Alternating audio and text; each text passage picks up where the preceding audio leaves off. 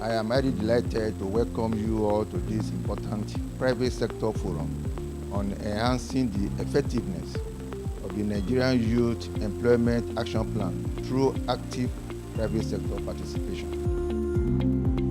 Now, your presence here reflects a shared commitment to addressing one of the most pressing challenges of our time, youth unemployment. And this is the commitment from ILO to ensure that when jobs are created, the jobs are of quality and ensure that the youth are purposed for adequately getting these jobs. Youth employment does not just provide economic benefits, it also is a cornerstone for stability in our society. And I encourage every young person to take ownership of this journey, to invest in their own personal growth and to contribute to the collective success of our nation. We need to be better at identifying where the know-how is, where the masters of the know-how are clustering, and use them more efficiently to drive results. By driving a combination of industrialization, privatization, and fiscalization of our assets, a refocus on industrialization, we can drive jobs. For me, this is the most important gathering that the youth of this country can have. As the youth of this country serve a critical force to unlock the economic prosperity of Nigeria. Achieving this sustainable youth employment requires collaborations of many stakeholders.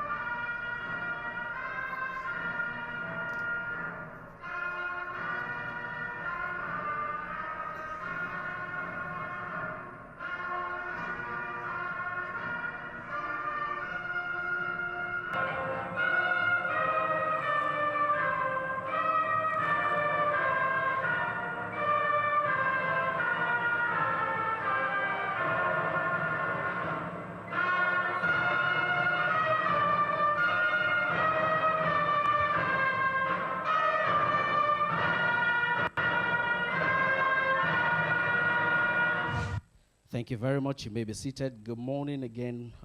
Honorable Minister, PSSYE, Director and board members of the different MDAs and private sector organizations here present, captains of industry, heads of the different missions and delegations to Nigeria, our distinguished partners, ladies and gentlemen. Welcome to the NIYEAP Private Sector Forum here at Lagos, where we'll be deep diving into the achievements of the NIYEAP in the past 3-4 years and how we chart a pathway forward to ensure that there's employment for young people in Nigeria. It's going to be an exciting time, and I assure you that you will have a productive time. I hope everyone will engage meaningfully across the different programs we have here today. To give us the official welcome remark, let me invite the Permanent Secretary of the Ministry of Youth Development, Mr. Olubunmi Olusanya, to give us the welcome remark. Can we please appreciate him as he comes up?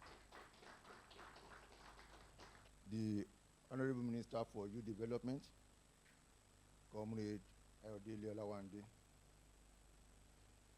the representative of GIZ, Christian Sterling, representative of ILO, Austin Irame, UNICEF representative, Bharat Kudra, please forgive me for if I pronounce your name, is the way it is written. And the Nigeria Summit Group representative, Dr. Tayo Awoloju. Distinguished participants, good morning to you all. I am highly delighted to welcome you all to this important private sector forum on enhancing the effectiveness of the Nigerian Youth Employment Action Plan through active private sector participation. Our gathering today underscores the high priority the current administration of President Bola Ahmed Tinubu, GCFR, places on youth development and empowerment. It also reflects our shared commitment to tackle one of the most pressing challenges of our time, which is youth unemployment. As we all are aware, Nigerian youth, who make up the largest demographic in the country, are valuable resources and represent not only the future, but also serve as a dynamic force in today's workforce, bringing energy, innovation, and fresh perspectives. Despite this immense potential, many young people face significant barriers to securing meaningful employment, a situation that limits their capacity to contribute effectively to the socio-economic development of our country. The unemployment situation demands innovative solutions and cross-sector partnerships, which is why this forum is convened to bridge the gap and unlock the full potential of Nigerian youth. I must stress that the private sector is a key driver in realizing this desired realizing the desired change. And your presence here demonstrates a strong commitment to creating an enabling environment for our youth to thrive. Together, through this collaborative effort, we will explore innovative strategies, including apprenticeship, internship, skill training, and entrepreneurship initiatives to drive job creation and foster a framework for effective public sector participation. Distinguished participants, today we will hear from industry leaders, policymakers, and other stakeholders who will offer valuable insight to support the development of a workable strategy. I therefore encourage you to actively participate in this discussion, sharing your ideas and insights as we collaboratively brainstorm actionable strategies to create sustainable job opportunity for Nigerian youth. While we engage in discussion and chart a way forward, it is essential that we keep in mind that the success of our efforts will be measured not only by the number of jobs created, but also by the quality of those jobs and the lasting impact they have on the lives of young people. At this junction, let me assure you that the Federal Ministry of Youth Development is fully committed to forging partnerships that will have a lasting impact on addressing youth unemployment in the country. Therefore, let us all work together to ensure that our youth have the opportunity they need to contribute to the growth and development of our nation. Once again, I want to sincerely welcome you to this forum, and I want to also thank you, because I know private sector are busy people, but out of your busy schedule, you have found it worthy to be here this morning.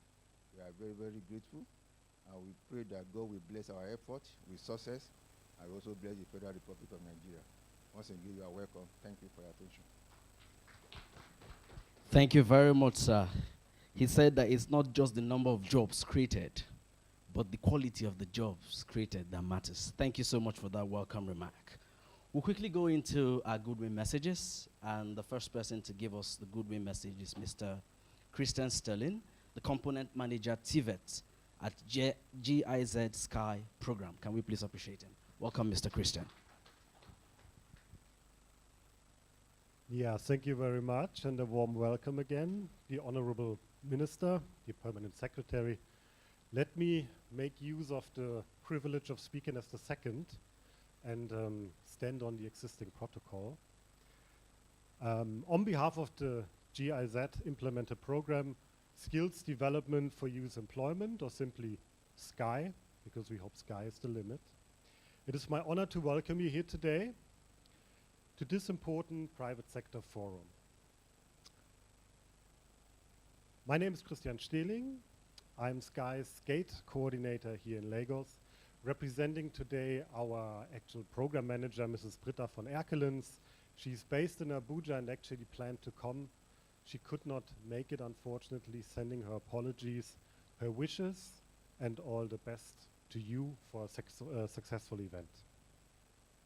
Now, your presence here reflects a shared commitment to addressing one of the most pressing challenges of our time, youth unemployment, not just in Nigeria, but especially here because the country has such a huge and young population. And this challenge needs to be tackled through systematic approaches involving strengthening employment governance frameworks in Nigeria. Nigeria's labor market today is shaped by several issues and trends, reflecting both its structural challenges, but also, and I think this is important to stress, evolving opportunities. Some of the most significant issues and trends in Nigeria's labor market include a high unemployment rate, underemployment, and this particularly among the youth and women. Additionally, there is a high informality in the labor market and in the economy as in the whole, and a skills mismatch due to the widening gap between the skills taught in the educational system and training institutions and the skills that are really demanded by the labor market. Youth unemployment in Nigeria is not just a statistic. It is a multifaceted issue that affects the economic stability, social cohesion, and the future prosperity of this nation and even the region. The Nigeria Youth Employment Action Plan, launched in 2021 by the Federal Ministry of Youth and Sports and Development, as a multi-stakeholder partnership to advance the implementation of the 2030 Agenda for Sustainable Development, serves as a commitment of the government of Nigeria under the Global Initiative on Decent Jobs for Youth. And it provides a strategic framework to tackle these challenges, namely through targeted interventions in skills development, employment services, entrepreneurship, and inclusion. Leveraging and consolidating on the achievements so far, concerted efforts are required to advance its implementation and initiate actionable steps. Now today we gather here to get insights and perspectives from diverse private sector actors on youth employment in Nigeria, and of course on the implementation of the NIYEAP so far. And we also want to explore sector-specific solutions aimed at promoting private sector investments towards sustainable job creation in Nigeria. As the backbone of economic growth and job creation, the private sector holds a pivotal role. You cannot think development without the private sector, it's impossible. With a global economy already transitioning towards green skills and a circular economy, we must seize this moment to explore sustainable approaches of harnessing the potentials of several sectors. I wish to congratulate the Federal Ministry of Youth and Sports Development for its leadership in this endeavor. And let me extend also our appreciation as well to our partners, the NESG, UNICEF and ILO, for their unwavering support in organizing this summit. Your collaboration underscores the importance of a multi-stakeholder approach in achieving sustainable solutions. And as we embark on today's discussions, and I hope there will be many, even controversial ones, because only if you really tackle these points and something new can create it out of it. Yeah, let us keep our shared goal at the forefront, to create an environment where every young Nigerian can thrive and contribute to our collective progress. So I urge all participants to engage actively, to share your innovative ideas, and to work together towards actionable outcomes. The recommendations that we hopefully develop in this forum today will provide a major input into the private sector strategy document and the review of the Nigerian Youth Employment Action Plan. which will commence in the first quarter of next year of 2025. The TWG, which will be inaugurated, will also serve as a strong pillar during the review process and the implementation of the reviewed NIYEAP for 2025 and beyond. Once again, welcome to this forum. Thank you for being part of this journey towards a more prosperous and inclusive Nigeria. And let me again wish you a big success to all of us, not just from me, but especially from my project manager, Mrs. Britta van Erkelens, and also the whole GIZ team Nigeria. Thank you very much. Thank you very much, Mr. Christian, for that goodwill message. I recognize that in the room we have Rensola Abiola, the Senior Special Assistant to the President on Citizenship and Leadership. You're welcome. And we also have with us Titi Lokbe Badamose, the Special Assistant to the President on Youth Initiative, Monitoring and Delivery. You're welcome, ma'am. Thank you very much.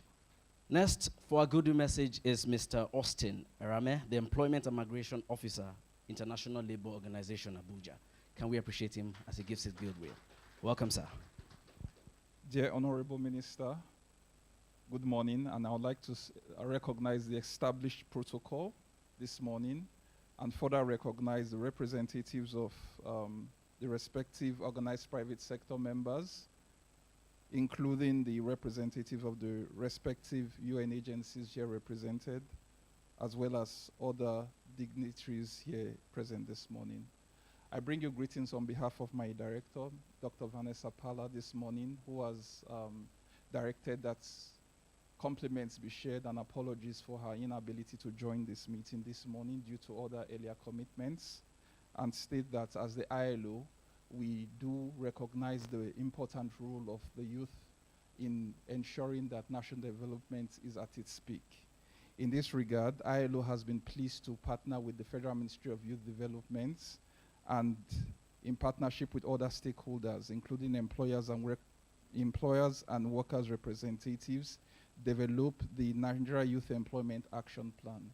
The Youth Employment Action Plan provides a long-term strategy for ensuring the youth employment and contribution to national development, and we do look forward to further contribution and partnering with the ministry to ensuring that the plan achieves its stated objectives and also contributes to the revision process.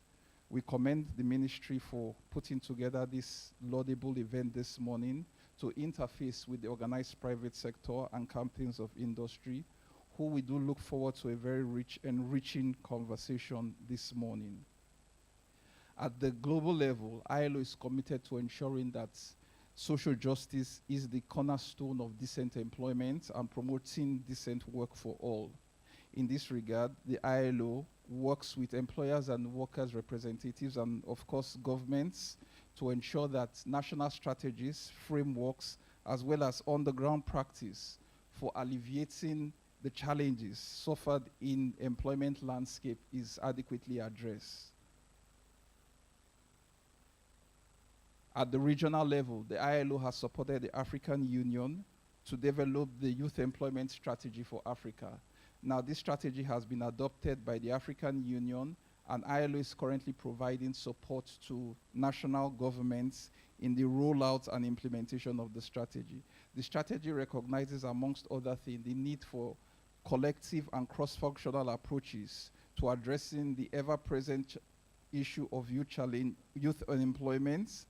And in this regard, we'll be happy to further engage with the stakeholders here present today to ensure that in the implementation of the youth employment strategy for Africa, the national context is prioritized and emerging economies such as green, creative industries are at the forefront of ensuring that decent employments are created for youth employment.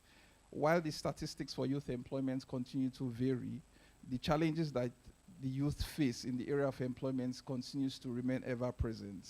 And this is the commitment from ILO to ensure that when jobs are created, the jobs are of quality and ensure that the youth are purposed for adequately getting these jobs. And it is in this regard that the ILO is also working in the area of skills development, recommendation of the recommendation 208 of the International Labour Organization that looks at quality apprenticeships and ensuring that technical and vocational educational training are at the forefront of repurposing skills for development. On this note, we again recognize the contribution of employers and workers organizations to national development, and of course, in indeed convening these events. We recognize all other stakeholders that have been actively contributing to the design of this concept today, and of course, in convening these events. I send greetings to the leadership of the National Economic Summit Group, and also members of the organized private sector here present today, and say congratulations on today's event, just as the ILO continues to work in collaboration and partnership with all stakeholders for addressing the long-term, for providing long-term solutions in the area of youth and employment. Thank you. Thank you very much. Thank you, sir. Thank you very much, Mr. Austin. Let me now invite Madam Celine Lafoire-Sherry, the Chief Field Officer of the Lagos UNICEF office. Good morning, ladies and gentlemen. My name is Ochukwuege. I'm the Partnership Specialist for UNICEF in Nigeria, and I'm here representing Mrs. Celine Lafoure, the Chief of Field Office for UNICEF Lagos office. Celine would have loved to be here, but she is unavoidably absent due to senior management meetings in Abuja. So, UNICEF is very proud to be here today in partnership with the Ministry of Youth and Social Development and partners such as GIZ, the Nigerian Economic Summit Group, ILO, and the organized private sector. This initiative, the NIYEAP, aims to empower youth, and it aligns with national and global priorities in its work for social development. And as we know, in this country, we have the huge opportunity to benefit from the demographic dividend that we have been blessed with, which is our youth. And it's been very heartwarming that across the board, from government to civil society to the private sector, the empowerment of our youth has been taken as a huge priority. And our being here today is a testament to that. As we harness this demographic dividend that we have, we understand that youth employment does not just provide economic benefits, it also is a cornerstone for stability in our society. It's a cornerstone for gender equality and for tackling the climate change, which we are beginning to witness. It's here to help us achieve resilience. And UNICEF and its partners, recognizing this huge youth bulge that we have and the opportunity it presents, has established the Generation Unlimited private-public youth partnership to tackle the areas of skilling, education, and opportunities creation for employment and entrepreneurship. And together with our partners, we have been working to realize the strengthening of our human capital. And this is why initiatives such as NIYEAP are very attractive to UNICEF, because we can continue to support initiatives like this. Together as a collective, we can begin to tackle the issues of youth employment and skills development. Now, we collaborate with the government. We're major partners of the government. We collaborate with the private sector. We collaborate with civil society organizations. And as been mentioned before, the private sector, which is hugely represented here, has a crucial role to play in the achievement of the NIYEAP plan goals. It's key to achieving growth in youth empowerment. And together here, UNICEF and partners present here are seeking to promote principles of decent work, seeking to promote equal opportunities and inclusion of young people in Nigeria's economic and social development. We're also looking forward to collaborating on the creation of inclusive opportunities which prioritize young people in Nigeria, especially girls and the marginalized. UNICEF is looking forward to working with partners here to leverage innovative solutions, to leverage data, and technology to effectively address youth unemployment. And why are we doing this? Because we are looking to enhance the potential of the young people in Nigeria as drivers of positive change. So once again, ladies and gentlemen, I say good morning, and UNICEF is happy to be associated with this initiative. Thank you. Thank you very much. Thank you very much, ma'am. We will now have, for a goodwill message, Madam Naomi Nwokolo, the Executive Director for the United Nations Global Compact Network, Nigeria. You're welcome, ma'am. Good morning, everyone, and Honorable Minister, please permit me to stand on the existing protocols. It is with great pleasure that I extend my heartfelt greetings on behalf of the Board of the UN Global Compact Network Nigeria and the United Nations Global Compact to all of you all on the occasion of the Nigerian Youth Action Plan Private Sector Forum. As we gather today, we are reminded that Nigeria's youth are the cornerstone of our nation's future, representing not just our largest demographic, but also our greatest potential for innovation, growth, and resilience. As a young person in a leadership position, I recognize the pivotal role that young people play in shaping the future of our communities and the nation. Our collective energy, creativity, and determination are unmatched. However, as we all know, youth unemployment remains one of our most pressing socioeconomic challenges, threatening the stability and prosperity of our communities. The NIYEAP has been a critical framework in addressing these challenges. It lays a strong foundation for fostering skill development, creating sustainable jobs, and empowering entrepreneurship.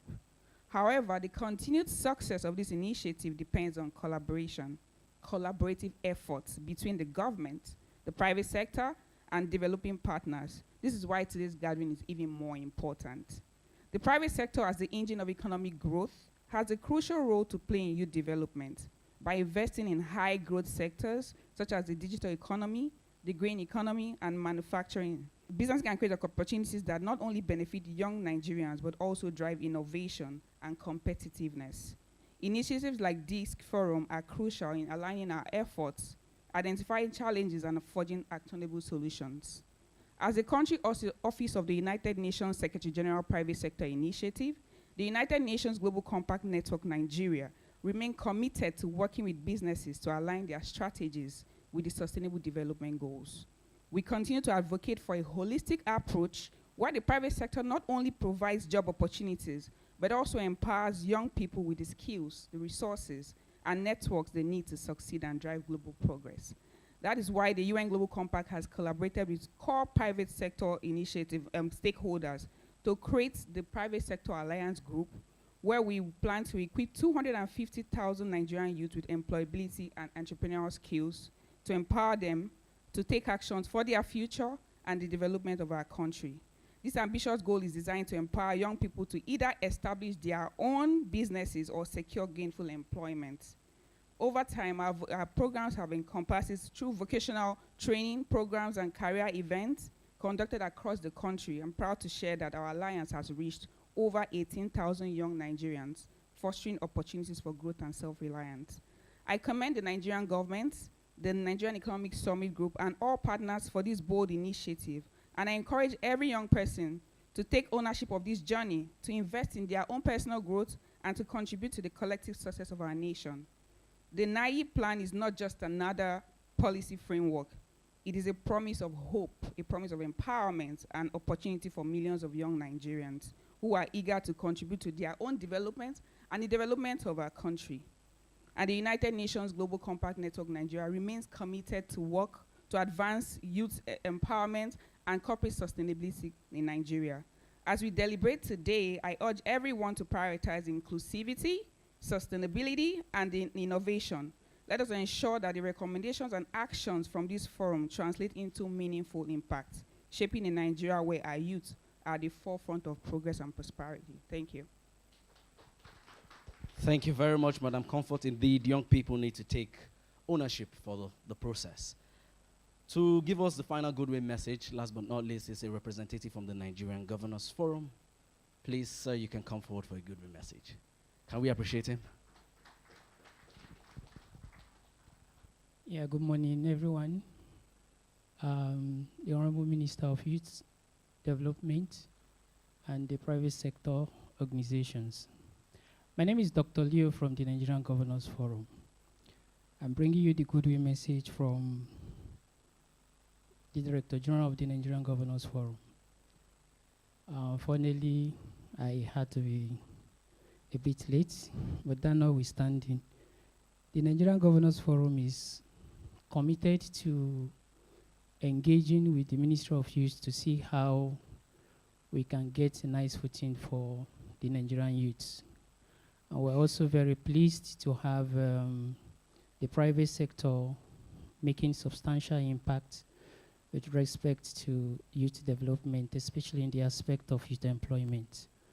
The governors are committed to partnering with the private sector to see how we can scale up, not just giving opportunity for youths to be gainfully employed, but of scaling them to be able to have contemporary skills that will enable them to be very, very useful to the society and contribute to their personal development, development of their families, communities, and national socio-economic development. So I bring you good tidings from the Governors Forum, and I assure you that we're fully committed in the area of partnership. I head the Education Department at the Secretariat, and we've been engaging with the private sector to see how we can support youths, young people in basic education, because of course you're aware that we'll have a whole lot of out-of-school children challenge in the country and a whole lot of crisis in the education sector. One of it is education financing. And so also be very pleased to see the private sector supports education financing at both the basic, at the secondary and tertiary institutions. We have endowments all over the world where private sector contributes meaningfully to the tertiary education in the aspect of promoting skills, in the aspect of contributing to scholarship and helping young people to be more innovative and creative in using their talent. Young people in the country are so talented, but have a pool of untapped talents in the country. And there, the private sector comes in handy to be able to support government, about the federal, states, and local government to see how we can collectively support young people. The Governors Forum is willing and committed to ensure this partnership and see how we can all support youths in the country. Thank you. Thank you very much. Thank you very much, sir, for that goodwill message. Our next speaker is a construction engineer, a community development practitioner, youth advocate, and politician. He attended Federal Polytechnic, Ado-Ekiti, where he studied civil engineering at Federal University of Technology, Akure. He also studied international journalism at the University of Maiduguri. He's currently studying at Rome Business School. At 28, he commenced his career as an educator, organizing classes and instilling knowledge and values in the young people of his community. His passion grew to embrace a dynamic journey into the youth development sector, where he spearheaded efforts to harness the immense potential of young adults, delivering results that garnered him recognition and led to his active involvement in grassroots politics, community organizing, and citizen mobilization. Career-wise, he has covered an impressive milestone, recording breakthroughs that surpasses his 35-year-old. He worked variously as a site administrator engineer at RENS Nigeria Limited, personal assistant to the special advisor on innovation to former Vice President Yemi Osibanjo, director of project monitoring at the National Examination Council, strategic communications officer at Emerging Community Africa, operations manager at the Way Project Nigeria Limited, director of business at The Hub, director of operations at La Homes, and as a field officer in the Nigerian Social Investment Office. As a politician, he started out as a member of the defunct Action Congress of Nigeria, serving as the Ward 9 Akure South auditor of the party from 2009 to 2011. He was a founding member of the Ondo Youth for Akiti in 2012 and founder of the Action Youth Movement between 2015 and 2019. He also served as the Southwest Co-Coordinator of the Asiwaju Grassroots Mobilization and the Ondo State Coordinator of the All Progressive Youth Forum. As member of the All Progressive Congress, he has undertook several assignments for the party, some of which include ICT Director of the party in Ondo State from 2015 to 2018, APC Convention Planning Committee, APC Committee for Kogi State Election, amongst many others. He serves as the Deputy Director for Youth Mobilization in the APC Presidential Campaign Council in 2023.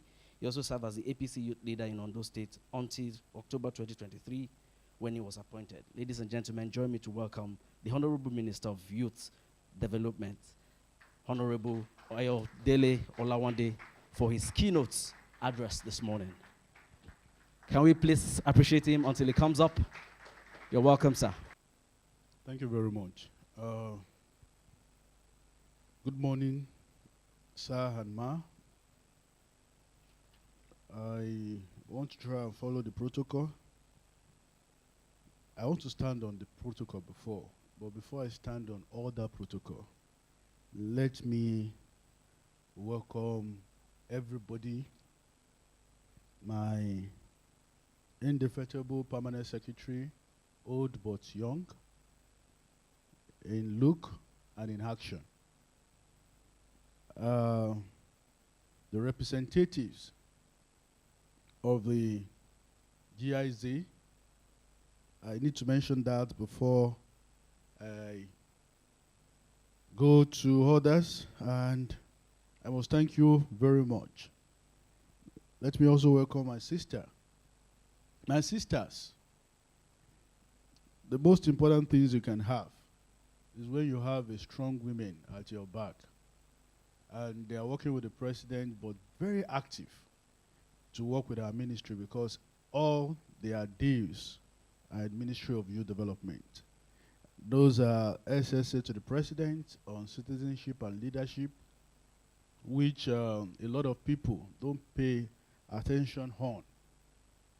A lot of people don't know that citizenship and leadership is an active body that we, even the private sector, need to start work on. And I think by next week, the president is going to act on that. And I can assure you that we're going back to the citizenship and leadership very fast and quick. Welcome, ma. Let me also welcome Madam Titi Badamosi, the essay to the president on youth initiative, monitoring and delivery. And this is the first time we're having that. I welcome the representative of the ILO, the UNICEF, the representative of the NESG, Mr. Tayo. Permit me to mention his name. Representative of the private sector organizations that are present here. I welcome every one of us. I welcome those in suit and those in native. And this is the first time I'll see private sector in native. I wanted to be in native before, but I said I should look like what I'm called, a comrade. I am very delighted to be here. I am the most happiest person. Before, I'm not a keynote reader, but because I'm in front of you today, I will read and I'll go back to my normal self. Because for me, this is the most important gathering that the youth of this country can have. Because we have a step to take immediately after this. And I will plead to you that it is time for us to go into implementations. The plans we've had and all is good and very welcome. But it's time for us to go into the implementation. Very urgent and important. And I stand on all other existing protocol.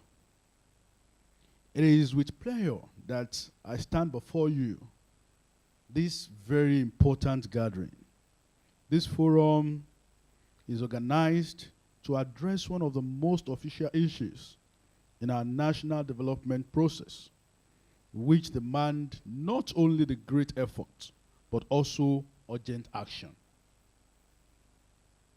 The creation of employment opportunity for the youth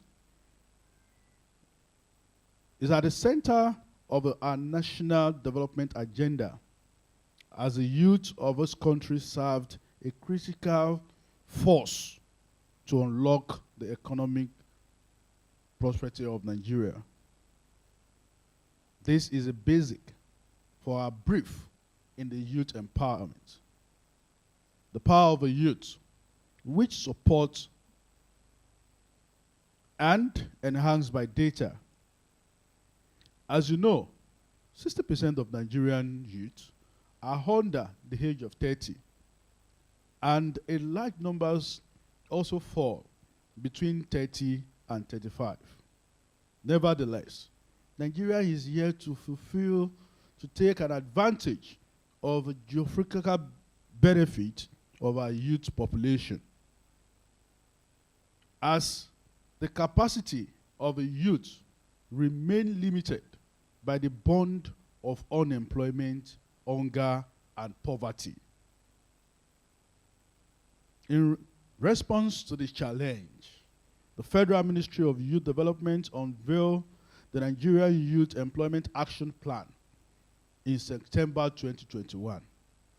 This plan serves as an operational framework centered on 4 fundamental traits areas: employability, entrepreneurship, employment creations, and equal opportunity.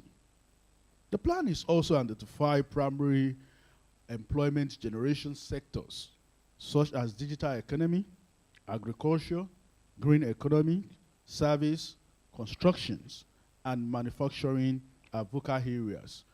Important output. The primary objective of this plan is to create solutions addressing the youth unemployment in the sustainability and coordinate manner globally.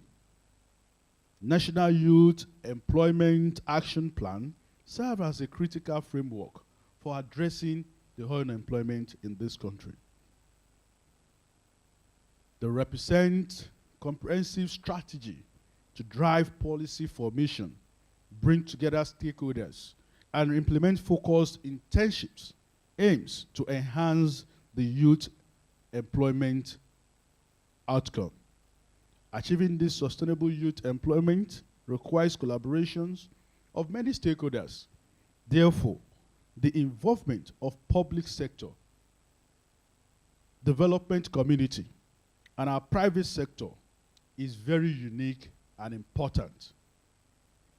At both the federal and the state level, Youth Employment Action Committee has been formed in all 36 states, comprises of important sectors for job creation.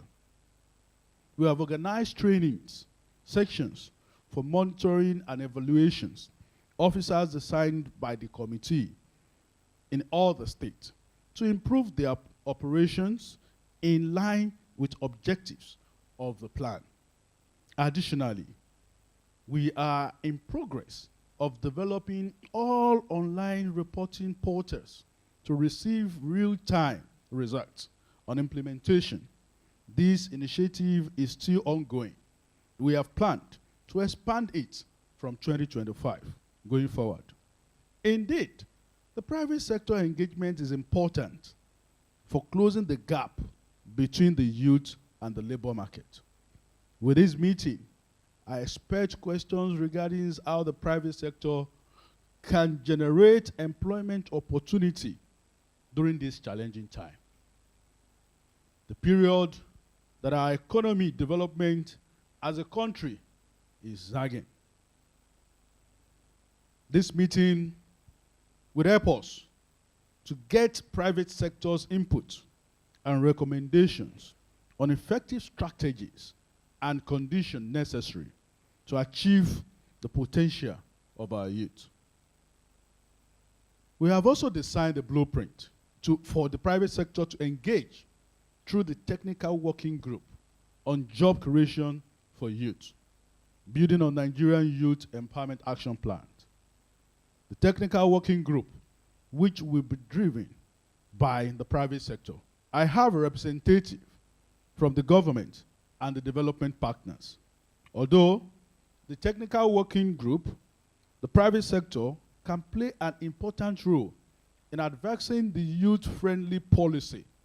Business leaders can collaborate with government and international organizations to ensure the relevance of a policy and to play in necessary actions and take a facilitations, creations of employment opportunities to our youth.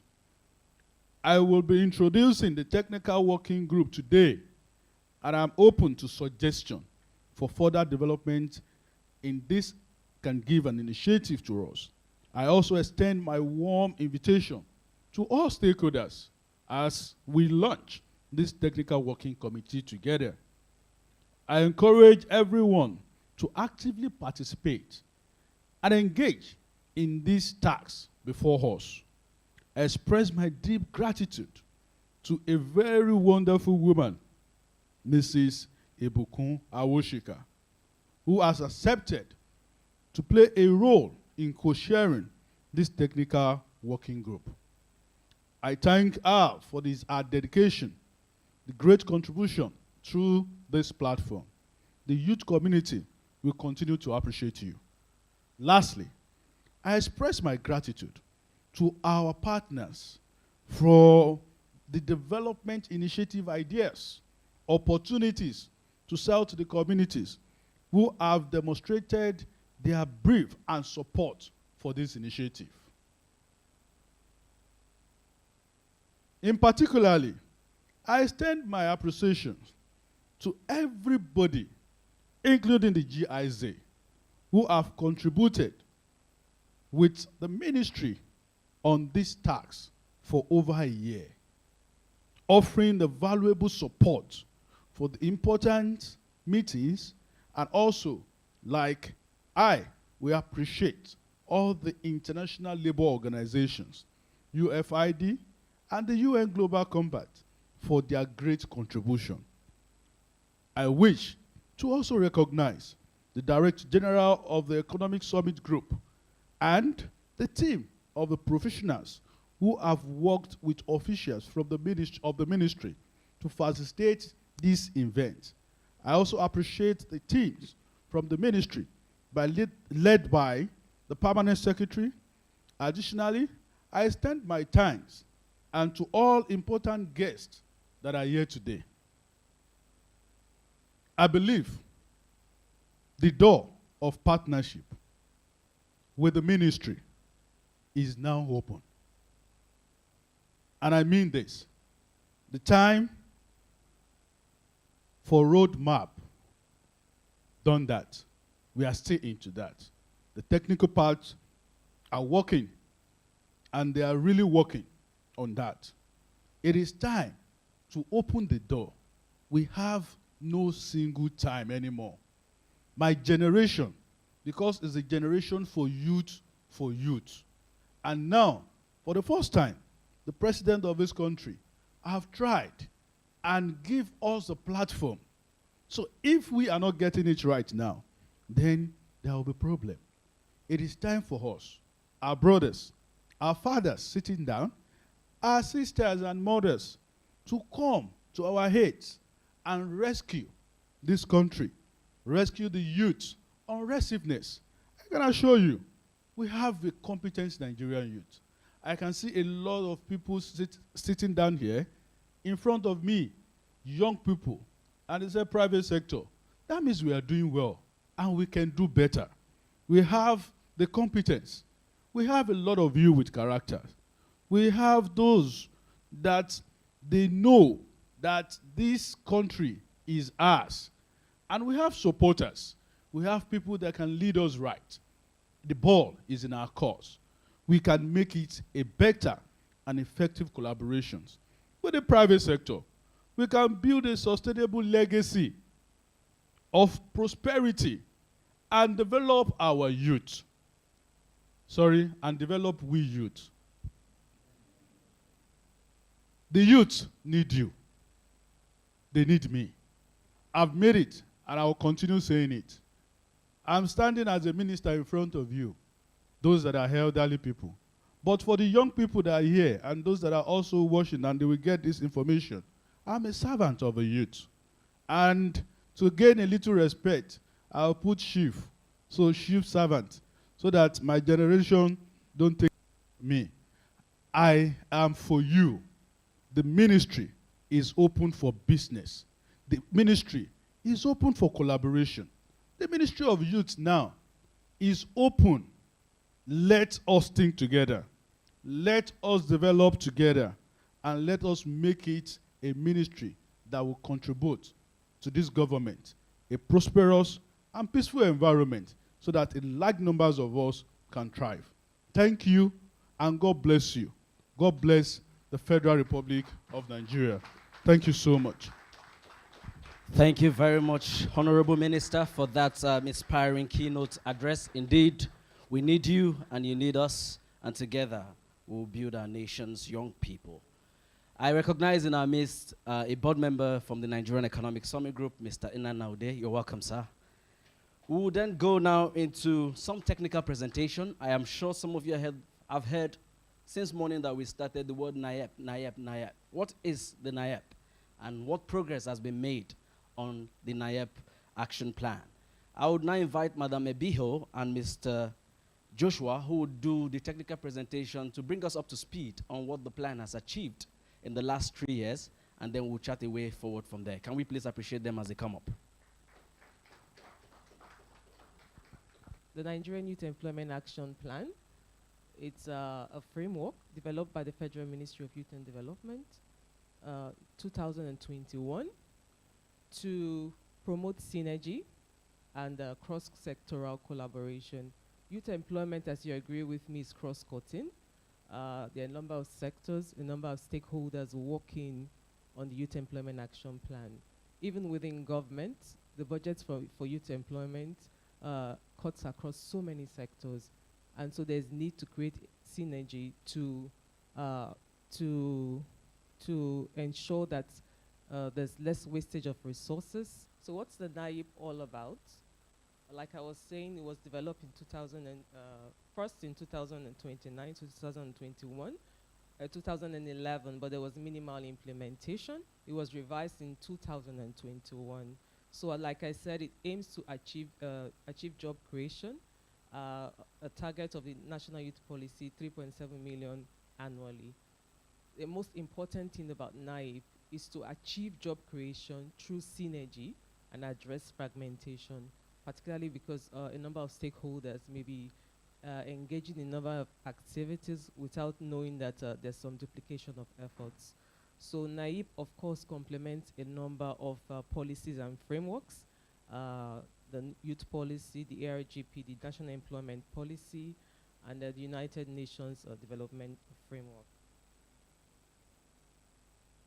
So why do we need a youth employment action plan? To mobilize, of course, the minister and other speakers have spoken about the energies of young people, and to ensure that we harness that potential to contribute to national development. And of course, we can't achieve all, but if we focus on certain priorities, we are likely to achieve more. And so to guide all stakeholders to work together, to synergize and achieve certain key priorities guided by research that have the potential to, of course, create employment. And of course, it aims to address the youth employment situation in a coordinated manner. The document is divided into 3 parts. It's already ending, and we're commencing review. And it's very important that we are doing this, ending this plan to commence the review with engagement with the private sector. And so it's 3 parts, of course, situation analysis, and then identifies the key priority areas of employability, entrepreneurship, employment creation, and equality and rights. And of course, it guides on implementation arrangements. I may not take too much of this. I have just 10 minutes. But of course, we all know the macroeconomic trends of our nation, the largest economy in Africa, and of course, our youthful population. So, but what's important is that this has not yet translated into job creation, of course, economic growth for our nation. And so there are key priority sectors which the plan proposed: agriculture, the services industry, which is a very youth-friendly and youth-dominated sector, and then of course manufacturing and industry. So these are some of the sectors which have the potential to create employment, and the framework is calling attention of all stakeholders to collaborate in promoting youth employment. Of course, key youth employment indicators, like I said, economic growth in Nigeria has not translated to poverty reduction and job creation.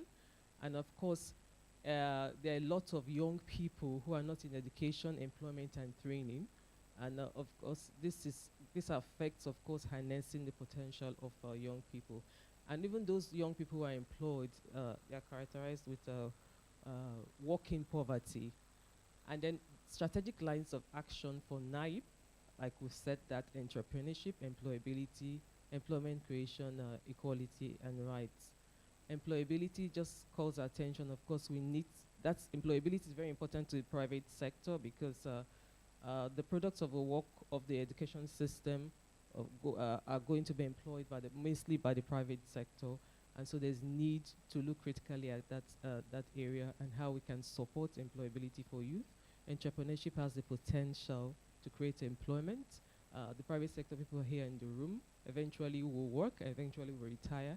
They need to be people to work with you now and of course take over that sector. And of course it has the potential to grow the economy as well. Employment creation, key sectors like the minister said, the digital economy, the rural economy, which is agriculture, the green economy, and of course equality of rights, equality and rights, gender, and of course we have people living with disabilities and those who are vulnerable group. We need to also look at those areas. And then implementation arrangements, coordination. Youth employment is cross-cutting. A number of partners, even private sector people here in the room, are doing a lot that we do not know. Government agencies, development partners, so there's need to coordinate, there's need to synergize, and you need a framework for that. So at the government level, we have the Youth Employment Action Committees, which the minister spoke about in the 36 states, where we try to coordinate at the government level. And of course, we have the reporting and evaluation, which my colleague will speak about. But we also need a private sector strategy. That's why we're here, because the private sector are the main organ for job creation. And so the technical working group this minister spoke about is going to be the strategy, is going to be the organ through which its private sector strategy will evolve. And then we have the donor community. You see a number of them are here as well. They already have a UN coordination group for youth development, youth employment. And then of course we are going to eventually have the youth engagement strategy and the communication strategy ahead of the review in 2025. So these are the implementation arrangements for NIYEAP. I'm sure you say, what are all these committees doing? But working in these committees, coordinating and synergizing, we achieve greater impact, and there will be much more harmonized implementation. So what have we done so far? We've launched, so we don't want to focus too much on that. We've engaged with the Nigerian Nigeria Employers Consultative Association, NECA, and then the NESG. Through our engagements, that's why we're here today. The NESG is one of our major partners we're convening this with. We're also working with the UN Coordination Group. That's why we have a number of donor partners who are here working with us with this. And then we've also have the state committees, which we also, moving forward, we have to strengthen. And then we have the monitoring and evaluation officers who have also helped us in terms of reporting and results, which he will speak about. And then, of course, key implementation outcomes, which I've already spoken about. We have roles and responsibilities delineated at the state level. And then we spent this past 2-3 years instituting those structures, and then we now want to strengthen them and ensure proper implementation going forward. Thank you very much. Thank you very much, Abiho. Good morning, everyone. Honorable Minister Sir, permit me to stand on the existing protocol. So let me just, my name is Joshua Arogunyo. I work with Clones House Nigeria. I'm an evaluation specialist. I also lead Clones House work in Francophone Africa and Lusophone Africa. So I'll be talking more on the M&E aspect, the M&E framework for the NIYEAP and how we designed it, because we were tasked with the responsibility of setting up the M&E framework that we guide the implementation of the NIYEAP, and at the same time also conduct training of M&E officers, training of M&E officers across the 6 geopolitical zones. So if you can call up my slide so that I can go ahead. So one critical thing that I would like to point out is that over the years we've been supporting the Ministry of Youth. Then it was Youth and Sports before they were splitted, and then ensuring that we help to make sure that the NIYEAP comes to life, and then it achieves the results that it was designed to achieve. So I will not, Ebiho has already talked on some of the things I want to say, so I'll just go straight to our role. We had 4 key roles to develop the M&E framework for the action plan. One of the things we also did is to provide training for the M&E officers of the Ministry of Youth and the members of the SIAC and the NIYEAP. So I'm going to explain what NIYEAP and SIAC means. We also designed and deployed a data collection instrument to test and to see the level of performance across the 36 states of Nigeria, and then also facilitated M&E training for reporting for the Nigerian Youth Employment Action Plan. So for the M&E framework, we have a total of 90 indicators. The idea of the framework is just to provide performance indicators, to also talk about data collection strategies, methodologies for measuring progress, how we can track evidence, and then of course the metrics for measuring the achievement of the NIYEAP outcomes and impact. That was what we designed. Under the Department of Enterprise Development and Promotion, it's that department in the Ministry of Youth serves as the coordinating department of the affairs of the Nigerian Youth Employment Action Plan. And then we now created, from the M&E framework, we created what is called the Action Committee, the Nigerian Youth Employment Action Committee, called the NIYEAP, that's what we call it. That Action Committee coordinates the activity at the federal level, and the SIAC coordinates the activity at the state level. The members of that committee are members of different ministries that are part of the youth employment, that are also relevant to youth employment at the various states. And so they provide at state level, the SIAC provides that coordination at state level, while the NIYEAP provides that coordination at the federal level.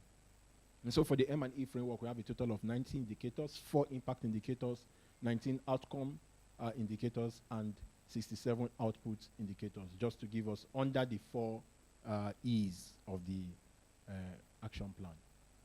So over the years, as we were doing our engagement with the Ministry of Youth, we decided to perhaps test, let's see what is going on at the various state levels, because reporting was not happening at the state level. So we wanted to ensure that, to test the reporting of the activities that were happening across the state, because over the news you hear that a lot of things are going on, state governments are doing a lot of things, but it seems as if it is not well captured under the action plan. So we decided to test, and so we convened some of them together just to show you that the most activity that state governments were doing was on entrepreneurship. That's the blue bar you are seeing on the screen. So it was more entrepreneurship activities, training on entrepreneurship that was happening across the 36 states. As you can see, across the geopolitical zone, it was more of entrepreneurship. So out of the 4 E's, entrepreneurship appeared to be the most recurrent activity that the state governments were pushing. Okay, so in the course of our work, we observed important things, and thankfully for this forum, it's good for us to discuss these things that we've observed, because going forward, there's a lot of gap.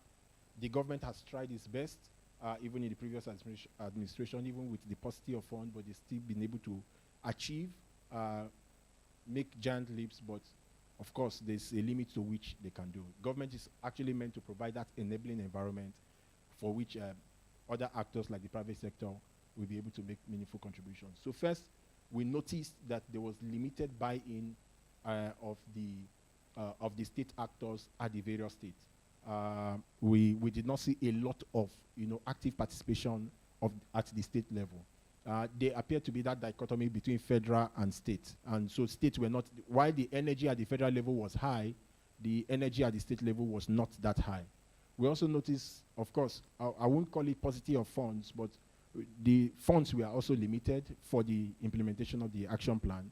But at the same time, even when funds were allocated, the releases of these funds also came in a bit late, so it affected, certain activities that should have happened. Maybe what the Department of Enterprise Department were supposed to do at a particular time were not, being carried out. We also saw that in our assessment, we discovered that the state governors were actually key players in this plan, but they were not well carried along. And so it's part of one of the recommendations we're making, that we should carry the state governors along, because they also drive a lot of initiative at the state level. The passive role of civil society and organized private sector. This is, I think, our first or second convening of private sector. The private sector, that is supposed to absorb most of these youths, were not very much involved in the process of the action plan. And so I'm thankful for this, and I'm happy that we are coming together to see, and then we can know where we can come in. Because the pool, the private sector has a large role to play as far as youth employment is concerned. And then, of course, the labor information.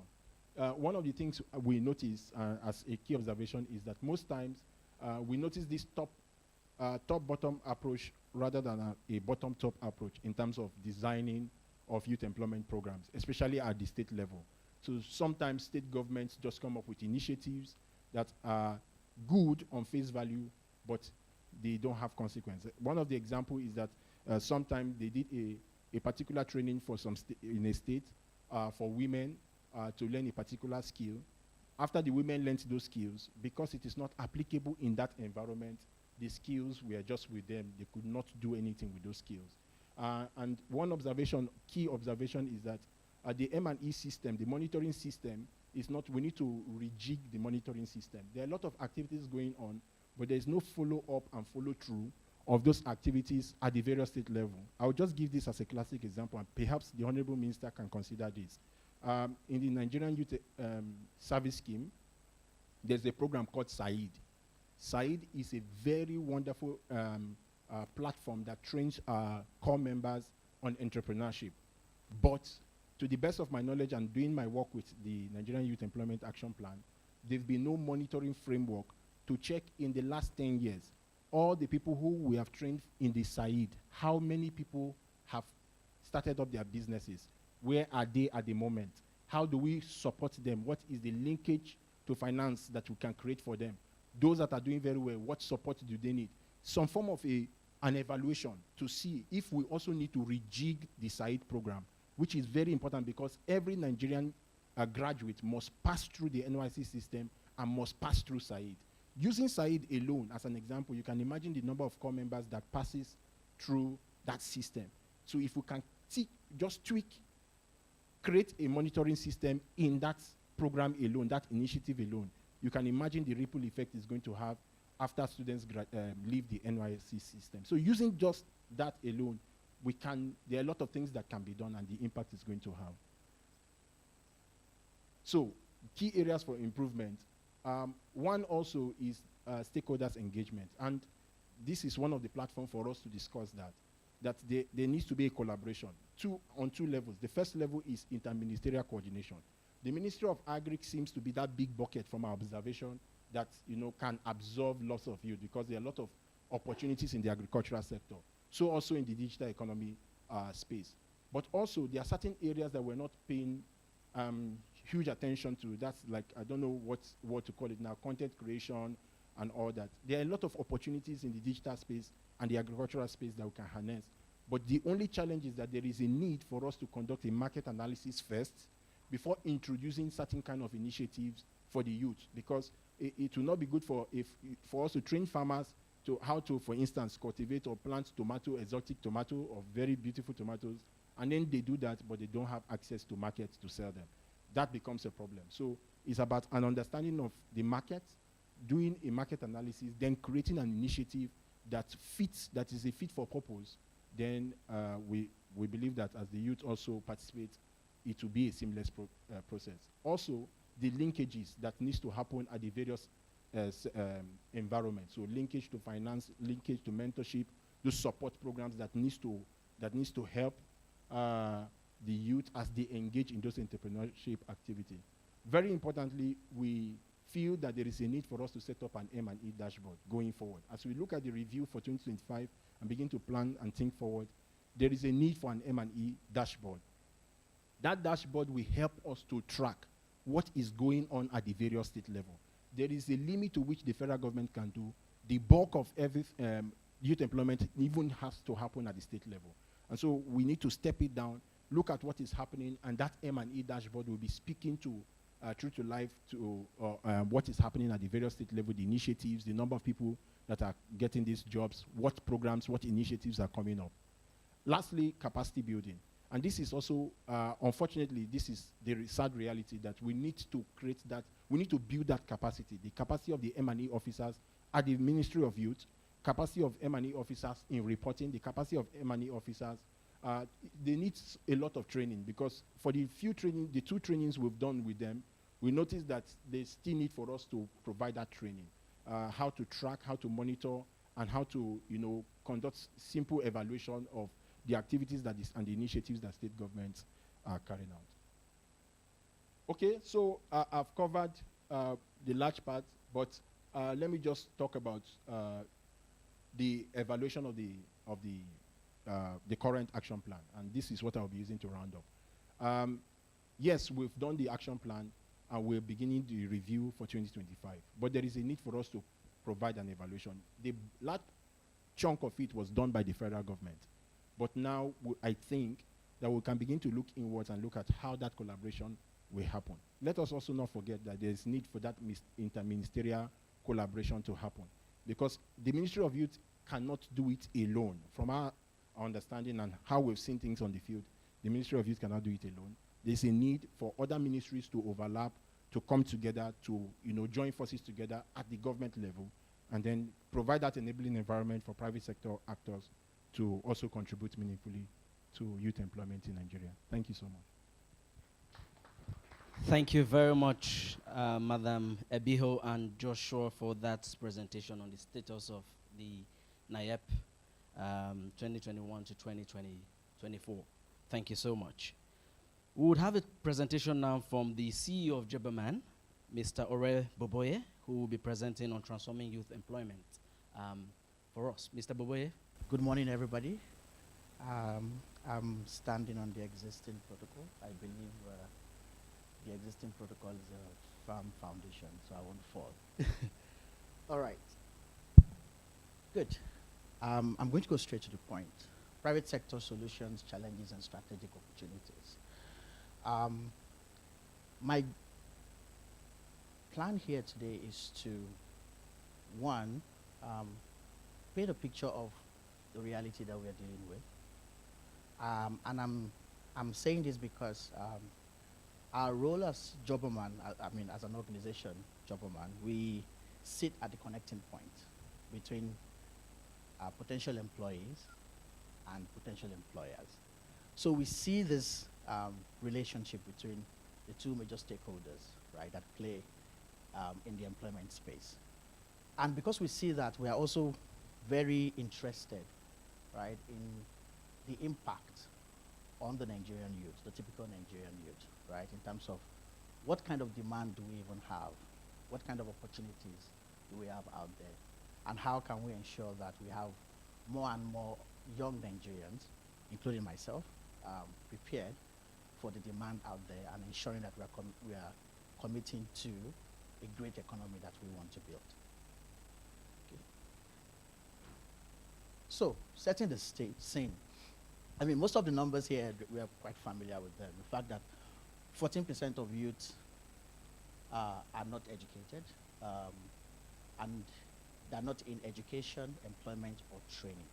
14.4% of youth. 10.6% of the workforce are underemployed, and education gap of 27%. So meaning that our current workforce, 27% of them lack formal education. And when we say formal education, it's very easy to point to probably STEM and the secondary school education, but we have also included in here even the skill and the education needed to deliver your day-to-day as an informal worker, for instance. And then we added to this the dominance of the informal sector, and that the fact that informal sector actually contributes about 90% of potential new jobs within Nigeria. And this is a sector that we have overlooked for a long time. By the way, I would love to speak a bit more on the informal sector, because I think that if I ask around, like, what do you think the informal sector is, we'd hear many different definitions, right? Some would say that the informal sector is the blue-collar sector. Some would say that it's the drivers, the cleaners, right? However, that's not completely true. The informal sector in Nigeria, I would say, is the unregulated sector in Nigeria. Unregulated in the sense that they don't have a company, there is no company name. Meaning your typical content creator operates in the informal sector. Your YouTube content creator operates in that sector. And we're seeing a lot more Nigerians, because we are content creators. I think Nigeria is just is a place for content, play in that space, right? And it's also quite interesting that the first response from a government and policy point of view is, so how do we ensure that we get, I know it's an highly debatable, it's a debate in the Nigerian space now, the issue of tax, right? How do we tax these people? And I'm like, great, amazing, right? We should do that. But I think it's important that even from a policy point of view, we come from, how do we enable these people? Because if we then enable them, they make money, and then that money can be taxed, right? So, so this is the same. These are numbers that we are very used to, and we know. And we decided to even go a little bit deeper into the Nigerian informal sector. So I'm going to, we have a report that is online. You can download the report here. So if you have your phone, you can scan the QR code. I will not go too deep into the report because it's a long one, but I want to really focus on why we are here. But if you have your phone, you can just scan this, and then we'll move on. Great.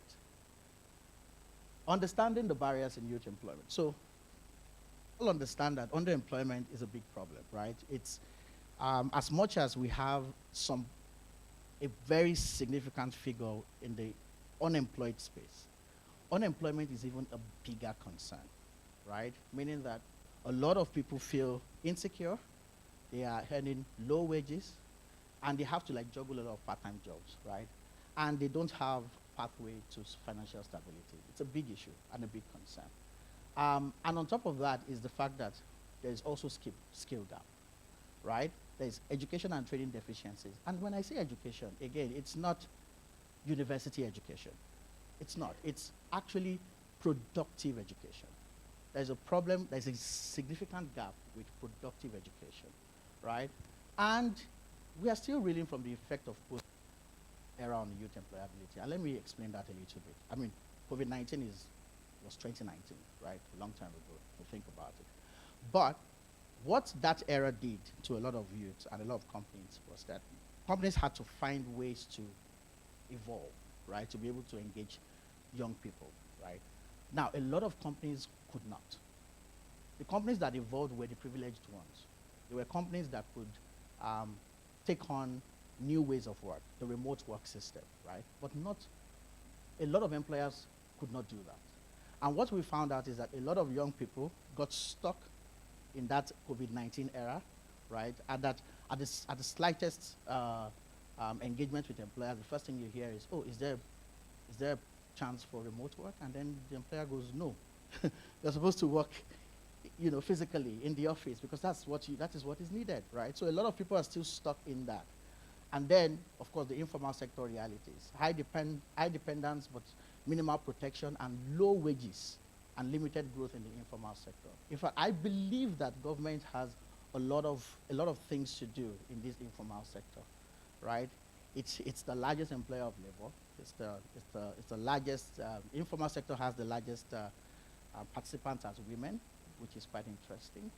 And it's, when you talk to Nigerians that assume that are not working, right? When you talk to them, they're actually doing something. But that thing, because it is not in a structured office or a company, right, that thing actually falls under the informal sector. Meaning that if you, which we did, if you ask a lot of young Nigerians that are working in corporates doing 9 to 5, that look, if we settle all of these problems that you have identified in the informal sector in terms of access to finance, government cover, loan, and all those things, will you leave your 9 to 5 job? The answer is yes. A lot of people will do that because they believe that it will provide them the kind of security and the flexibility that they need for their own life. So I believe very strongly that there's a lot of potential in the informal sector that government can work on. All right. So, what is the Jobberman solution to private sector contribution to solving unemployment? We broke this into 3. Access to job, access to skills, and access to information. We believe that if we are able to, because we're part of this, if we are able to solve for all of these, right, we will effect a significant dent on unemployment and underemployment in Nigeria. Now, access to job. Access to job, of course, is connecting millions of job seekers to diverse industries, right? Which is something that we do.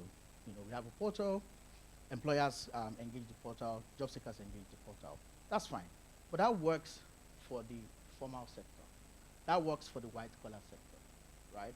Not the informal sector. So if you, for instance, need a mechanic, right, for your vehicle, well, depending on your tax bracket, you may go to the known names, Jermaine and co, right? But then, most likely it's going to be Mr. Saliu somewhere, right? But how do you get the contact of Mr. Saliu? You then need to call someone to refer Mr. Saliu. Why don't we then work towards a central portal where we can actually engage this so that Mr. Saliu can also wait and see a demand, right, come in for his service, right, that is in the informal sector. So we need access to job, but that access needs to be from a portal, from a central system, or from an aggregated system. Then, of course, the inclusion of blue-collar and pink-collar workers, which I've explained over and over, it's important that they feel, the players in this sector feel a sense of inclusion, right, in the ability to access demand and find demand, because the demand is always there. The ecosystem around, I was just thinking about it recently, the ecosystem around finding a house is beyond finding the house. It's beyond speaking to an agent or talking to a landlord. When you find the house, you want to move your things into the house. Then you talk to a moving company or someone that owns a trucking company, right? You want to paint the house, you need to talk to a painter. You want to fix the plumbing work, right? You need to talk to a plumber. So the ecosystem is a lot, and you're talking to a lot of people that play in that informal sector. Why don't we have a central system where you can actually place that demand, and they can also relate on that same system, right, to deliver service? Job centers. So we actually started working on job centers. So we currently have job centers in Bauchi, Kaduna, and Castina. And why did we do that? We realized that as much as we're very proud to say in Nigeria that internet penetration is working and a lot of youths are on their phones, we realize that there are a lot of Nigerians also, young Nigerians, that do not have access to internet and broadband technology. So we decided to then take these jobs to them. So what we have done is, for these different job centers in the 3 states, we actually have a setup office, a physical office, that has internet. You can walk in, you have access to the Jobberman portal, and you can create your profile, talk to a career counselor, and try to even apply for a job if you qualify for some. So this is something that we are testing in the 3 states, and we hope that probably next time when I come to give a presentation like this, we can give you more insight as to how successful this has been. The next is access to skills, so soft skills training. So we did a quick research, and we spoke to employers and job seekers alike to understand, look, beyond the technical skill that is required to deliver on the job, which of course you typically interview for, what is missing? And many of them pointed to the fact that a lot of young people do not have soft skills, and that they as employers do not even have the capacity to train them or equip them with that soft skill, which of course has a significant impact on their job experience, right? And we also realize that even job skills training or soft skills itself is beyond the white collar space. It cuts across every, if you have interhuman relationship, soft skills is very important. We need to also ensure that we double down on soft skills training, either in our higher institutions. So as we are really big on STEM and arts, right, in the schools, I think it's important for us to also focus on soft skills training. So teamwork, communication, problem solving, and the likes. Then it's also important to, double down on digital skills for modern industries, especially technology, marketing, and creative roles. There are lots of opportunities in this space. Technology, for instance, I mean, we've seen that in the past 10 years, the role the Nigerian youth played, right, in the boom of technology in Africa. And it's because, some few people decided to engage, a system that was available to them at that time, thanks to the likes, right? I think that there needs to be more of that, right? And maybe not just focused on technology, but to many other things. Sales, for instance, maybe a sales school or a marketing school, right? And continuously highlighting that, because when we have more people playing in that space, they can then deliver more and better service, right, to us. Then vocational training for blue-collar readiness. What we found out here is that a lot of people that play in the blue-collar space stumble upon it. There used to be the apprentice system, but I think for some very interesting reasons that has kind of died down. And I think it's something that government can also take advantage of, right, to revive the apprentice system, or maybe actually put structures into that system, right, where vocational training becomes a big thing. Technical schools are looked upon now. So when you talk to a young person and say, what school do you want to pick for JAM? Yeah, OAU, UNILAG, Covenant University. And then you say, oh, okay, go to this technical school, and they feel like, oh my goodness, did I do anything wrong, right? So it's important that, at the base of any thriving economy, right, we cannot run away from vocational skills. And we need to probably start from the orientation, right, to ensure that we actually push the message and the importance of vocational training. Then access to information. So access to information, of course, will then be continuous research and report. So for instance, we have the informal sector report. We also do HR breakfast series, for instance, to engage HR practitioners and to see how best we can engage job seekers for them to be job ready. And also gender barriers report. So this is what we are doing as Jobberman, right, to try and solve this problem and bridge this gap. How do we scale? How do we plan to scale?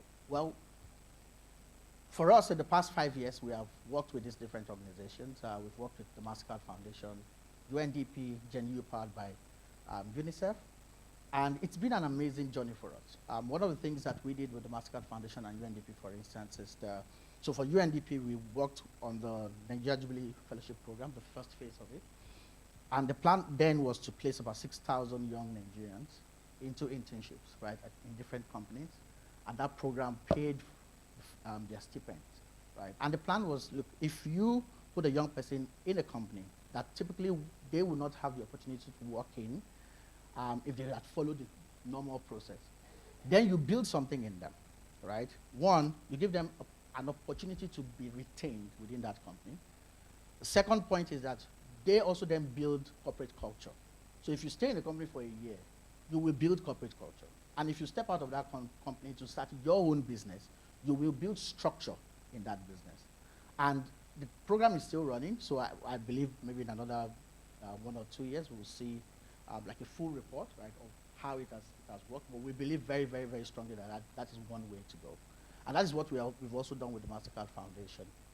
And then for us, we are significantly pushing graduate training programs with big employers of labor, especially the banks.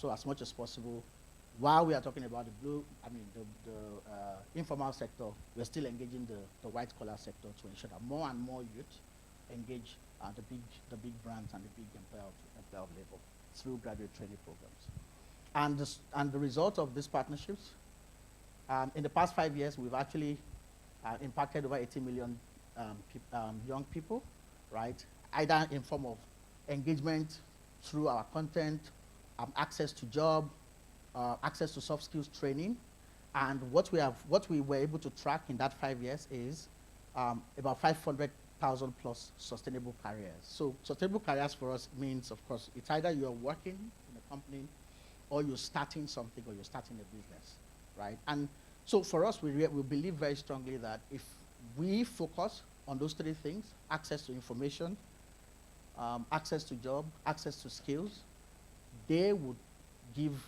push a significant dent in this situation. So back to this again.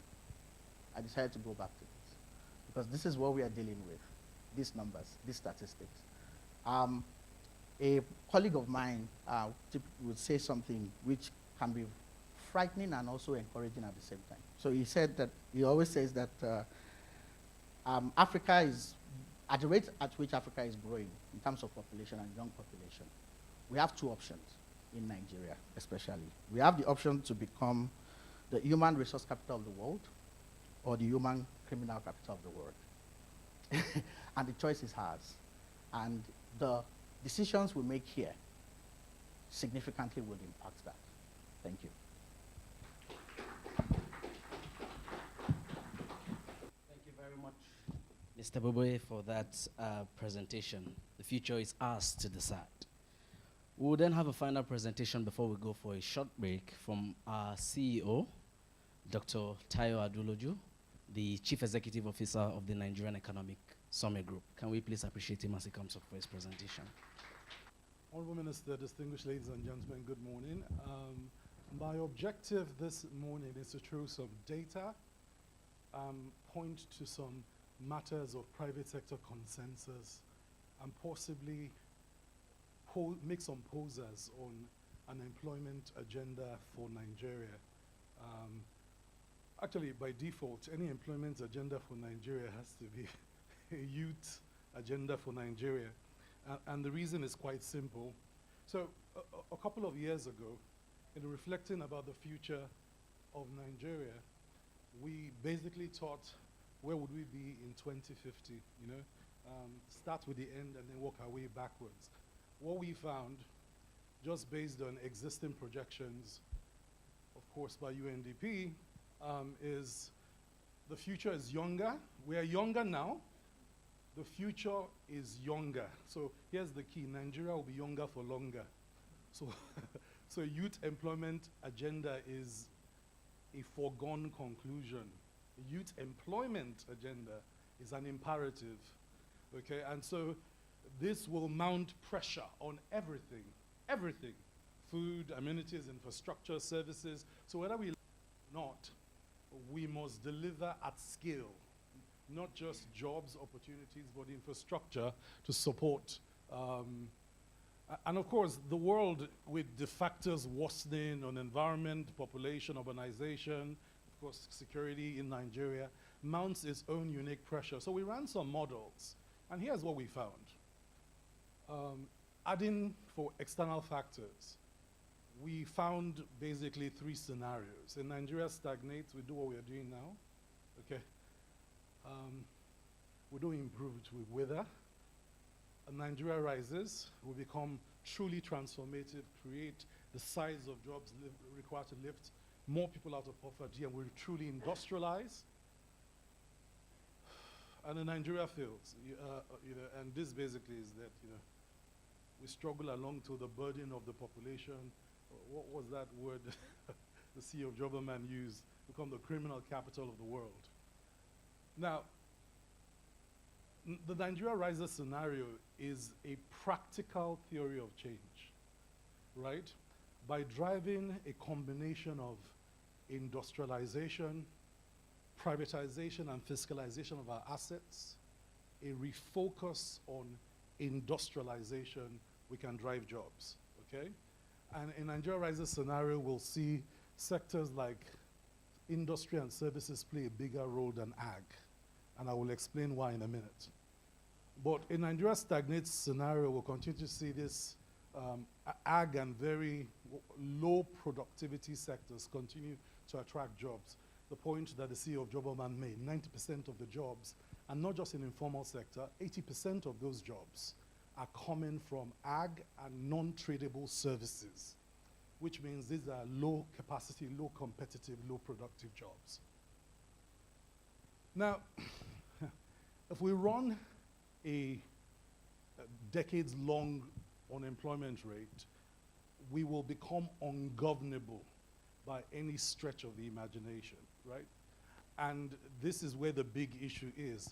At 2050, at the current rate, unemployment numbers will basically be at the point Nigeria fails, where you're crossing 200 million unemployed. At that point, I don't think some of us will drive our cars out again.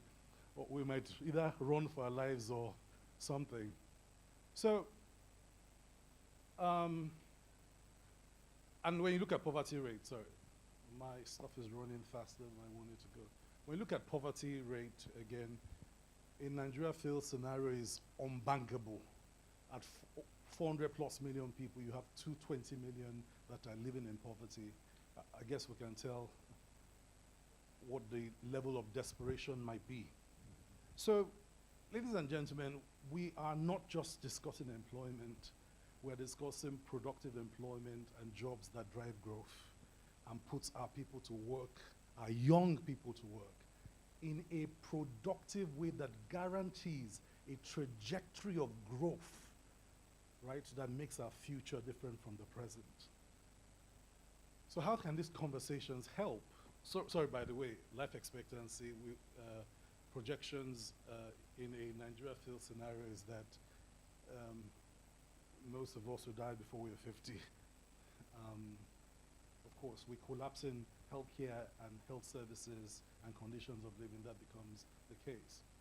So there are 5 dimensions to think about. One is when we discuss an industrializing Nigeria, you have to ask what skills and competencies allow you to build more complex products, which is what industrialized countries do. Where do you get the know-how from, right? A recent example is Alhaji Dangote was building his refinery. He went out to recruit welders in Nigeria. Of 2,000 welders pulled together, we barely could find 200 that could pass a practical welding test that required reading welding diagrams. And of that number, trainable, maybe less than 100. Now, these are the welders we use every day. But you see, when you say you want to industrialize, even for welders, the skill proficiency goes to another level.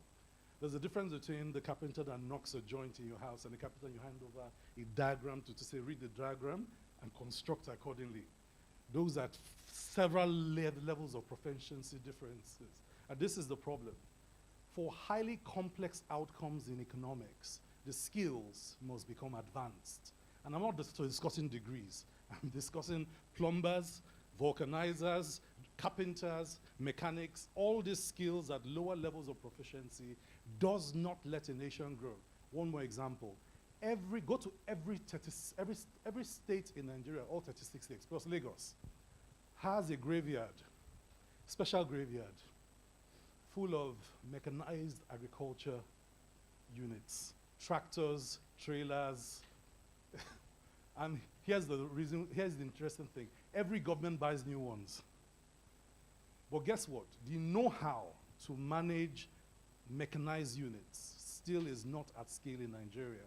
And that's why you cannot mechanize anything in Nigeria, including agriculture. Because once you buy the tractors, you put the tractors down, you start to ask who's going to operate it, who's going to repair it and maintain it. And between the gap in skills, we are creating graveyards of mechanized units across the country. But we say we are training engineers every day.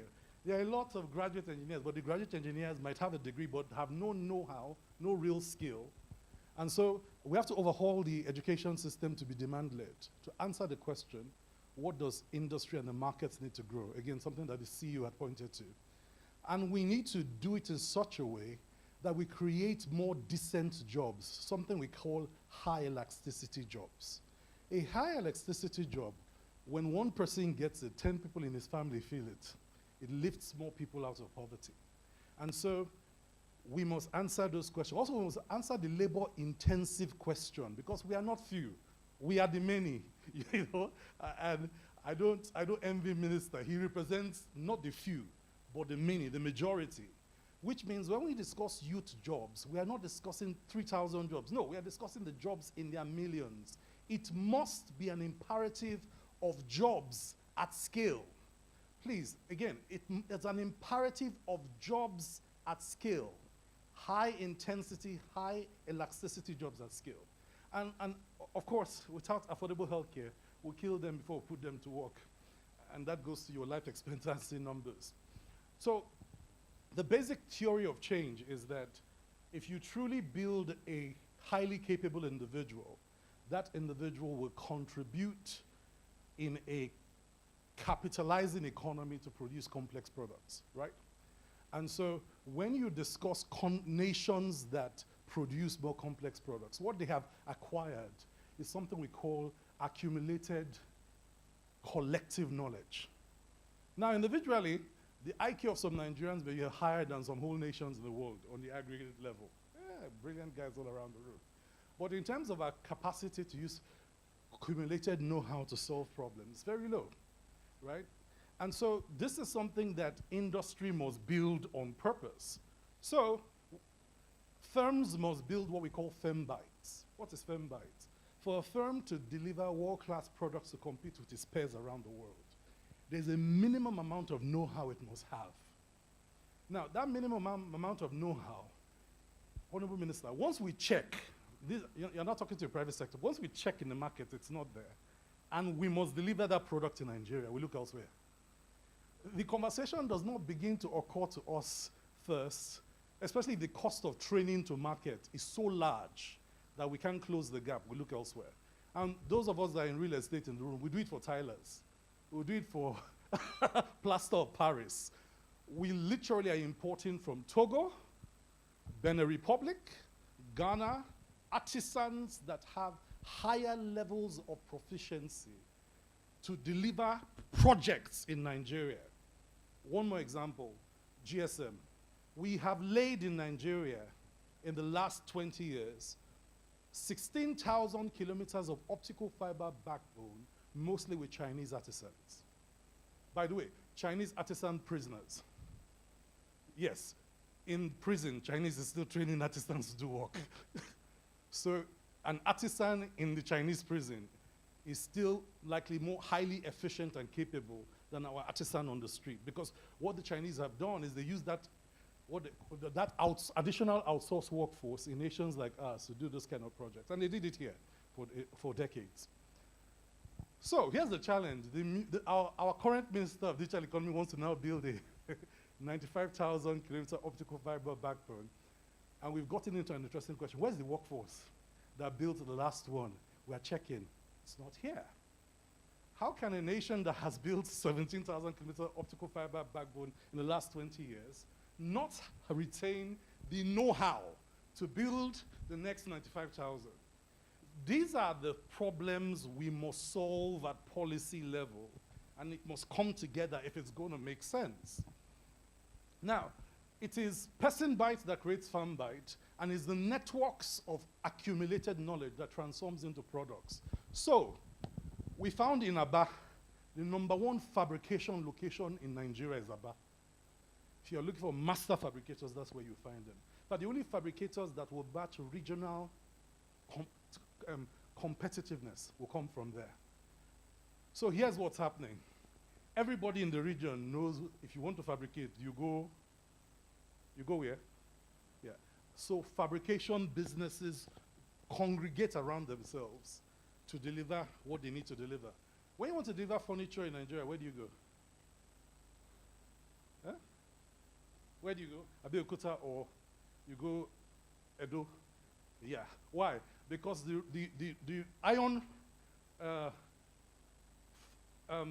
forgers, the carpenters, the upholsterers have figured out that when they accumulate together, they create more complex products. So, Honorable Minister, it's working already. We are the ones that need to pay attention. The accumulated know-how cluster around where there are higher economic opportunities. We need to be better at identifying where the know-how is, where the masters of the know-how are clustering, and use them more efficiently to drive results. Okay? So let me move quickly, I think. So if this is the entire education system, what we have done for years is that there are some people looking at this and saying, let's build a great education system. You know, let's build a great primary schools, great secondary schools, great universities, great PhDs, make them the best. Then you ask, best at what? Best for what? The answers run short. And they shouldn't, because this is where the answers are. Everything we create out there in education, if it does not translate into, you know, businesses that LCCI and myself can, skills we can absorb immediately, it must at least translate, right, into the entrepreneurial ecosystem. Now, entrepreneurial ecosystem, again, Honorable Minister, is not one thing. It's several things. So the action plan must have an entrepreneur promotion component that continues to create the ease of doing business for entrepreneurs. It must have entrepreneurial subsidies, because the easiest thing to kill in Nigeria is a young business, right? No, young businesses die, the death rate is every 5 years. 90% of young businesses will die, right? So even with skills, a young entrepreneur will not survive without subsidies. Now, if we then have clearinghouses, so market clearinghouses like Jobberman, build their databases, it's useful only if education works for markets. Now, here's the missing gap, Honorable Minister. Education cannot work for markets if we're not linking productivity targets to the job competencies required. This is not something education can do for itself, or the Ministry of Labor. The Ministry of Labor needs to sit with industry, right? Sectoral councils that we will tell you what jobs we need. Mr. Nana is in infrastructure. If you ask him today, what are the jobs you need to build a road? He can tell you from civil engineer down to block mason what is required and the competences required. That's not something that can be delivered by universities alone. We have now created a problem. We are converting university polytechnics to universities of technology because we have forgotten their purpose. Polytechnics were designed in the first place to build this highly skilled workforce that have the technical competencies industry-wide to deliver.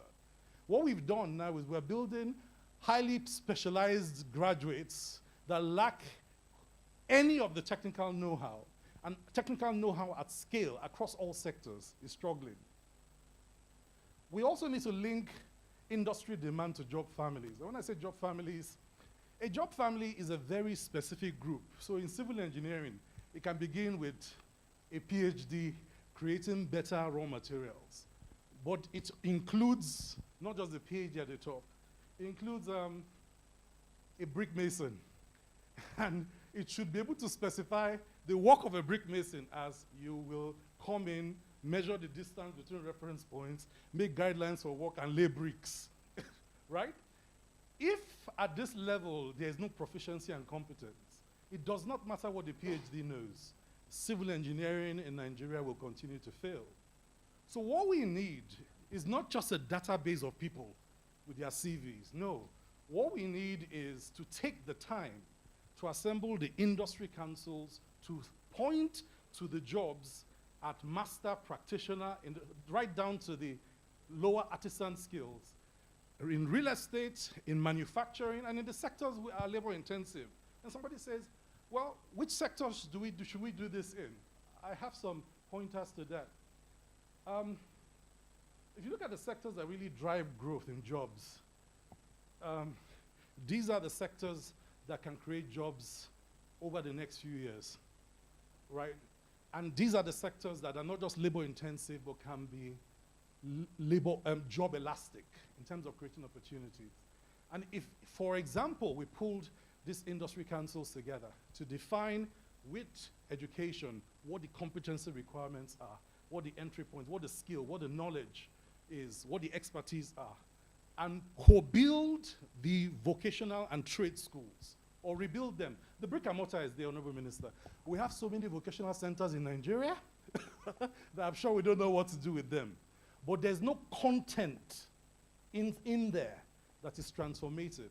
We take that kind of knowledge and transform the content of these schools, we may be able to do something different from the past.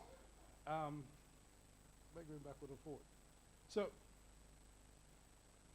in closing, Honorable Minister, between 1999 and 2016, all the jobs we created in Nigeria are low elasticity jobs at scale, which means that for every 10 jobs we created, we actually sent 4 people into poverty.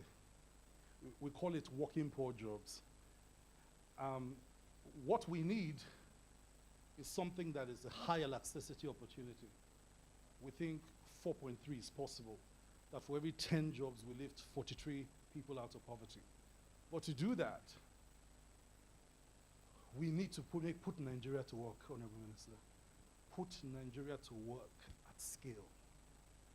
And you have our commitment as NESG that if you're ready with the other ministers, we'll convene the industry councils, we'll sort this out, go granular. How many bricklayers? How many carpenters do we need to rebuild Nigeria? How many plumbers?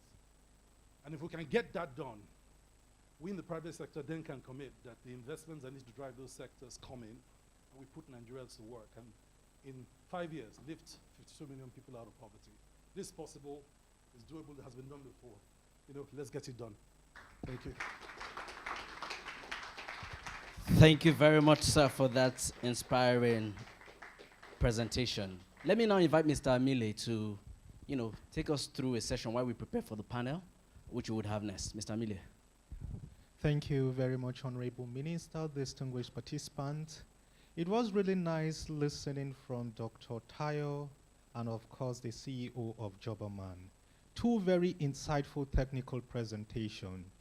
I will, at this point, want to take 15 minutes. Let us reflect on these 2 inputs. But, of course, in a very structured way, I would like to invite us to come in with possible reactions. Let's do it this way. First, based on the presentation from Dr. Tayo and Ore Boboye, if you want to make additional input or you want to come forward with a question to them that needs additional clarification, please. We will now open the floor 2 minutes. Dr. Tayo, you can already see people are eager to interact with you based on your presentation. Thank you very much, please. So if I hand the microphone over to you, please, very concise, straight to the point. We don't really have much time, please. Maybe we just take 5 hands. I will start with, thank you very much. Please, so that we get to know who we are interacting with, it will be nice you introduce yourself, possibly tell us the organization you are working with. Thank you. Good afternoon. My name is Hasnabella Eliyu. I'm the facilitator for the Community of Practice of Youth at the NESG. I just wanted to ask Dr. Tayo, he mentioned that he would explain why agriculture wasn't going to be the growth sector in the rising scenario, which he didn't. If he could just expand on that. Thank you. Okay. We will just take everything, then when we go into the panel session, additional information will be provided and clarification and all questions addressed at once. Thank you. Okay. Okay, thank you for the presentation from the NESG. I just wanted also to ask about the clustering you approach, because that's what, my name is Toyin, I work with GIZ, and we're presently working with clusters. But I see that in Nigeria, the cluster approach is also not so effective. I mean, they cluster in a place, but they really don't know how to, take the strength of the power of being many, to do businesses. So how do we tackle that? Thank you. Thank you very much, Toyin. Okay. Good morning. My name is Kendi Aini, and I'm with Leap Africa. My question is to Dr. Tayo, and I'm just curious about the research insight into the technical polytechnics. Why are they not working? Why are they not able to equip their students adequately and prepare them for these artisan roles and all the similar roles that you've just described? Maybe there might be something that might be useful for us as we engage tertiary institutions in such manners. Thank you. Thank you. The last question. Not so much of the last question, but contribution. So my name is Shegun Gulan. I'm the founder of the Jebu Market. We are into cultivation, sourcing, and aggregation of food and agricultural commodities for manufacturers and exporters. So I really like the presentation from Dr. Tayo. He mentioned something that is critical there. That's the part of connecting the educational institutions to the industry. For example, during my final year at chemical engineering at UNILAG, my research project was Nigerian potential for the production of bioethanol and electricity from sugarcane. The project was like an $11 million project, and I think the Brazilian company that I was working with, which was the second biggest in the world, they were willing to take 60% of that. But when you actually have a kind of collaboration based on industry and the institution, that's the kind of project that will fly because of what it's actually producing. So I think I really like the part where you mentioned the educational institution being connected with the private sector to drive innovation from school to the industry. Okay, hi everyone. My name is Adebukola Diogun. I'm a TVET trainer, and I'm also a waste management recycler. I recycle textile and garments into construction, fibers and raw materials and the like. So my question is to the NESG presentation. I think Mr. Taiwo, I guess. So you made a very important point about education in regards to skill acquisition, vocational skills. I had an encounter last year, and I think this goes back to the Jobberman person as well, where you talk about NYSCs. And then it's a very critical thing that the government needs to look into, because when they bring them for ITs, and I wonder who are their trainers, because with the so-called locals or the informal sectors who do these businesses, they still don't know anything. Because in everything we do, we also need to look at the informal sector, because the informal sector are also potentially adding to the GDP of the country. And then they still expect you to pay them, whereas they have no skills. Even these youths are not even humble enough to say, I want to learn these skills. They have nothing to offer you, and they want you to pay them. And then they come out saying they've gone through NYSC 1 year, they've learned this skill. And who are those are working with to train these youth coppers? Thank you. Okay, thank you. All right. Okay. Thank you very much. I can't really see that, of course. Thank you very much. Thank you very much. Thank you very much. I actually said 15 minutes, and I can already see that you are very eager to have some exchanges. Of course, during tea break, it will also be a very nice opportunity to us to have some bilateral engagement. But for the purpose of this interactive session, kindly indulge me to please close. We will now go straight into the panel session. Of course, the Honorable Minister has something to say. All right, Honorable Minister. Thank you very much. I think I barged into it. I was not here before. I'm sorry. I want to say something about, I think this is the second time this Said is coming up. And let me say this. For a very long time, over 40 years, and that is why you cannot blame any youth. For record purpose, I need to say this. For over 40 years, there is no youth in this country that have a feeling that have seen the government before. There is no impact. They can't see it, they can't touch it, and they can't feel it. Including most of us that are here. A large numbers of us, which everybody cannot be like us. We can't think alike, like the same way others can think. We can't even have, a lot of people don't even have that character to make things happen. Few of us pick these decisions into our hands. I was telling a young man day before yesterday, and I was telling him that nobody paid for my school fees. I want to buttress our point. Nobody did. I did myself with hard jobs. I never knew it's going to come like this. All what I was doing is I just need to make something just to go to these schools. And they talk about polytechnics and all that. I'm also a product of polytechnic. Even the polytechnics we have today, And I was surprised when he was emphasizing on engineering. How do you know that we're also in this field together? And what really prompted me to engineering, civil engineering, was because I was doing laborer. I can mix as heavy as country what a mixer cannot mix. I will mix it then, just to get money to go to school. And the school is not that productive enough to even teach me the technical aspect of the civil engineering. But if you ask me to calculate the ratio of cement that is going to mix the pot in the big bowls of the this and that, I will, successfully. I see people who have PhD in this, masters in that, and all that, and they are not productive. You can't blame them too. It's because of the institution. You made mention of Said. I served not quite long. I'm still 35 years old, so I'm not a regular minister.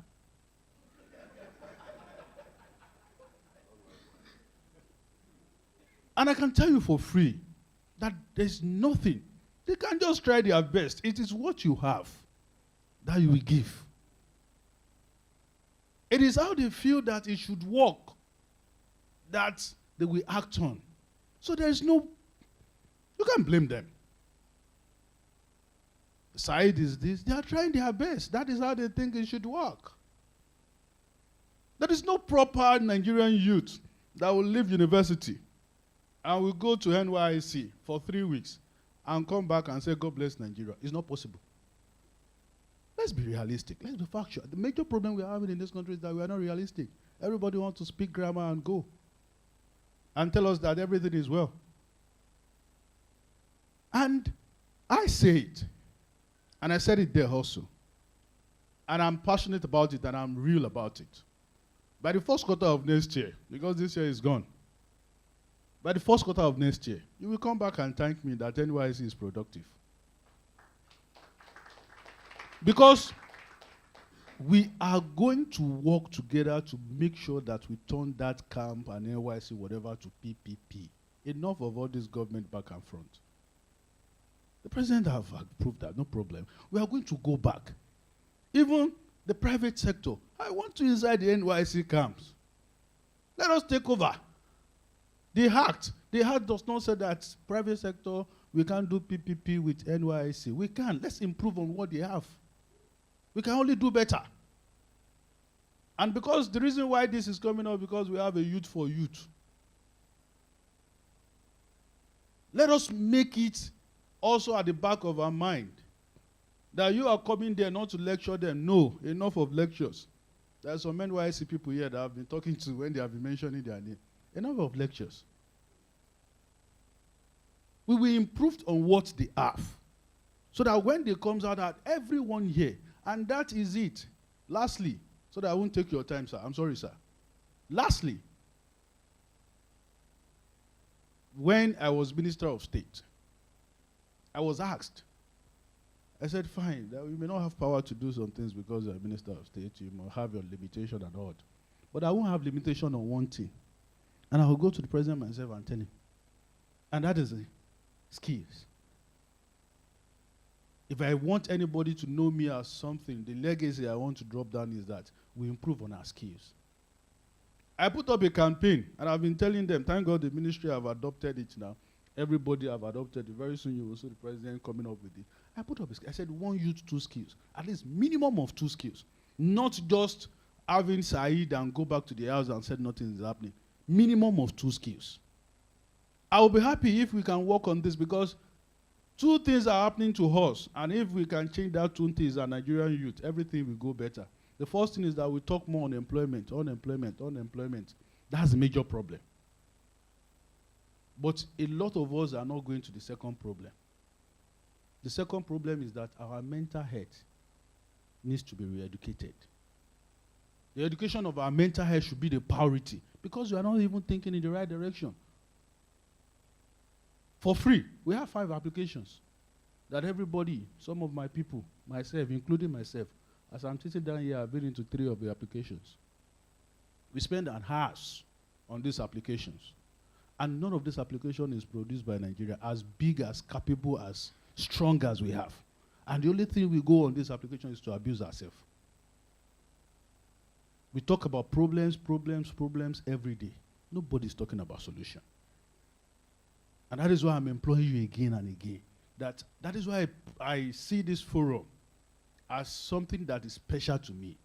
Because those people that created this country 60 years ago, or 60-something years ago, as it's been called, they are not more than this. So something good, productive, can come out of this.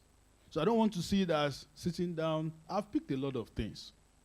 Let's come together. Let's come with a resolution that is actionable and that is proactive, so that everybody will come and thank us later. And I'm not talking about, we have been on this, and I must say, I must comprehend whatever they have done for 2021 to wherever we are now. Now we need to go into action and make sure that we implement whatever we are thinking about. Let's have some sections of thinkers and some of us that want to be a doer, because we're in construction. Hello, sir. I've never seen a construction man in suit, but thank God. I'm also seeing you today. So that we can go and hit the road. I thank you very much. And I'm very sure that after this wonderful section, as I'm talking to you, I use more than 3, 4, 5, 6, 7, 8 drugs so that I can stand here. I'm very ill, but I put on myself on drugs so that I can stand and do this. So to tell you how important this is. So I want that ideas, I want that innovations, I want that thing, so that we can drive it forward. No angel, sorry sir, no angel, no fallen angel like devil will come and change Nigeria for us. Nobody. It is we. It is us, and it's our own. Thank you, and God bless you. Thank you very much, Honorable Minister, distinguished participants. I will quickly hand the mic over to Dr. Tayo to respond before we go to the panel section. Okay, so on the question on ag, let me just stand out there so people are not bending their necks. So on the question on agriculture, it's how we have approached agriculture that makes it low productivity. So if you take agriculture, for example, primary production, the 5 biggest problems in primary production are high-skilled ag technical skill areas. 1, soil security, right? Your capacity to get the soil to be more fertile, right? Number 2, seed security. Your capacity to understand the varieties, the agroecological conditions, and what to apply, right? Number 3, water security. And by the way, these are not the skill to be able to identify where the water bodies and troughs are, and to adequately create a set of water infrastructure, dams, etc., to boreholes to get water to your farm. None of this is simply smallholder farmer. This term we use for a group of people you just give seed to go and plant. So if we are going to transform primary production, we must change the agriculture. So the reason why agriculture is low productivity is that it has no allied components. No technical skills, no agronomic skills, no agroecological skills, no agricultural improvement and innovation skills, right? What we've done for decades is to throw credit to the smallholder farmer and say, deliver. Now, if you want to transform ag, what you will bring to ag will not be ag. You will bring science, you will bring other artisan skills, proper farm managers have to be able to knock tools together. There are almost 42 different types of tools, even for manual agriculture. It's not whole cutlass. The average smallholder farmer in Nigeria knows 5 of the 42 hand manual tools. So the point I'm making is, by the way, is not about the farmer, is that the jobs we have created in agriculture are low productivity, and they've been so for decades. So there has to be a deliberate effort to transform those jobs to high productivity jobs. And we have to use shortcuts because we're out of time. Now, if you're a farmer cultivating 1 hectare of land using a yield factor, a seed yield factor of 1.2%, that's 1.2 metric tons per hectare.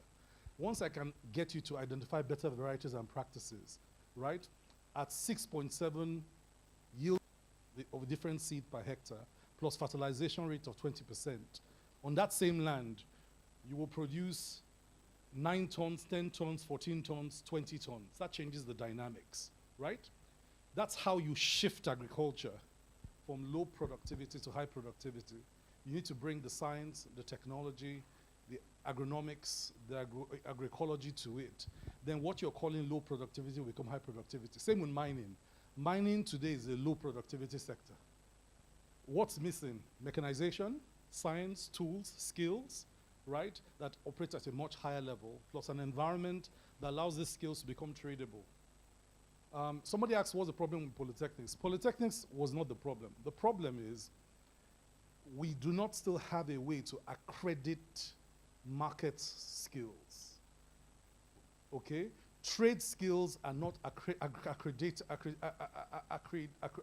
accredited in a format that allows us to know that the plumber walking into your house can read the plumbing diagram of your building and just fix it back the way it is. Nothing tells you he's ready for that job other than the fact that somebody referred him to you, right? In most parts of the world, nobody will allow you into a building as a plumber if you cannot show your plumbing license that shows you have passed through basic, intermediate, advanced plumbing trade school, and you have been taught to do that work, and you've earned some years or hours of experience doing the same through an apprenticeship process. So we are losing because we're not paying attention. And we're not talking about big things. We're not paying attention to the small things. You know, everything begins at PhDs, masters, and I get that. And by the way, it's not that our masters is bad. That's why when you take a graduate out of Nigeria to an environment where there's already accumulated knowledge of everything else, and you plug him in, he succeeds. We said our education is bad. You take a doctor here out to any medical location in the world, you plug him in, he's a great doctor, right? Right? So there's nothing wrong with the graduate education. It's just that that's not what you need at scale. To build a country where we have 95,000 kilometers of fiber optics to still build, it's not more professors theorizing that will get that work done.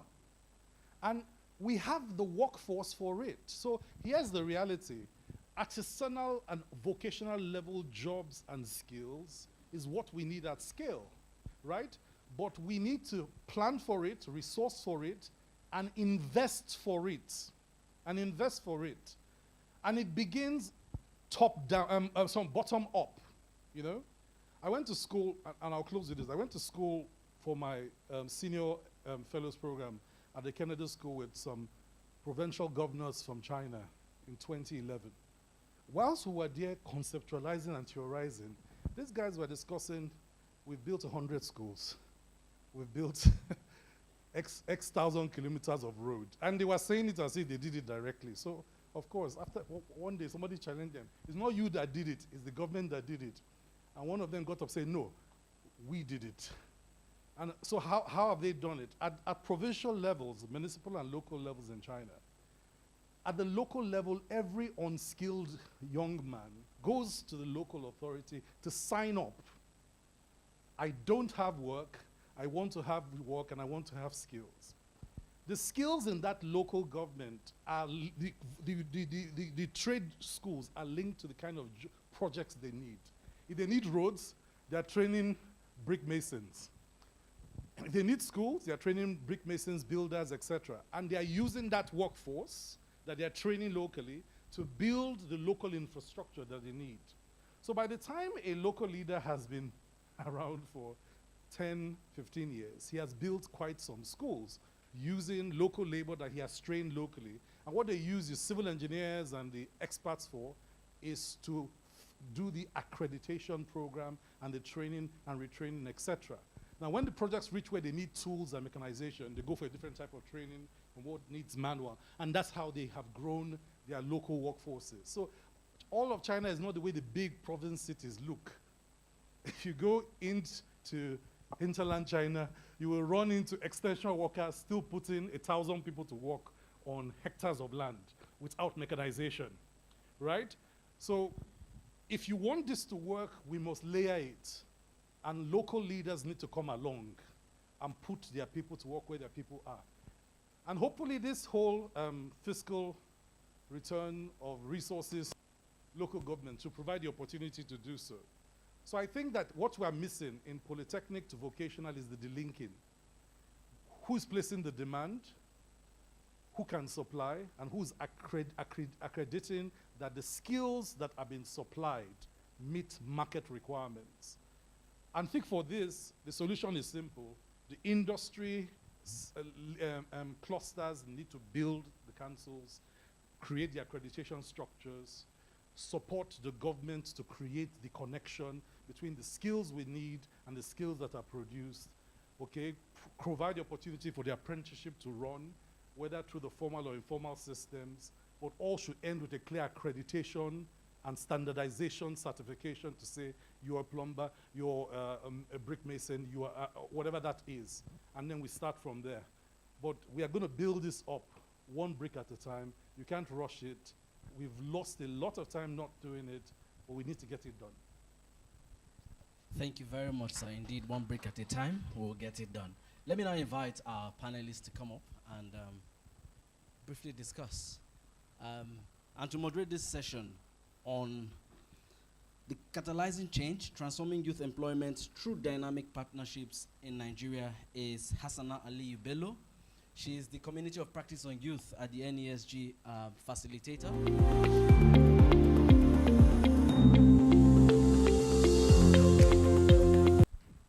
Good afternoon, everyone, and welcome to this session, Catalyzing Youth Employment Through Effective Dynamic Private Sector Engagement. I'd like to invite our first panelist, Dr. Chinyere Aloma. Dr. Chinyere Aloma is the Director General CEO of the Lagos Chamber of Commerce Industry, the largest chamber of commerce in West Africa.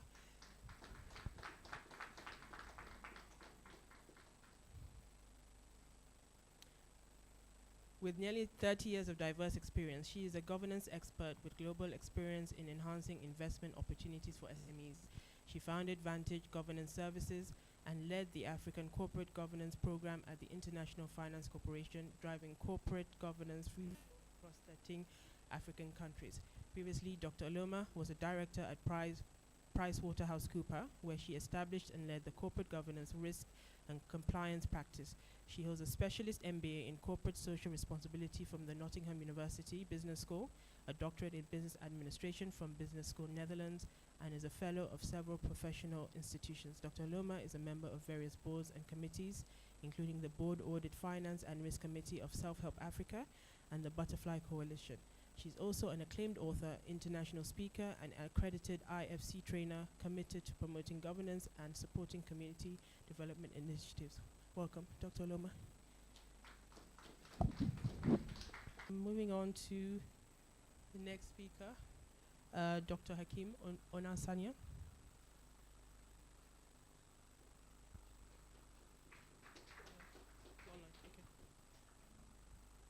Dr. Hakeem Onasanya serves as the Director of Operations at the Tony Elumelu Foundation, where he oversees projects that support startups and innovation-driven enterprises. He is also the Special Advisor to the Chairperson of the Board of Trustees at the Lagos State Employment Trust Fund, an organization dedicated to tackling unemployment and fostering entrepreneurship in Lagos State.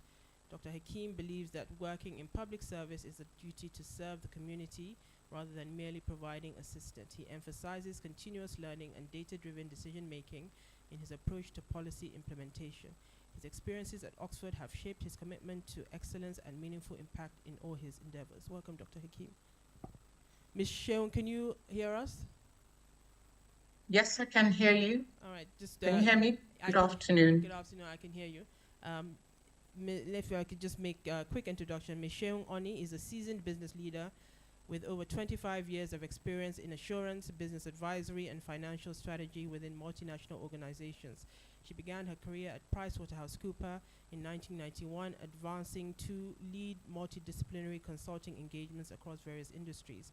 In 1999, she joined Coca-Cola Nigeria as Budget and Planning Manager, eventually becoming Country Finance Director in 2009 and a board member. She also served on the Eurasian African Group Women's Leadership Council, reflecting her commitment to leadership development.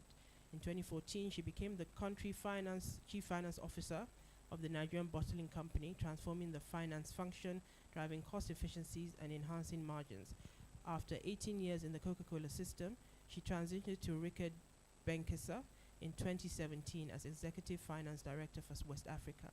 In 2019, she was appointed Group Managing Director, CEO of AG Leventis, Nigeria Limited. Ms. Oni is a fellow of the Institute of Chartered Accountants of Nigeria and a member of the Institute of Directors. She has a degree in economics from the University of Lagos and has attended executive programs at Lagos Business School, Wharton, and IMD Business School. Welcome, Ms. Oni.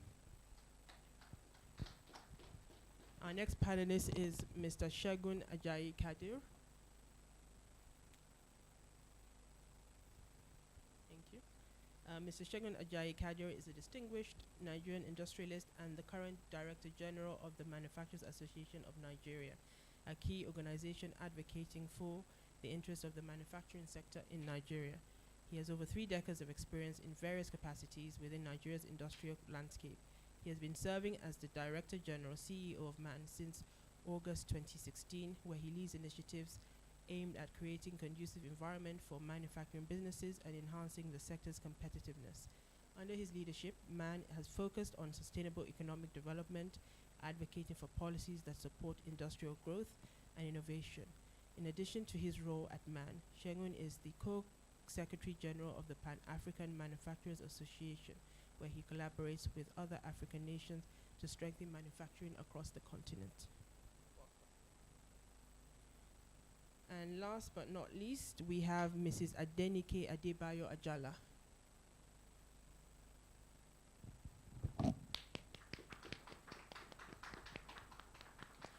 Mrs. Adenike is the Director of Social, Economic and Labor Affairs at the Nigerian Employers Consultative Association. Mrs. Adebayo Ajala is a seasoned management consultant with over 20 years of experience in administration, policy formation, and entrepreneurship, focusing on women and youth projects. She has successfully helped MSME female entrepreneurs build skills, strategize, and establish successful businesses. I'd like to welcome our panelists, and hopefully we'll have an engaging and insightful conversation. So if I can start with you, Dr. Hakim. Could you please tell us how the Tolu Elumelu Foundation is leveraging its entrepreneurship program to align with the NIYEAP's focus on youth employment in higher growth sectors? Okay, thank you very much, and good afternoon, everyone. The Tolu Elumelu Foundation is solving the problem of unemployment via democratizing opportunities for entrepreneurs across African countries. And I like the fact that the question talks about the high growth sectors, which are agriculture, the creative economy, what you call it, manufacturing.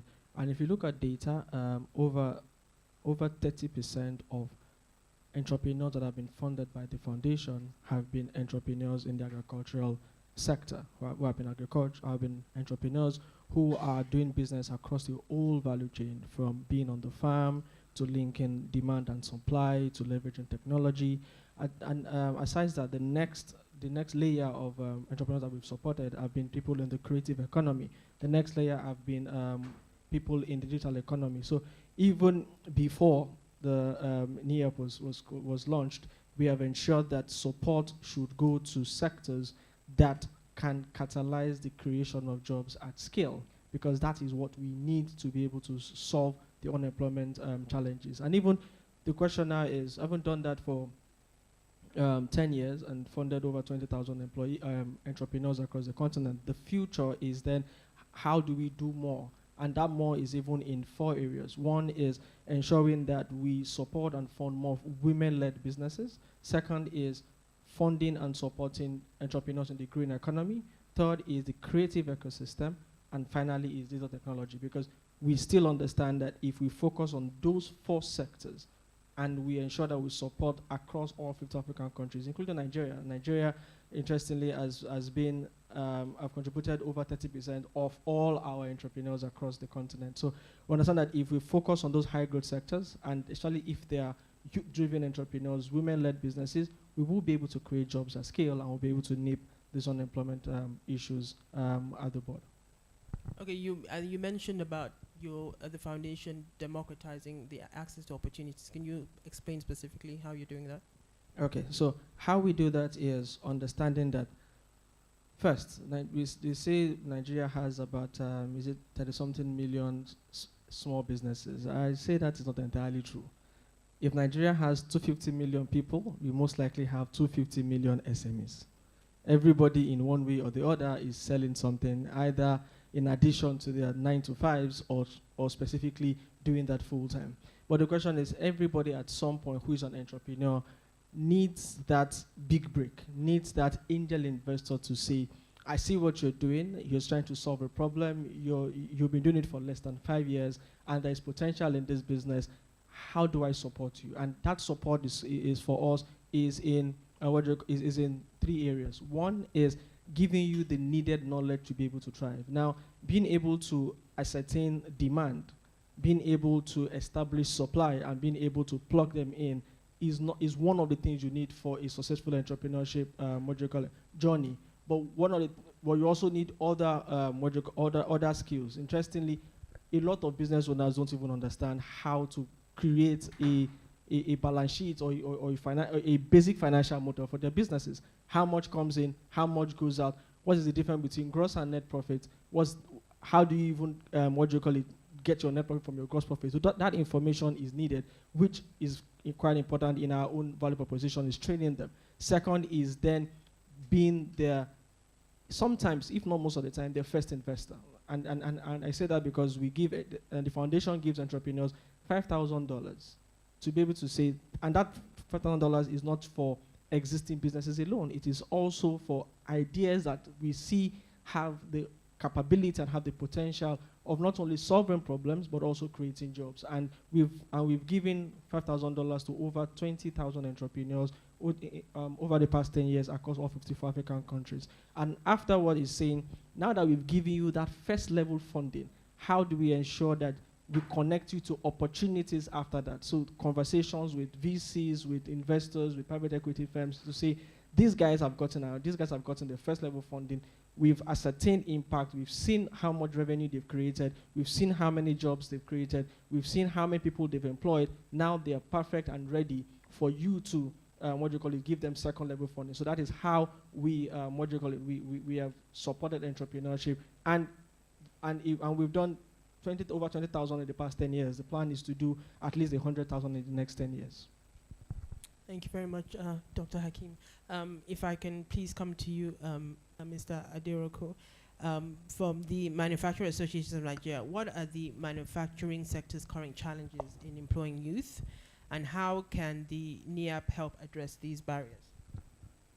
Thank you very much, and good morning, everyone. On behalf of Mr. Shegun Ajaikar, MNI, I thank you for this very invitation. I thank you for inviting us to be part of this very important gathering.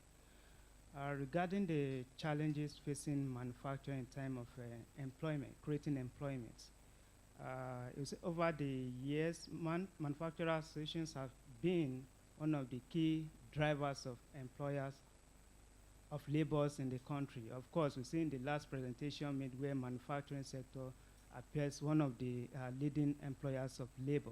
But today, the situations have changed because of the series of challenges facing the industry, especially in the area of high operation cost and low patronage.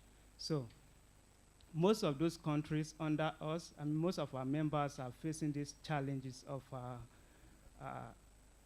increasing productions, and most of them in general are seriously challenged. And the question is, how can a challenging industry increases employment? So we need to look at that aspect of low performance of manufacturing sector, which is really hindering employment creations. Then another aspect that most of our members do complain about is skill mismatch or skill gaps, that most of the applicant doesn't have the required technical skills for the industry. So we need to look at those areas. Then as part of the second aspect of the question you asked, which has to do with how NIYEAP can help solve the problem. Well, I think NIYEAP can partner with MAN in the areas of probably leveraging like industrial training fund to come up or to promote industrial specific training for unemployed youths, though MAN is already doing a lot in this regards. And secondly, we can think of in time of promoting, or NIYEAP can make provisions for promoting policy advocacy targeted towards industrial development for employment. Once the sector is picking up, once there is increase in production, of course, employment will follow. Thank you. Thank you. So you mentioned the challenging operating environment, high cost of production, and then you said one of the ways the NIYEAP can help is in policy. So could you expand on what policy incentives would encourage manufacturers to create more entry-level jobs for youth? Okay. For instance, we can look at it in terms of cutting down the operating cost. So, and I think most of the components, the specific components here is in time of maybe reducing energy costs, electricity to be precise, which takes up to 30 to 35% of manufacturer costs currently. Then we can look at the issue of inflations and forest instabilities and even government policy instability too, which are really affecting manufacturing. So once we can put all those things into considerations, I believe that there will be more opportunity to engage new. Thank you very much. If I can come to you, Mrs. Adenike, how is the Nigerian Employers Consultative Association, NECA, supporting its members to address youth in unemployment through inclusive hiring practices and skill development? As Mr. Adoronke mentioned, one of the issues they're having is the mismatch between the skills available and the skills that they need. So how are you supporting your members to have more skill development within their organizations? Thank you. As you know, NECA is the umbrella body for private sector employers, and one aspect that we have focused on is in terms of youth employability. We have several initiatives through which we do that. One of them is our collaboration with the Industrial Training Fund that we have had for the past 13, 14 years. And what we did was to we listened to our members who complained about what we just talked about, the issue of skills mismatch, the issue of the fact that they didn't have the necessary skills that they needed in their factories. And so we got together with the Industrial Training Fund, because employers, as you know, contribute 1% of payroll to that. And of course, NECA is on the board of the Industrial Training Fund, and said, look, what can we do to address this issue? And so we developed the Technical Skills Development Project. And the project has been running for about 14 years. And what we do basically is to use the brownfield model, where we work with private sector employers who have training centers, and they have the capacity to uptake this training school. We work with the private sector employers, we work with training schools that are accredited, and we also work with the ITF ISTCs, that's Industrial Skills Training Centers that the ITF has all over the country. And we work in all the 6 geographical areas. And what we simply do is to identify the skills gap that industry has through a survey, and then each year agree on the skills that we will target. And then we work with the private sector organizations that have that training school in order to do that. The idea is that if a Nestle trains for you and he comes out, he will have no problem getting another job, because you know that the standard of Nestle is world class. They have their curriculums that are vetted by the policy board, and so we work with those type of companies. We work with MSMEs as well. But at the end of the day, the idea is that they have the kind of skills, they have the kind of equipment, they have the centers that when they come out, the idea is either the industry absorbs them or they release them so that another industry can uptake that. And we have been doing that, and we've been able to train several thousands, hundreds of thousands of youth in this particular area. Then on the issue of employability, we have the job fairs and employability fairs that we do on an annual basis. And what we simply do is create a platform for employers and the job seekers to meet. and then they are able to, one, go through series of trainings, whether it's virtual or whether it's physical, and then we create the platform for them to meet, and they're able to meet each other. What we insist on is to ensure that the vacancies that the employers have match with the skills that the job seekers are coming. So they're expected to send in their CVs. We do a CV of the CVs, and then we try and match them. And then we also provide internship opportunities through which the youth gain industry-wide experiences. So they come in, especially after they've been trained through the TSDP, where they're able to get the kind of workplace environment and the skills, getting them job ready, so that when they leave, they're able to work elsewhere. And then finally, mentorship initiatives, where we get people from the industry to mentor some of these youth. That we have been doing on not too deep level, but we've been focusing more on matching skills with demands in the industry. Thank you. Okay, if I can just pick up on the point you made about internships and trainings through work experience. What policies or incentives could you recommend that the government put in place to encourage more employers to create on-the-job training for entry-level jobs? So rather than having this period where you're gaining new skills but not earning an income, you can combine the two, earning an income and gaining the skills at the same time. Well, incidentally, I had spoken to the Ministry of Youth about it. We have the employers, particularly SMEs, that have the opportunities available. They are looking, and I think the madam also had mentioned it, looking for these skills. But a lot of the times they may not be able to afford it. And I asked if it was possible for government to have a fund where they can support. Yes, the industry will pay, but the industry may not be able to take as many, even though the opportunities are there. So what the industry can take is limited, because of course they have the regular payroll, and most of the youth that we have, they will tell you that, where's my transport? Even if they don't say anything else, they will say transport to come to work. And so you need to have some sort of support for youth to be able to come in. And then what we also said is we will try and link this youth to the MSMEs within where they live, so that what they expend in terms of going back and forth is not too much. Through the ITF NECA project, we've also been doing that, where we pay stipends to this youth on a monthly basis, and then also provide lunch for them to be able to get internship opportunities during the course of their training. So the idea is to get government support and other stakeholders' support in order to deepen that initiative. Thank you so much. If I can come to you, Ms. Sheung Oni. What strategies has your company, AG Leventis, employed to promote youth employability through apprenticeship and on-the-job training? Thank you very much. Good afternoon once again, and thank you for even extending the platform for me to join online. Maybe to just give a bit of background, the journey of AG Leventis is, hopefully a household name.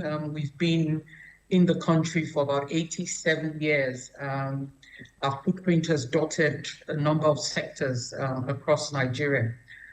So right now we're focused more in the service industry, heavy on logistics, real estate, and then automotive sales and after sales.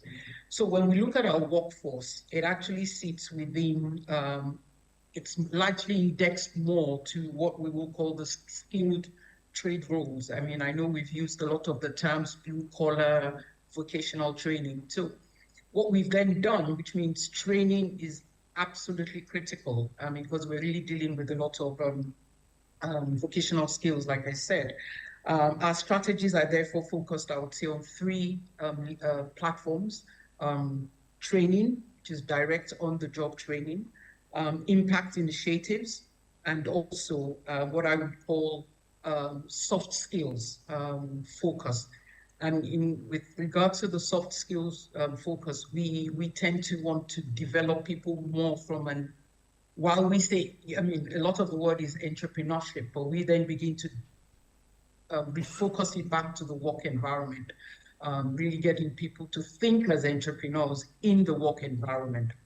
And with this skills training, we building on our heritage, historical heritage, where we had a training school, Leventis Technical Training School, that fizzled out over time as we refocused the business towards other sectors. We've dialed back into that history, and we now have a training center, Leventis Learning Center in Ibadan.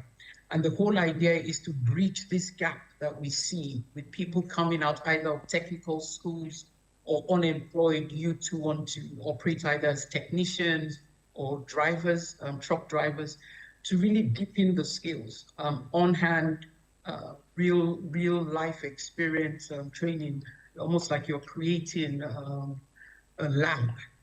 And we work with our OEMs in this regard, the original equipment manufacturers of the trucks that and the brands that we deal with. So a typical session in our training center will put you, driving a light truck.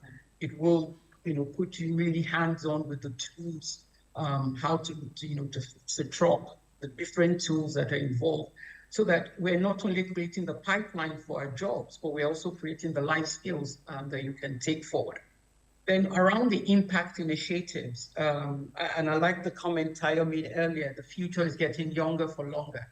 For us also, the future needs to get ready for the work of the future. So we more or less focused our community engagement initiatives around building STEM skills. So we partner with a social enterprise and focus on early entry education. And why do we do that? Because we believe that, at that early stage and phase of development, you're tapping into the curiosity of that young mind. You're, getting them to really start to build that affinity with some of these critical skills around technology, engineering, things that would then field innovation, field problem solving, field critical thinking, even as they then move, into higher levels of education. So it's around training, like I said, training around the core technical skills that is suited and adapted to our own line of business. Then within the environment, within the work environment, to start to begin to think like an entrepreneur. And we do this again, with structure projects, with structure, if we have an issue, like a work-related issue, build project teams across different functions to then solve those problems. And then lastly, like I said, the impact initiatives where we're really deepening the whole advancement of STEM skills, especially at the entry-level education. And then, to the limited capacity that we can within our own business, we do partner with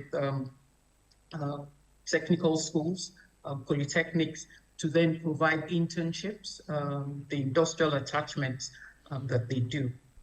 We allow them come in, work, real life situations with the trucks, with the engineers, and really develop solutions to the problems that we also face within the organization. So it's really across those three layers that we do try to at least make the youth or the employees that work within our organization relevant to our own line of business. Thank you very much, Ms. Sharon. If I can pick up on the point you made about focusing on impact on STEM at entry-level education. There was a speaker earlier on, apologies, I can't remember who it was, who made a comment about private sector investment in universities, like how it happens in some countries where you have private sector who make endowments for universities to promote better levels of education. Is that something that Agent Leventis has looked into or would consider looking into supporting at the higher institution levels? I did mention earlier that we do partner with technical schools in terms of providing internship. Why have we focused on that entry level? It's also about the future work. Nigeria is a youthful population. We know the data, we know the statistics.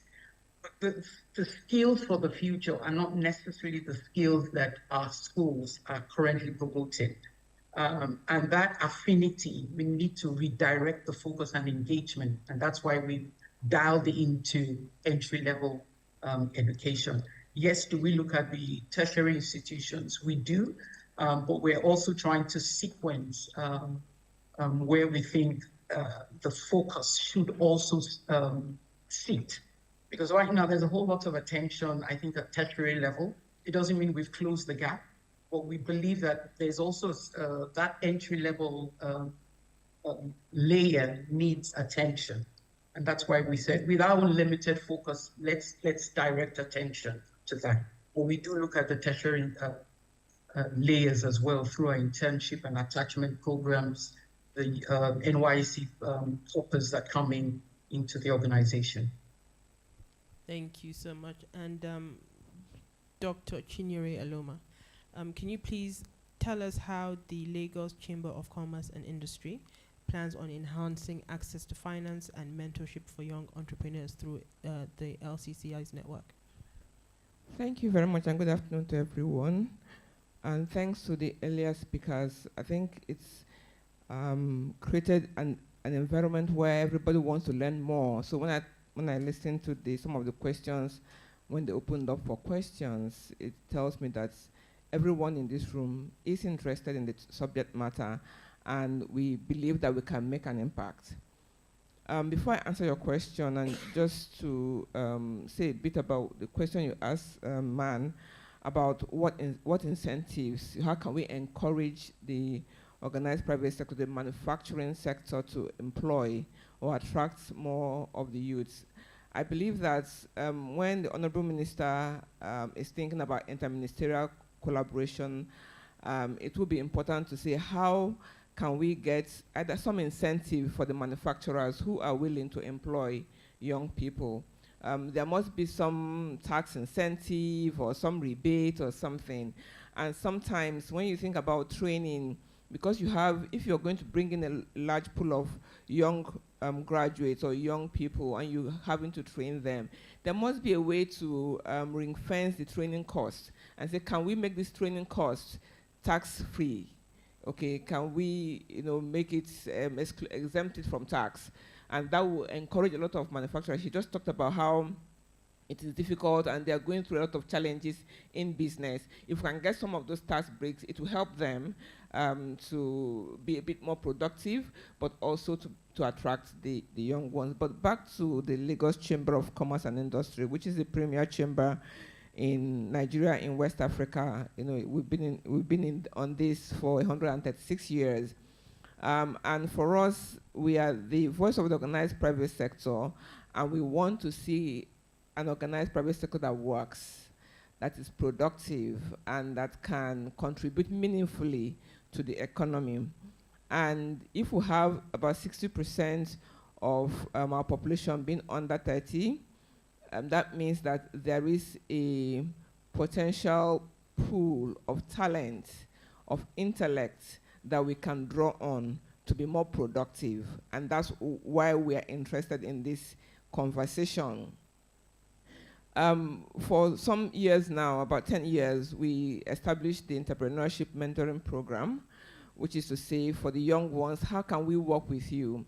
And how can we match you with other established businesses so you can have a role model, but some practical way to direct you? So I believe that mentoring isn't an academic exercise, it's a practical exercise that someone can actually handhold you and teach you the trade and the things you need to do and not do in business. And that's what our entrepreneurship mentoring program tries to achieve, that we can work with these young businesses, startups, and get them to learn from the more established businesses. Within the chamber, we have statistics show that about 60% of the operational capacity within the country sits in the chamber, because we have the very large companies, the very small companies, all sorts of companies, but they need to work together within an ecosystem that can help them to be more productive. When we think about access to finance, years ago when I was working with the World Bank Group, we realized that sometimes it isn't just giving money or making money available. It's enabling the company to be able to use money to be productive. So at the chamber, when we think, how do we encourage or promote access to finance? Where we have to think, how do we build capacity so that these companies can present themselves as companies that can utilize the funds? That makes access to finance an easier conversation at any level. Because sometimes you have grants for women-led businesses, grants for SMEs, all of these grants, but then you find SMEs not being able to access the grants. Why? Because they haven't developed capacity or the strength to be able to showcase, have a track record of what they have done and how they can meaningfully translate the funds that they are getting into contribution to the economy. So we build capacity, and that's one thing we do with our business education services and training unit, which is in Ikeja. We have a whole unit that deals with capacity building for large companies, but also for the small companies, for particularly when they can't afford to have go to big training schools, we help them do that. But in that process as well, some of the small companies are able to fit into the supply chain of the bigger companies. So there's a constant matching within the ecosystem that helps small businesses to thrive. At the chamber as well, we just recently, about 2 years ago, established the Young Business Leaders Group, which is a group where in the different sectors, small young businesses under 40, business owners or business leaders can come together and find ways to exchange ideas, exchange technical know-how, but be able to work together, be able to look at their problems and see how do we solve the problems within the chamber, or how can the chamber support us to solve the problem if the solution is outside the chamber. So these are some of the ways that we work to help the youths get employed, but also partnership with other institutions, like we just talked, LS, ETF, the Faith Foundation of this world. We work with them to engage so that the chamber continues to be a base where small businesses can thrive, build capacity, learn a bit more, and continue to be productive. So we do different things at different levels to help businesses attract finance, but utilize the finance for economic growth. Okay, and to the point you made about not just attracting the finance, but demonstrating the capacity to properly deploy it and be productive and possibly make a return on it. How can you use that capacity building that you do to open up crowdfunding as a source of financing for small businesses? So in the Young Business Leaders Group, there are some ways we are looking at bringing together common interest companies, other companies within the fintech or agri-tech or edutech. If you bring them together and they showcase some of their innovation, and we create platforms for businesses to showcase their innovation. That way they can, it's an easy access to market, because potential investors or potential customers of their product can see them and be almost like be encouraged to provide the resources they need to go further. So we have an ICTEL expo that we do every year, which is a platform where the young ones can come and demonstrate their innovations, and investors can see the great things that are happening. In fact, we go all the way down to the secondary school levels to encourage them. And these are spaces where the crowdfunding can happen, because then you can begin to have those conversations on how to create the funding that is required to move this innovation from the concept stage to being used within the industries. Thank you so much for that. And Dr. Hakimi, if I can come back to you again. The Tony Alumni Foundation, as you mentioned, works across Africa. So can you provide us with any lessons that the foundation has learned in its Pan-African initiatives that can be applied to Nigeria's Youth Employment Challenge, or to policies that can be developed to help address this challenge? Okay, thank you very much. Quite a number of lessons, but I would just reduce it to about 4 or 5.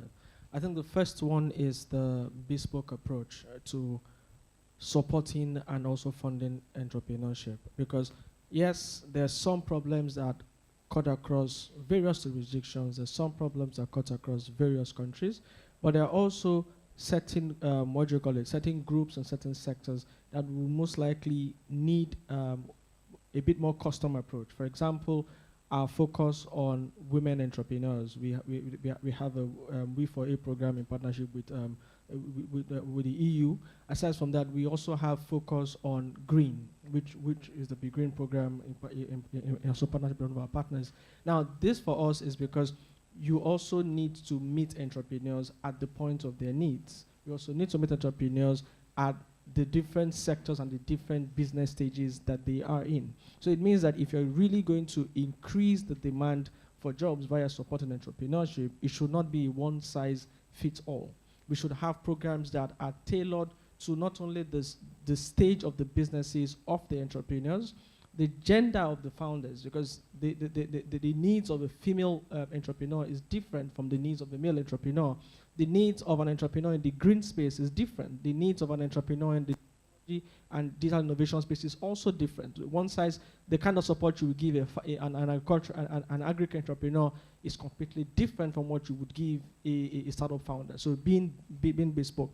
Second is focusing on mentorship and hand-holding. Every entrepreneur assumes that the biggest problem they have is lack of funding.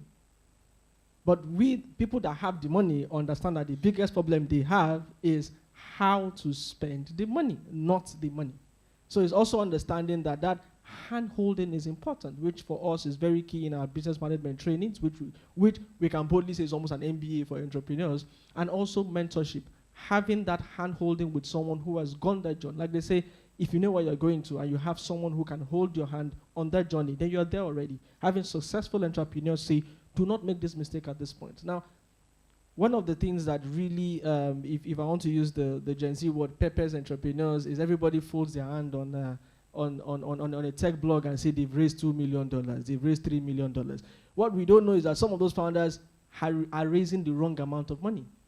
Some of those founders are raising the amount at the wrong time. Some of those are raising that money from the wrong investors. But the question is, how many business schools will tell you what kind, when, and who to get the money from? The best lesson for any entrepreneur is talking to another founder who most likely has collected the wrong funding 10 years ago and is saying, see, this money looks very, very good, but this is not for you.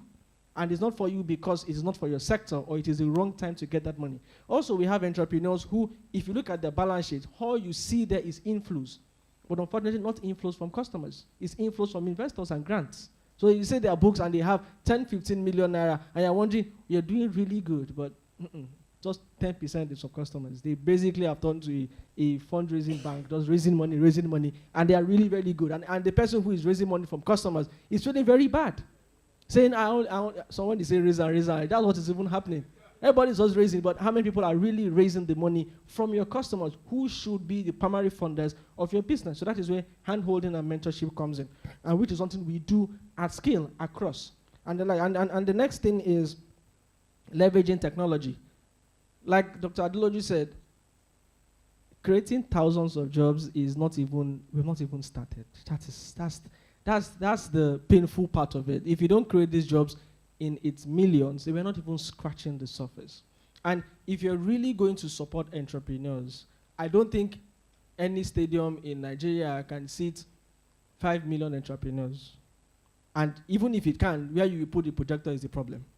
And what kind of speaker you're going to use is the problem. So which means that we are going to have to leverage technology to be able to reach out to as many entrepreneurs as possible, to be able to teach them the fact that having the passion to be an entrepreneur is just stage 0. Because people assume that as an entrepreneur, I'm my own boss, mistakenly. The customer is your boss. Everybody assumes as an entrepreneur, you skip the 9 to 5 discipline. No, as an entrepreneur, your work life is 24 hours. The customer messages you at 11 p.m., you cannot sleep. Even if you want to, your obligations will wake you up and say, oh, guy, you need to raise money. And if you don't raise your investors will come and tell you, guy, we funded you 3 years ago, we need money in your business. So that training at scale to let them understand that this is what you need to be successful, and leveraging technology for that. And we have what we call our TEF Connect platform, where we've trained over 1.5 million entrepreneurs across Africa. It would be difficult to put everybody in our 1.5 million in one location across African countries. I think the next thing is following through, and which is what the M&D specialist said. It is easier to do interventions. The most difficult thing is to ask yourselves, did that intervention actually yield the impact that you expect?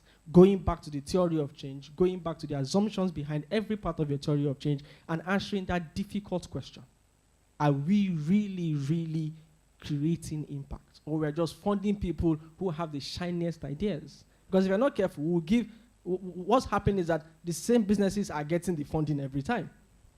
Your first funding makes you better for the next funding, and makes you better for the next funding. And everybody likes the shiny entrepreneur, and everybody is using the same person. And then that entrepreneur is just starting, is looking at him that one day I will get there. But you will not know that until you do a serious and truthful impact evaluation to see who are we giving money to, and is that money really changing their business? Which is why, and if you notice for grant-giving organizations, they started to do what we call, phased grants. So they say they will give you 5 million naira, or you can't give 1 million. What they tell you is they'll give you half of it first.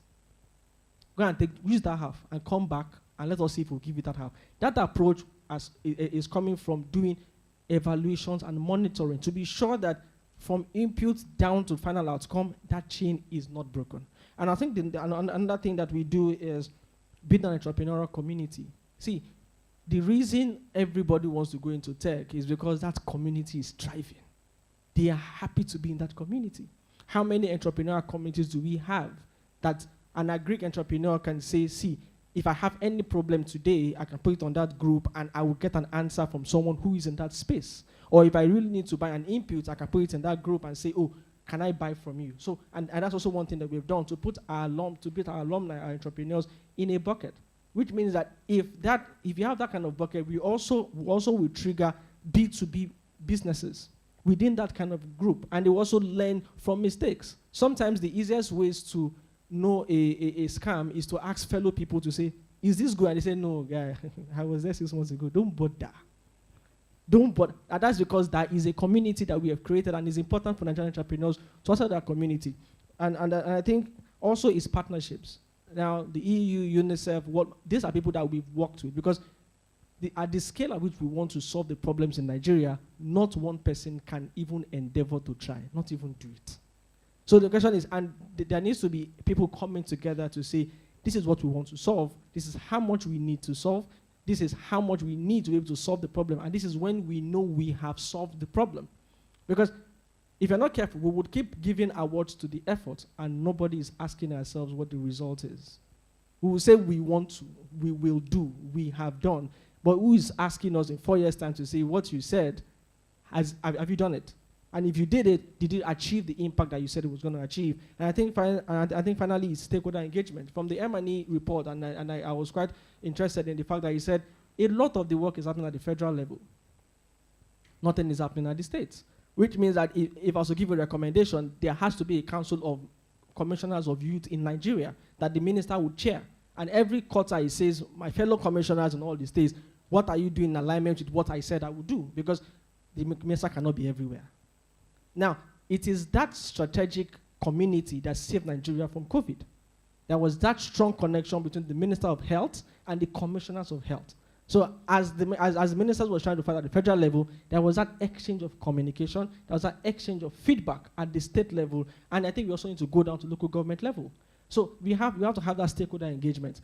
The federal government will give us the framework, the federal government will give us the plan, will give some initial funding, but if the commissioners and the department heads and local government are not implementing, it would end up as a beautiful plan, and in 4 years' time, do another document to say what we've not achieved the last 4 years. We keep having new documents to review the existing, to previous documents, and nothing happens. So for us, those are some of the lessons that we've learned, that we think that if they're efficiently ingrained into our own plan, to create enough jobs, and also to ensure that the people, the young people, are also ready to take on those jobs. Thank you. Thank you so much. Very comprehensive answer. One last question to from me, and then I'll open up the audience for questions. And my question is to the Manufacturing Association of Nigeria. One of the issues that you've highlighted and has been highlighted is the issue of costs within the within industries and manufacturers. Are there any initiatives between industries and universities to collaborate to help industries in doing product development, research development? Thank you very much. Over the year, man has long recognized the importance of building collaborations with training institutions.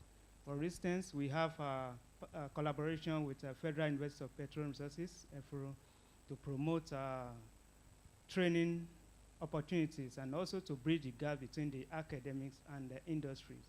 And also, we have worked with Federal Polytechnic Ilaro to develop school curriculum, especially on cement technology. The essence of it is also to ensure that skills are developed among the graduating students from such institutions. The curriculum was financed by MAN and handed over to National Board for Technical Education, which many other polytechnics are now replicating. So what we just need now is to replicate it at a larger level.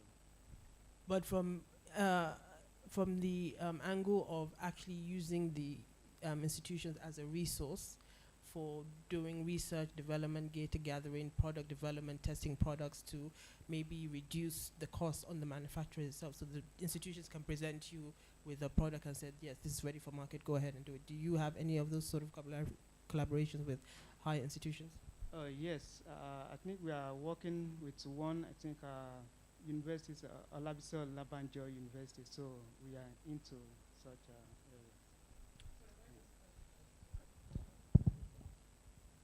Okay, so the question you ask is very important because companies are supposed to, I don't know what, they're supposed to spend a lot of money on R&D. And if you get it right, then there'll be efficiency, even in production. There's a body that was recently set up, and the chamber has been working with them. It's called the Nigerian Impact Investing Research Industry Collaborative Forum. Because we have even, the day we had a meeting, we realized that the academics in the room were complaining that some of the research outcomes are not being used. And the industrialists in the room were like, some of the research outcomes are not applicable. So there isn't a proper engagement. And so when he talked about stakeholder engagement, that's where we need to get to, where the academia and industry and government, they are all talking together. And so the person who is doing the research will know that my research is going somewhere. It's not just a research for the purpose of research and having a nice printed document. No, it's research for the purpose of the industry to actually use it to do something, and we can see the outcome and how it contributes to the economy. And I believe that this forum I just talked about, the idea is to scale it, to do more, so that we are constantly engaging, and it will be a bit more productive if we engage that way. Because today, the academics are bringing out something and they don't quite understand. And that's another area where the chamber plays a role, because we bring the researchers into the chamber, and they can work with the companies within the chamber in terms of the research that they produce and how it is used within the industries. Thank you so much. Opening it up to the audience, if there are any questions. And online audience as well. My name is Shola Obadimo, representing NASIMA, which is like the agglomeration of chambers of commerce in Nigeria. It also functions as the National Chamber of Commerce. Now, my comment, I thank the organizers, I thank the panelists for the various contributions, the Honorable Minister for his outstanding contribution. I just want to make this slight comment. There is a need to align occupational contributions geared towards national development. And I think the DG of NESG, the CEO of NSG, spoke along this line, and I think the Honorable Minister too. In the healthcare system, for instance, we have specialized professionals in there, nurses, doctors, and so on. The goal shouldn't be to have more doctors than nurses. Each one, there is a need for each one in the value chain. So I think the point he was making then was that you can't say because somebody is a good nurse, he must be transformed to a doctor. It doesn't work out that way.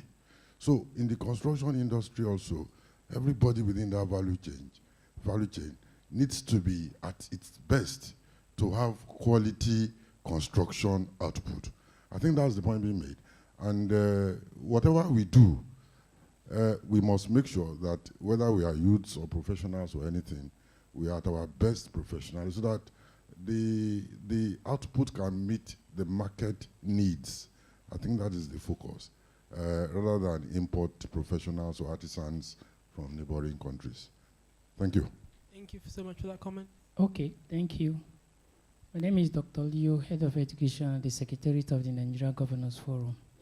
I've had a lot of conversations surrounding the issues of the private sector, the public sector, and the role of subnational governments, and the disconnect within the federal government and subnationals in the area of implementation.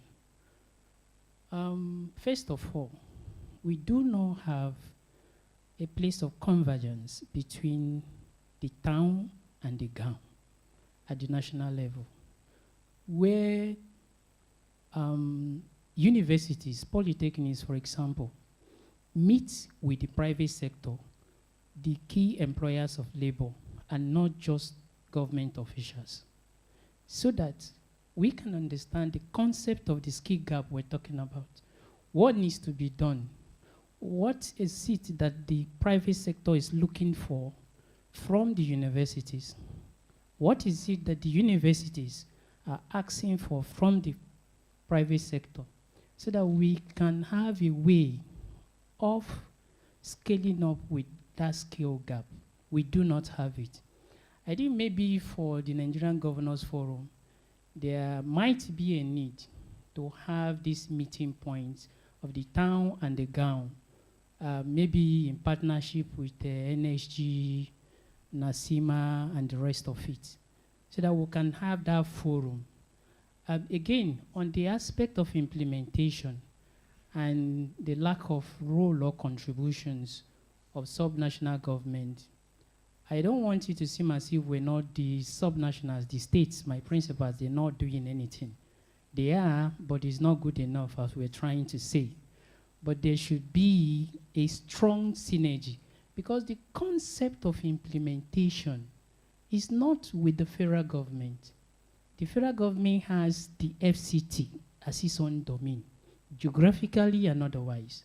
Outside the FCT, it is the states and the local government.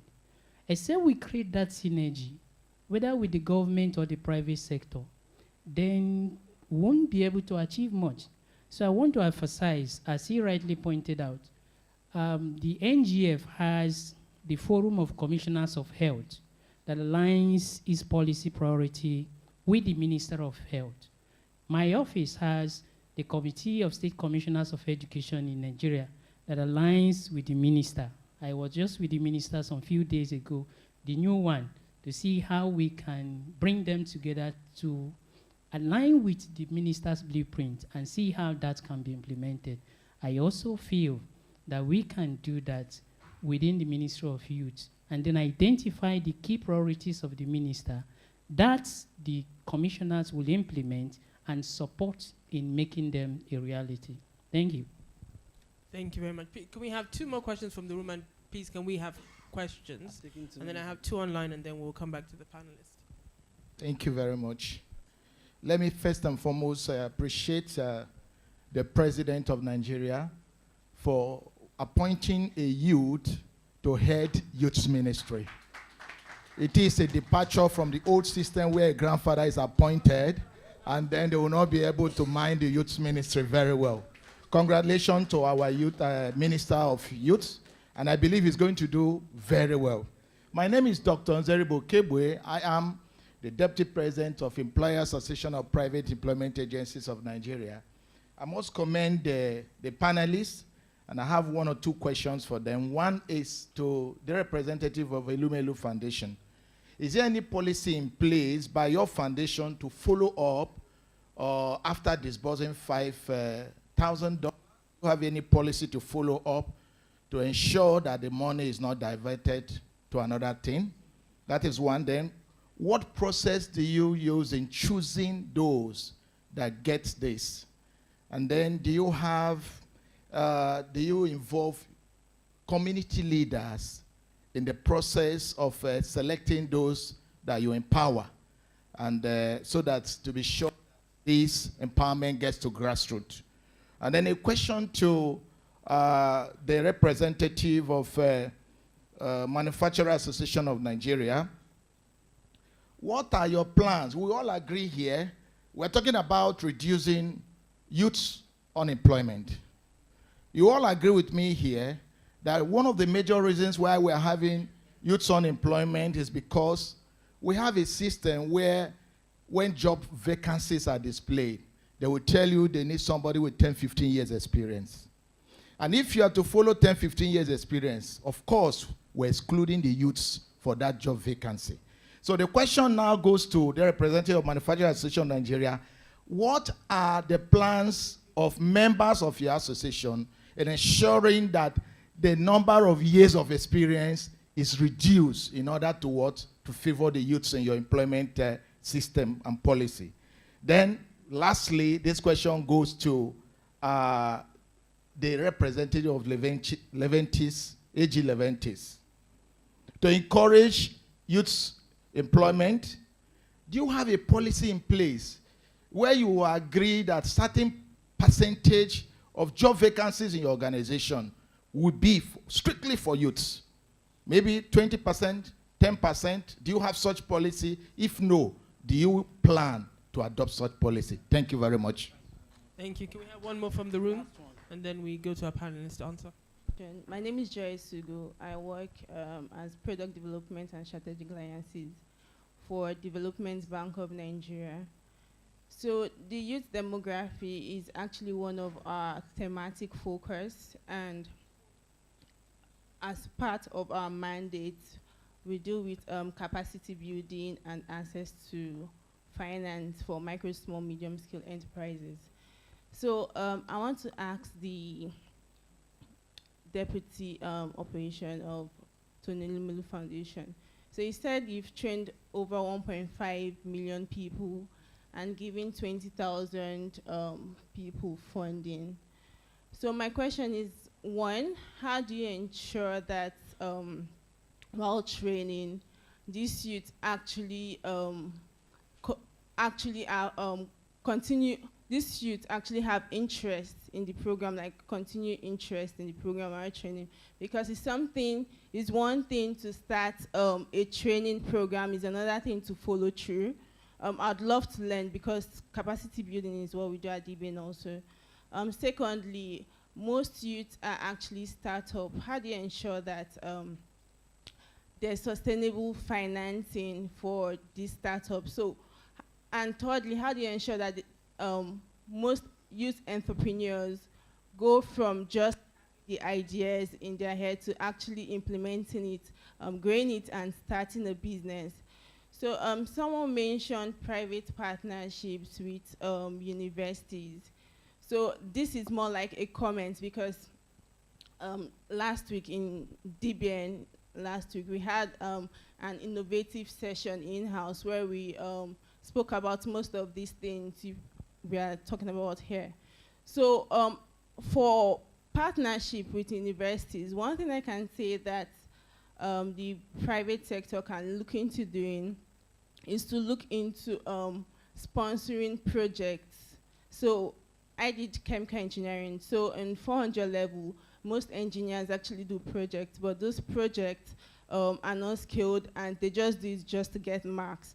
So if private firms can actually look into sponsoring this project and scale it up, I think it can be useful in the industry that these students are in. Thank you so much. Okay, thank you very much. Quite a number of questions there, but I'll try to answer them as fast as I can.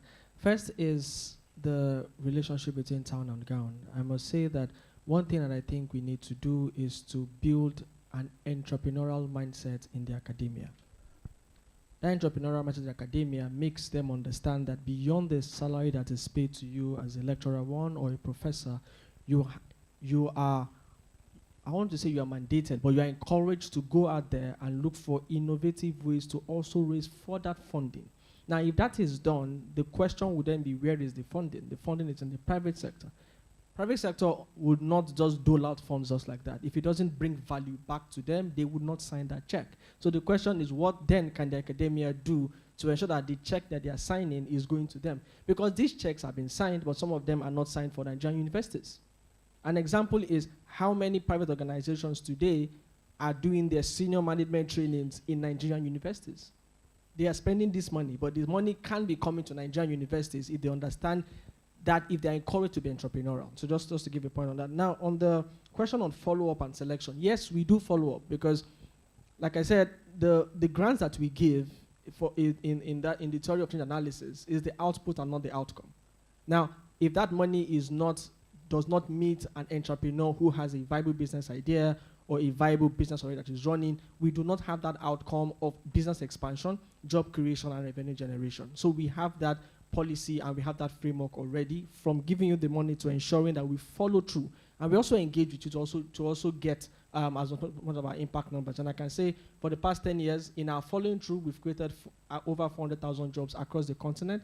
Our entrepreneurs have created revenues over $2 billion in revenue across the 55 African countries. And also we've understood that a lot of the expansion have come from female-led businesses. We only have this data because we follow through post-funding. Because if we stop at funding, then we clearly have not made any impact. We just added to the problem of more liquidity for entrepreneurs. That is clearly what we've just done.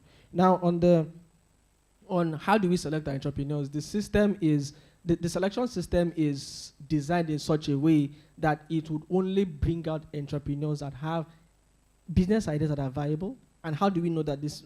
We ask them to submit their pitches, we ask them to submit their business, their business plans, and we have external consultants who are trained to review that, to ensure that this business is not only viable, is viable within the country that the entrepreneur is living and is actually solving a problem and has the capacity to scale and create jobs. If those metrics are not met, then clearly you won't be eligible for funding. Because for us, like I said, funding is a means to an end and not the end in itself. Now, in terms of grassroots engagement, yes, I dare say that we have, because we don't only operate in Nigeria, we have relationships with governments across the continent. Because if you do not have that relationship, eventually who will be dealing with are just the digitally literate entrepreneurs or people who have social media accounts, because they're the ones who would then be able to see these things. But because we also work with the communities, and one thing we also do is to work with the alumni across the countries to say, see, you have benefited in this. Kindly help us go out there and tell other entrepreneurs like yourself to come and be part of it. So which are possible to increase our reach. Then to the question on follow through during training. Now, if you go back to psychology, interestingly, I'm a doctor by training. If you do not put anything at the end of an activity, you would expect attrition. Ask people to train for training's sake and they will dump you at week 2. But the question everybody wants to ask themselves is, why am I doing this? What is at the end of it? And what is at the end of it should not be what you think is nice for them, but what you think they see value in. Now, anybody would go through an 8-week training knowing that there is $5,000 at the end of it. If you stop at the middle of it, then it is your loss, not my loss. It is your loss because you don't get the money. It's not my loss because clearly if I'd given you that money, you clearly wouldn't have followed through on the business itself. So if you cannot follow through on an 8-week training, then clearly you don't have business resilience enough to follow through on the business idea. So I think the answer to that question is, what is at the end of the tunnel for the entrepreneurs or for whoever is going, which also keys into our different online trainings. If the value at the end of that activity is not worth it for whoever is going through that system, they will clearly drop off.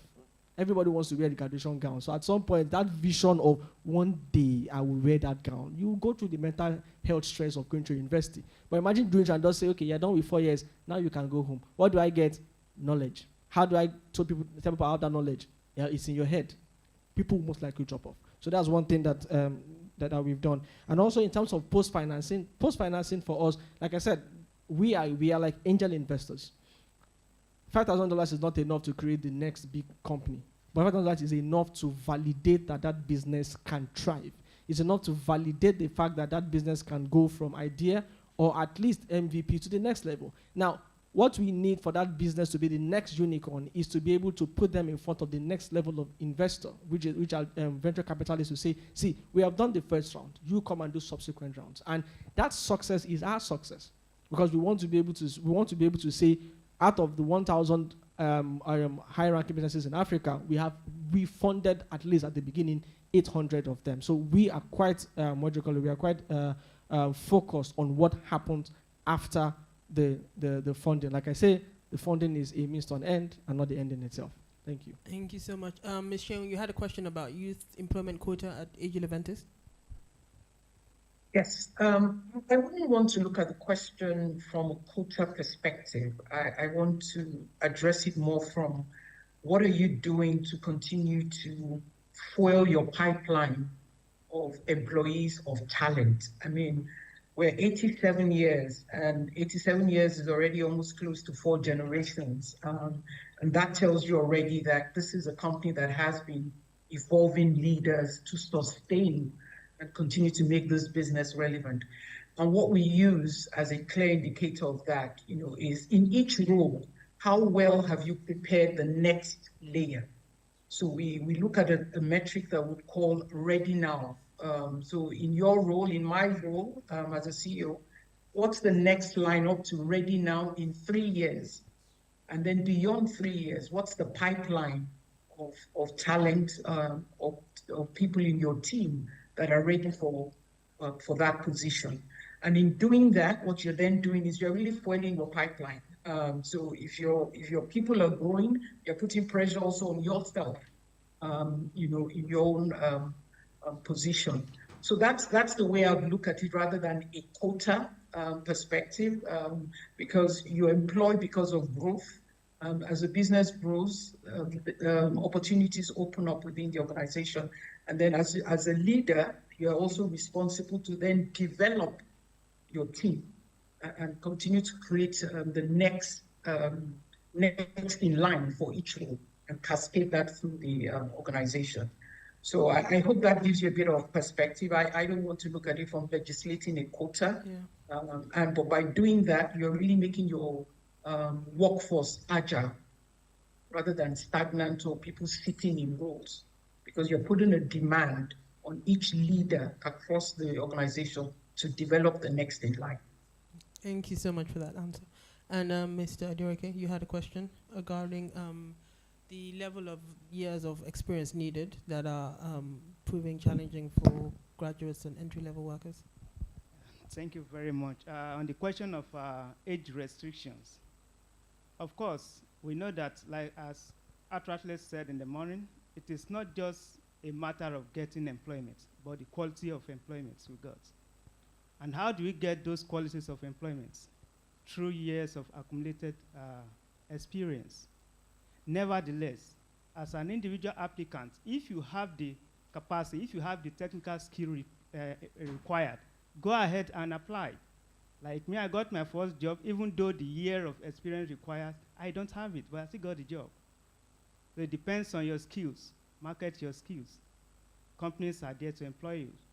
Nevertheless, man is working to establish a certification in certain industrial skills where individuals can present such certificates to members for employment. Thank you. I would just like to add that in our discussions, especially with the youth, one of the things that we have advocated for is the issue of volunteerism and engaging with employers early. Because when you are talking about gaining experience, it means working somewhere.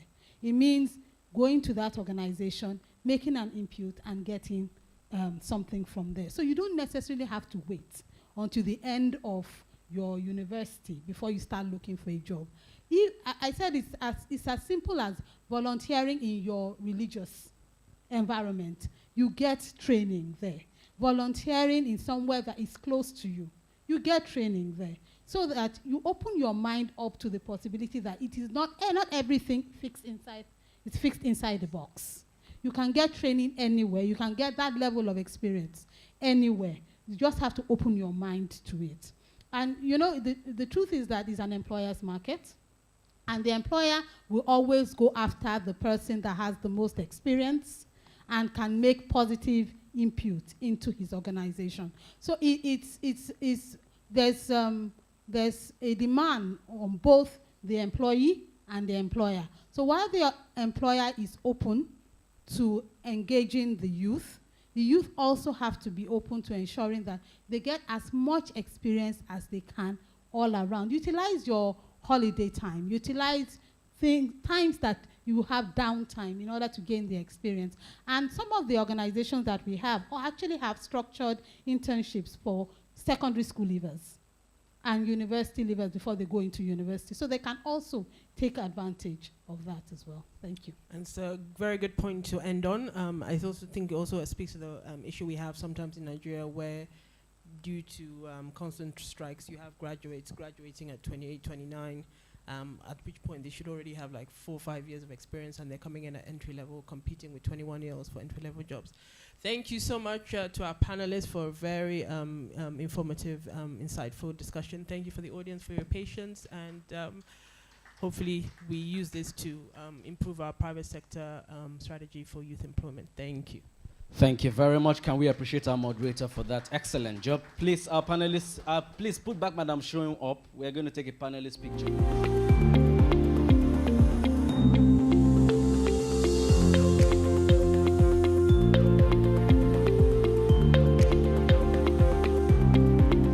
Five breakout groups: agriculture, digital economy, green economy, service sector, and then the manufacturing and construction. So what we're going to do is to divide ourselves up, and in this different table we want to discuss sector-specific issues and how to generate employment for young people, and that document will then be presented to the General House, which will be given to the technical working group to then flesh out further. My name is Charles, and I wear caps, including the one I'm wearing right now. But most importantly, I am a fellow of the NESG, a bridge fellow of the NESG. And I'll be handing it over to the gentleman on my right to introduce himself. Are we talking amongst ourselves? Okay. So okay, there are some. Okay, hello, hi, good afternoon, everyone. My name is Bharat Kundra. I'm from UNICEF. And within UNICEF, I'm from the youth division of UNICEF, which focuses on the learning to earning transition for young people, how we can help young people get the right skills, mindset, and opportunities to enter the workforce. So that's the area we work on. And working on green and climate is also one of our major focus areas going forward. Thank you. Okay, my name is Adenike Adebayo Ajala. I work for Nigeria Employers Consultative Association. I manage the social labor youth desk and also sustainable efforts in the area of green economy. Thank you. Good afternoon, everyone. My name is Omata David Omakoji. I am a thematic lead for the community of practice youth within the NESG. Thank you. My name is Isume Aaron. I'm the CEO of Greenwich Technologies. We are a solar equipment manufacturer. Thank you. Okay. Miram Abbas El Yakub. I lead the country program, Nigeria country programs for MasterCard Foundation, Gender and Inclusion. Hi, I'm Hasna Bello Aliyu. I'm the Community of Practice on Youth at NESG. Hi, I'm Joy Esugo. I work in product development and strategic alliance for Development Bank of Nigeria. And green financing is one of our thematic line. And we're looking towards funding that aspect of green, both adaptation and mitigation. Okay, thank you very much, everyone. And for those online, we know you exist, and we are happy that you're joining us. For context, I'll just speak to the green economy. What does it even mean? So it is an economic system that aims to reduce environmental risk, ecological scarcities, and promote sustainable development and human well-being. So some of the characteristics of green economy is low carbon, resource efficiency, social inclusion, resilience, and adaptability. It's going to be very, highly conversational. We are going to just be sharing our thoughts. No wrong or right answers. It's just to talk about how we can scale efforts, current efforts. First of all, talk about what the current efforts are like, and then go down to talk about what we can do to propel the current efforts, and how our several industries are pushing for green economy. I'm happy the lady on the right has already started by talking to us about how DBN, Development Bank of Nigeria, is interested in financing that economy as long as the youths are involved in it. So I'll start with from my left. I want you to share your experiences, especially talking about what the current system is about or what is existing. How are the youths responding to the green economy, and then talk about the finance side. How is DBN trying to finance and encourage more youths to aim for sustainability? Okay, thank you so much. So DBN was conceived in 2017, and we've started operation since then. So it's like a 7 years organization. So over the years, we've disbursed, as at 2023, we've disbursed over 778 billion to over 494,000 MSMEs. So we deal with majorly micro, small, medium scale enterprises, but in any sector. So we are not sector agnostic. So for youths, we've disbursed over 71 billion to 120,000 youths, and our key thematic focus is on green, aside agriculture and the likes.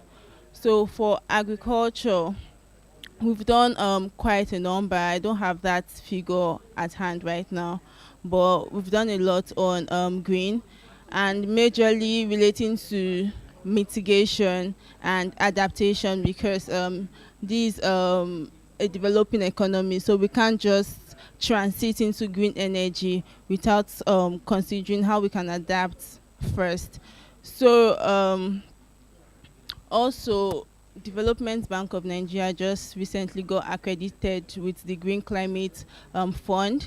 That's the first in Nigeria, and soon we are looking towards developing that project. Like, so we do call for proposal and the likes of that. So we are looking towards developing that. We are building on it. So it's something that's currently in the pipeline. We've not had a clear strategy on how to go about it yet, but it's in the pipeline. Thank you.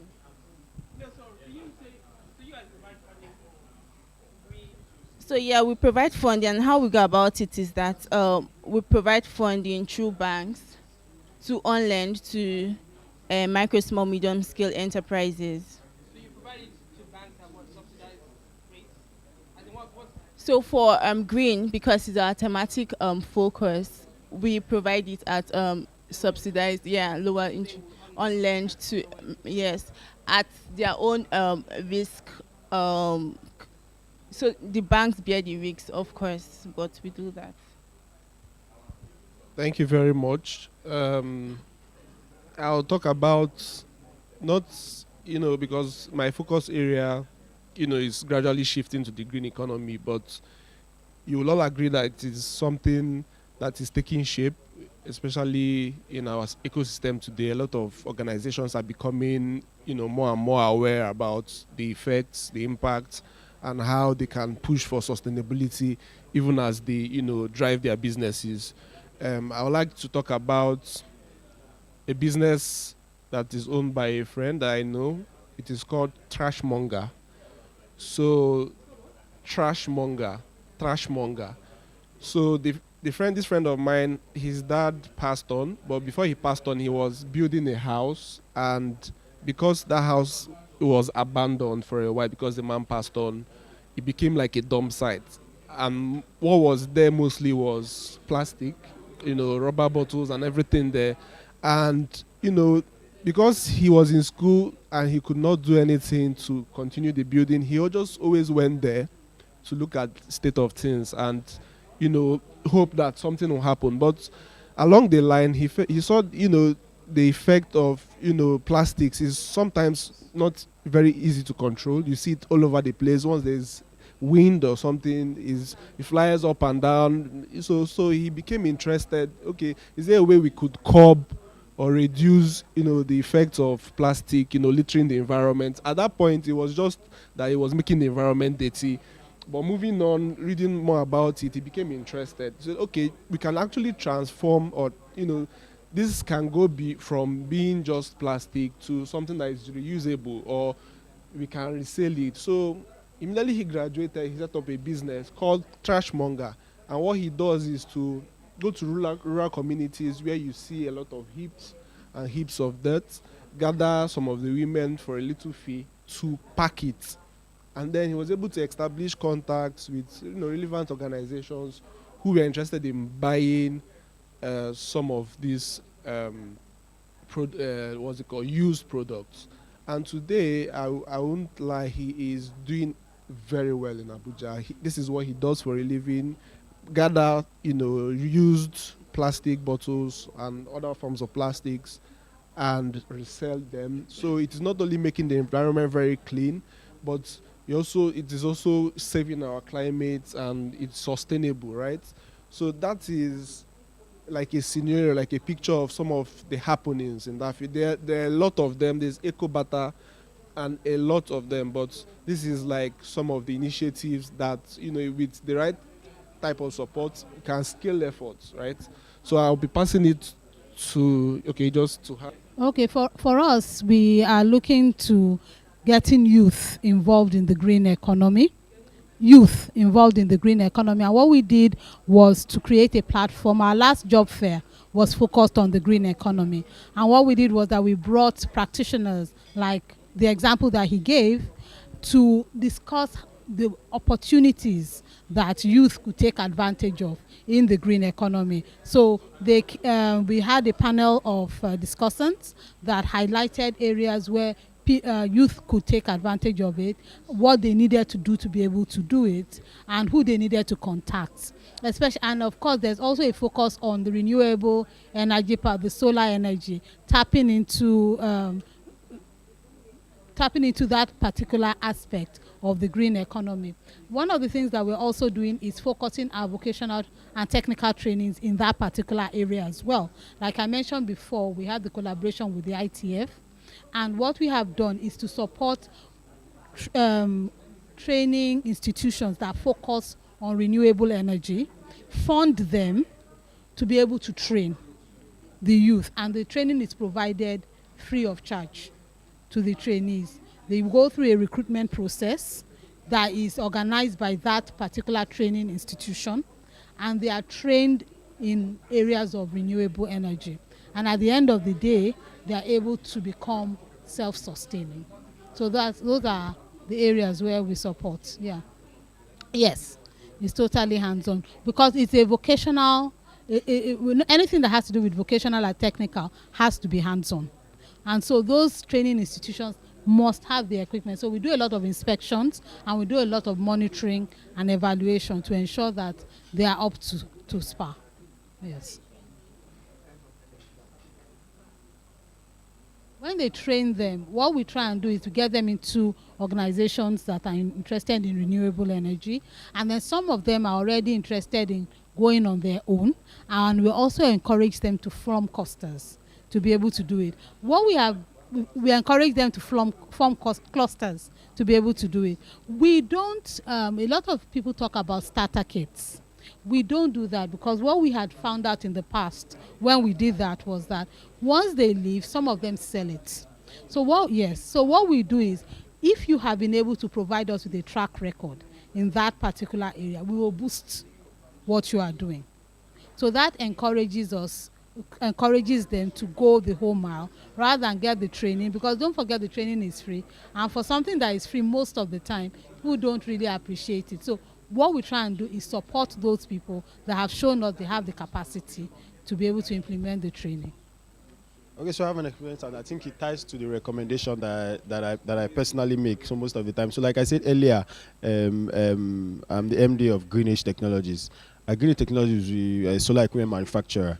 The reason we decided to go into manufacturing is that we've discovered that a lot is going. So, I'm going to speak more from the green energy side of things. A lot in this country is going into green energy to provide solutions to power, but most of those things are going to the downstream sector. So the downstream simply means they are going to funding that are power for customers, not really the source of the power, not really how the equipment are manufactured, how they are assembled, or how they are coupled.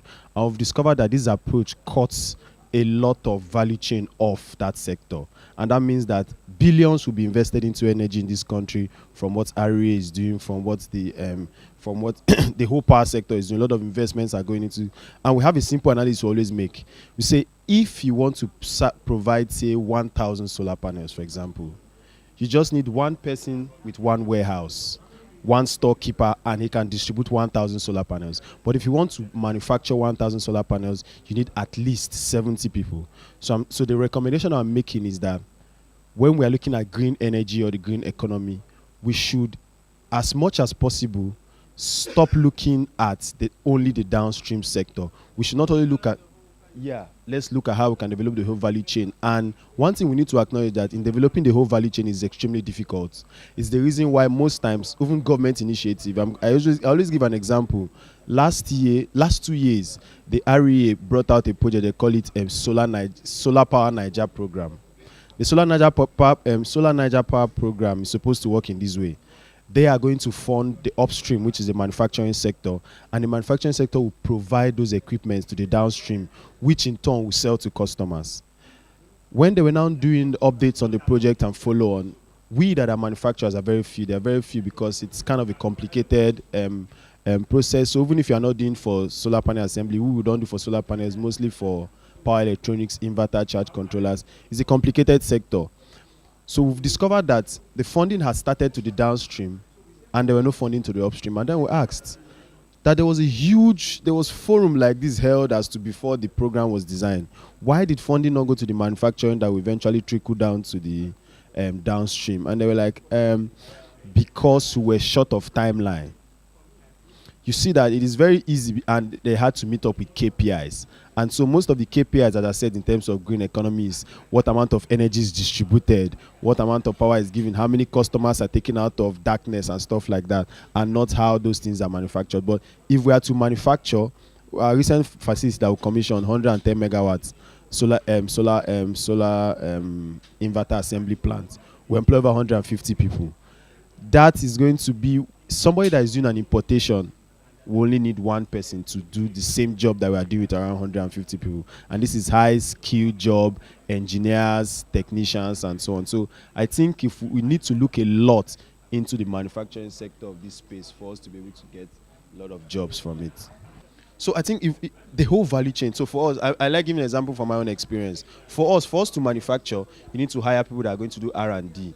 These are engineers. Sometimes we have to work in line with universities. You have to employ students that are coming out of schools. So these are high value jobs. So from the R&D process to the actual design and fabrication, that talks to a whole lot of other sectors which you are going to employ people, to the actual power electronic process, which means you are still going to enjoy electrical engineers, electronic engineers, civil engineers. And then when you are done with the construction, the distribution, the whole distribution value chain is also going to employ another industry. Otherwise, if you're just looking at the downstream, that would just be, you cut out all these people and you just be focused on just from the distribution onwards.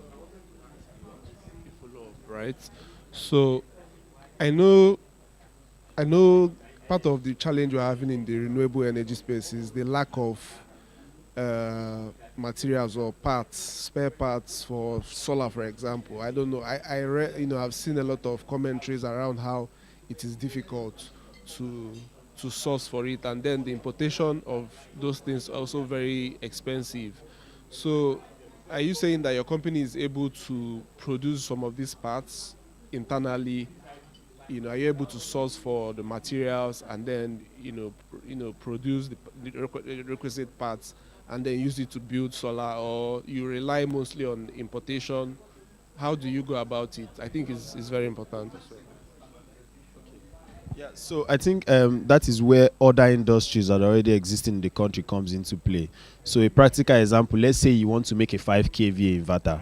So one of the key things you need is, for example, you need a transformer part, right? In the transformer, you need wires. So there are Nigerian wires, we buy wires, maybe Kutix and the Regs. You need that to wind the transformer. And then the next thing you need will be the laminations. You have to import that because we don't currently have a steel industry to get that material, to get that lamination. So you have to import the lamination. If the reason why some of these industries are not developed because there are no customers for them. So if you decide to start doing lamination in Nigeria, who is going to patronize you? It's only people that are doing maybe inverters, stabilizers, and the rest, and they are not local. They are outside, so you are not going to have a large customer base. I think another very huge part of the product will be the casings, right? The enclosures, which is also done locally, I think, by a company in Lagos here called Benico. By the way, I'm based in Enugu. Our factory is based in Enugu, but it's done by a company in Lagos here, based in called Benico. Also, there is the other part that has to do with the printed circuit boards. So while we have a complete line of what we call pick and place machines, SMD assembly line, so from the lead mixing to the rest, but there are some basic parts that you must import that are manufactured by a few companies like Texas Instruments and the rest. So these are those are the chips, right? So like the resistors, the capacitors and the rest. So you have to import those parts. So for me, right, I am taking it from the issues, then the current efforts, and then the recommendations. So for the issues currently in terms of the green skills, right? If you look at the Nigerian Energy Transition Plan, to say, the whole concept is going green. So how do you go green without having the green skills in the first place? So that is very important. And I've had a personal experience in this when it comes to this training. You are into solar, for example, right? We need to develop more skills, tailored skills, not just the surface level. In the installation of solar, for example, people go for the 3 weeks training and then they can just come and join your wire for you and put this thing. There is a whole lot that goes beyond that. There are, I don't want to go into those terms, the azimuth angle, the angle of inclination and all of those things. Now, when experts come tomorrow and they are looking for solar experts to come and do installation for them, I bet you, if you put 500 Nigerians, you can hardly get 50. Okay, so what I'm saying is, okay, in our educational system, at the institutional level, we should go deep into these things. As the new minister said, I want you to put this one down, please. He said 80-20. He wants 80% practical, 20% theory. That practical aspect, green skills, should be core part of it that we should focus on if we want to improve or increase the employability skills of our youths. Even the practical, with practical we have is not enough. It's basic. It's very basic. We need to go to understand from the professional angle of it, not at the artisan level. Another recommendation that I would make is to incorporate green skills into our national employment policies. Let this one be like a central part of it. We have a national policy currently, a national youth policy. We have the employment, but I don't know where the green skills really comes in. So we need to have a part or a session that is cut out incorporating these green skills into our national employment policy. And then the last one, I just put down a couple of things. If possible, right, we incorporate green skills into national employment policies. The third one is to offer incentives for reskilling. So, national employment policies. So the third one is to offer incentives for reskilling and like upskilling the workforce. So we have people, for example, in the petroleum sector, right? Now, we are going green. So definitely, there will be pushbacks because you want to take these people out of jobs. So the best thing is to a kind of train these people to have more green skills. So they will be able to transition into the whole concept of the renewable energy that we are talking about. So that is very, very important and is crucial. And then lastly, beyond the production, right, we have services. So people, for example, for office to have a sustainability plan, you need to have some of these green skills. Even from the software aspect of it, there are things you can do along the value chain that you will definitely cut down emission, ensure more sustainability and the rest. So if you want to do your pure ES, environment, social and governance, this green skill is needed. So I am making a recommendation that if possible, organizations now should look into acquiring some of the green skills for their operational or sustainability plan. For me, I would think there are more opportunities for youth in agriculture, especially when you talk about regenerative agriculture. I've seen a lot of youth doing that, especially young women, and I think it's a very good avenue to increase young women employability through regenerative agriculture. One of the things that we see that discourages youth from agriculture is actually the old picture that they have about it. But through regenerative agriculture, you can see that it's more modernized, it's more friendly. And for women, I think it's much gender friendly for them to be inside. So that is one of the places that I think we can do to get more employability for young people. Yeah.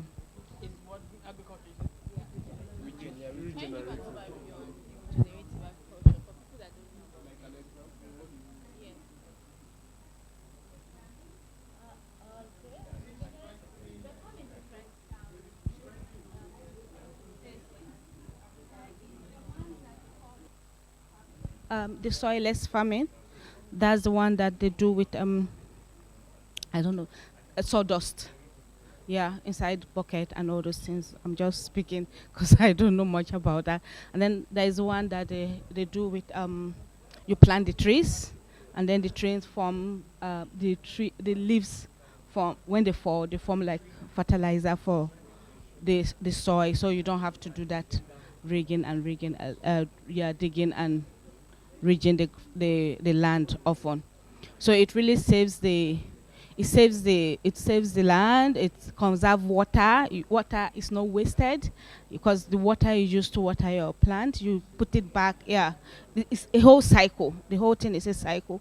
So and then it's, for me, I feel young people may find it interesting because it doesn't entail that normal old picture of farming that we all have in our head. It's more sustainable. Yeah, and then their produce is what you can. Their produce is more, let me say, suave.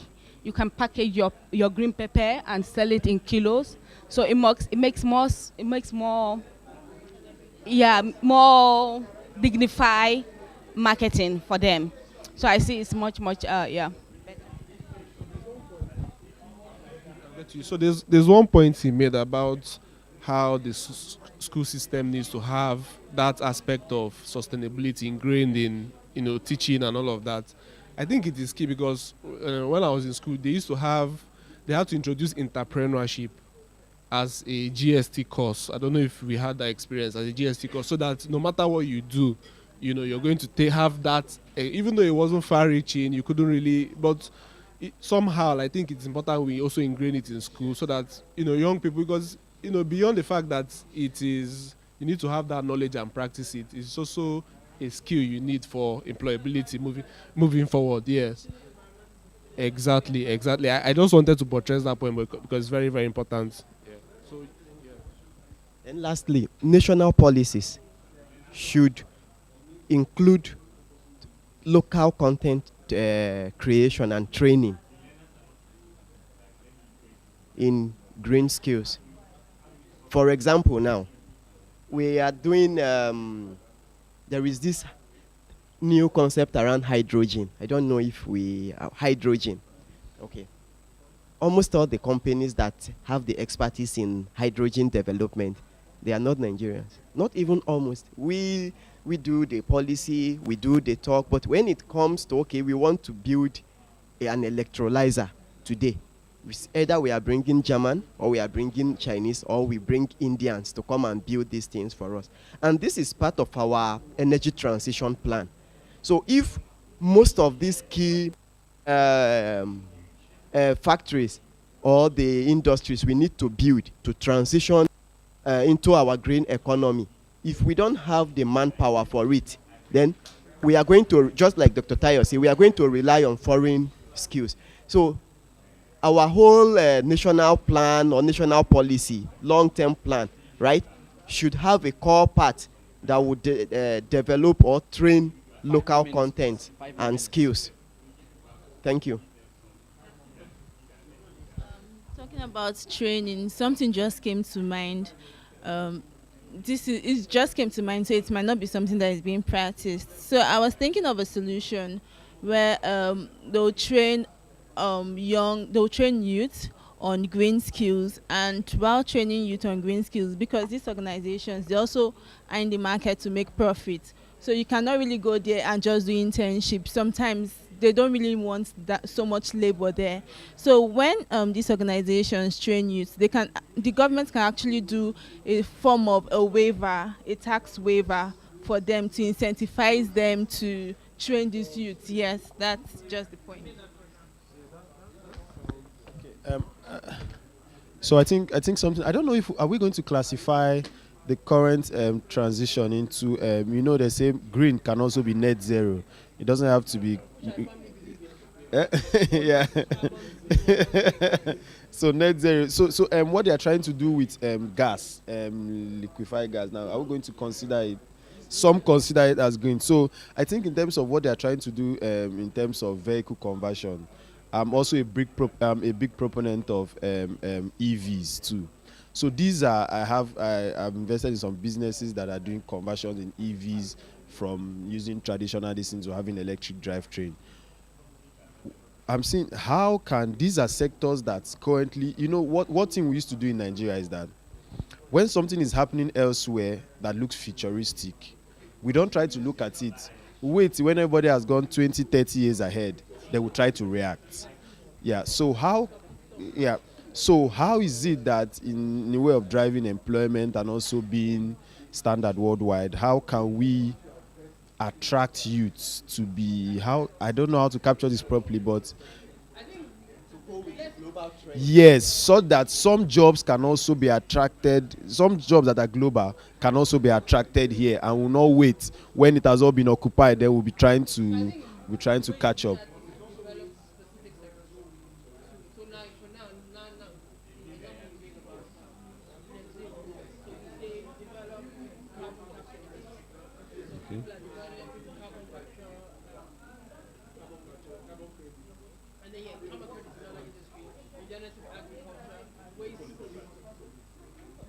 What does your guy do with his waste?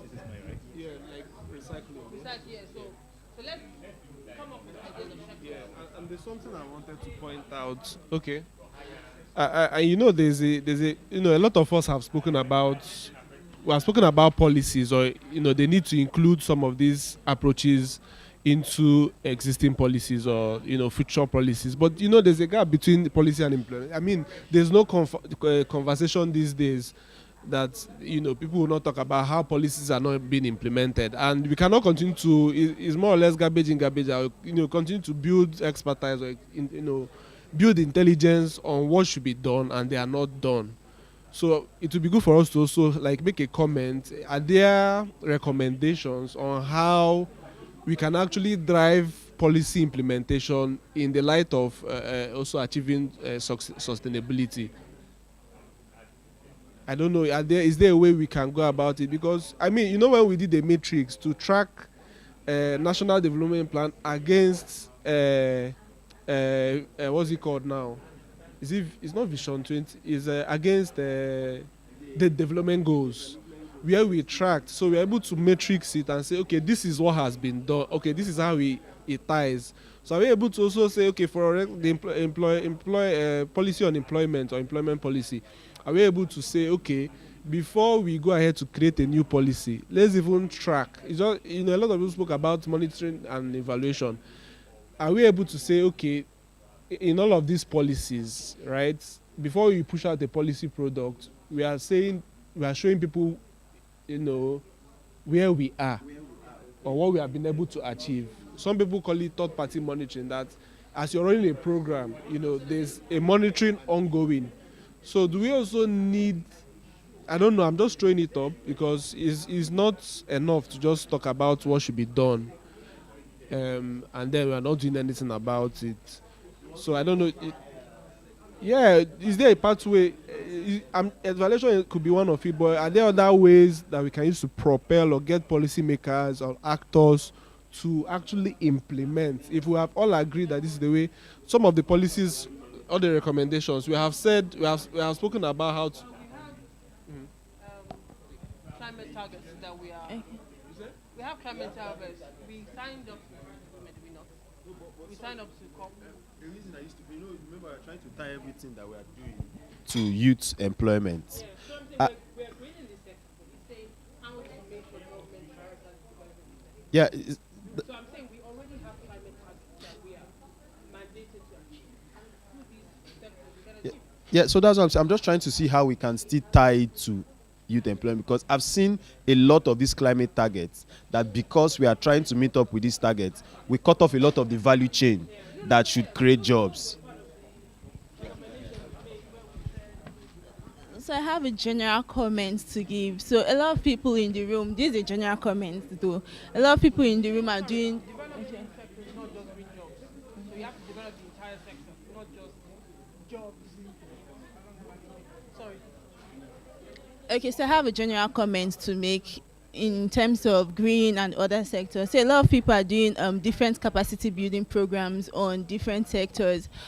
Is it possible for there to be a dashboard where you actually train people, you put them on this dashboard, and it can feed into other people's program? Because some people might want to train train youth. Other people might want them to work in their organization. Other people might want them to develop a form of project or something. So if there can be a dashboard for that, a pipeline, I think if there's a circle showing these things, it will actually help instead of just training people and leaving it at that.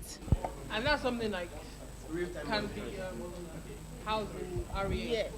REA can develop that. Or maybe a youth that actually. Rural Electrification Agency. Yeah, it's something When you look at it, it's such a multi-dimensional thing. If you have that kind of national dashboard, you need to have probably an institution for management. Now the question now is who will want to manage it? Will it be Ministry of Youth? No. Is it Ministry of Labor? Because it's a labor issue? Of labor. It's also a labor issue. It's also, yes, it's a labor issue. So labor will tell you that anything that has to do with the workplace, capacity building, and because you're not just training youth, you're training across board, it will be the Ministry of Youth, Ministry of Labor. So in which case you are probably recommending that you have a central portal where that all MDAs feed into, so that anybody can go there and then upstate. It's come up. It's actually come up in different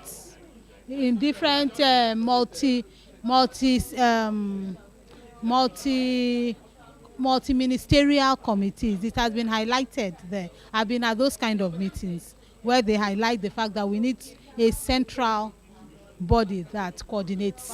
When you're now talking about national statistics, and when it comes to data, you need a governmental body to give it credibility. Yes, they want to have that validation. Trainings, jobs are doing trainings, organizations are doing trainings. How do you now bring that all together? So I think we can. This is it's just like for it's very if we standardize the different. For example, we do although we don't really train for others. We train because we want to employ, because the skill set we need in our business is not something you can just get elsewhere. So we train to employ. Why not make it a business? Somebody, and why not make it a business? Because these things that are just government work, make it a business. You would pay me like as a job seeker, pay me a nominal fee, 2,000 naira to get your name on this database. And when employers can come to the training skills, you can even have priorities. The more you pay, the more visibility you get to employers looking for skills. Yeah, I think.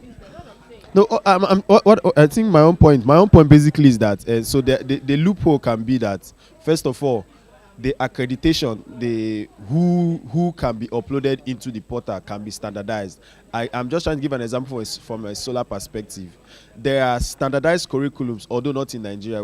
There is one we had to get from a French business. There is a standardized solar training for the whole of France. So there are. That's my point.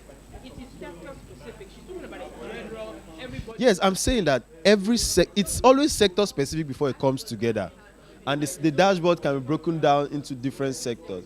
So all I'm saying is that dashboard can be a way of saying that this is the standard you must meet to be under this particular sector. There needs to be a kind of testing model so that you have to be either a technician 1, technician 2, whatever the case may be. It can be that you can get that in directly from a polytechnic or directly from. But I think the platform has to exist.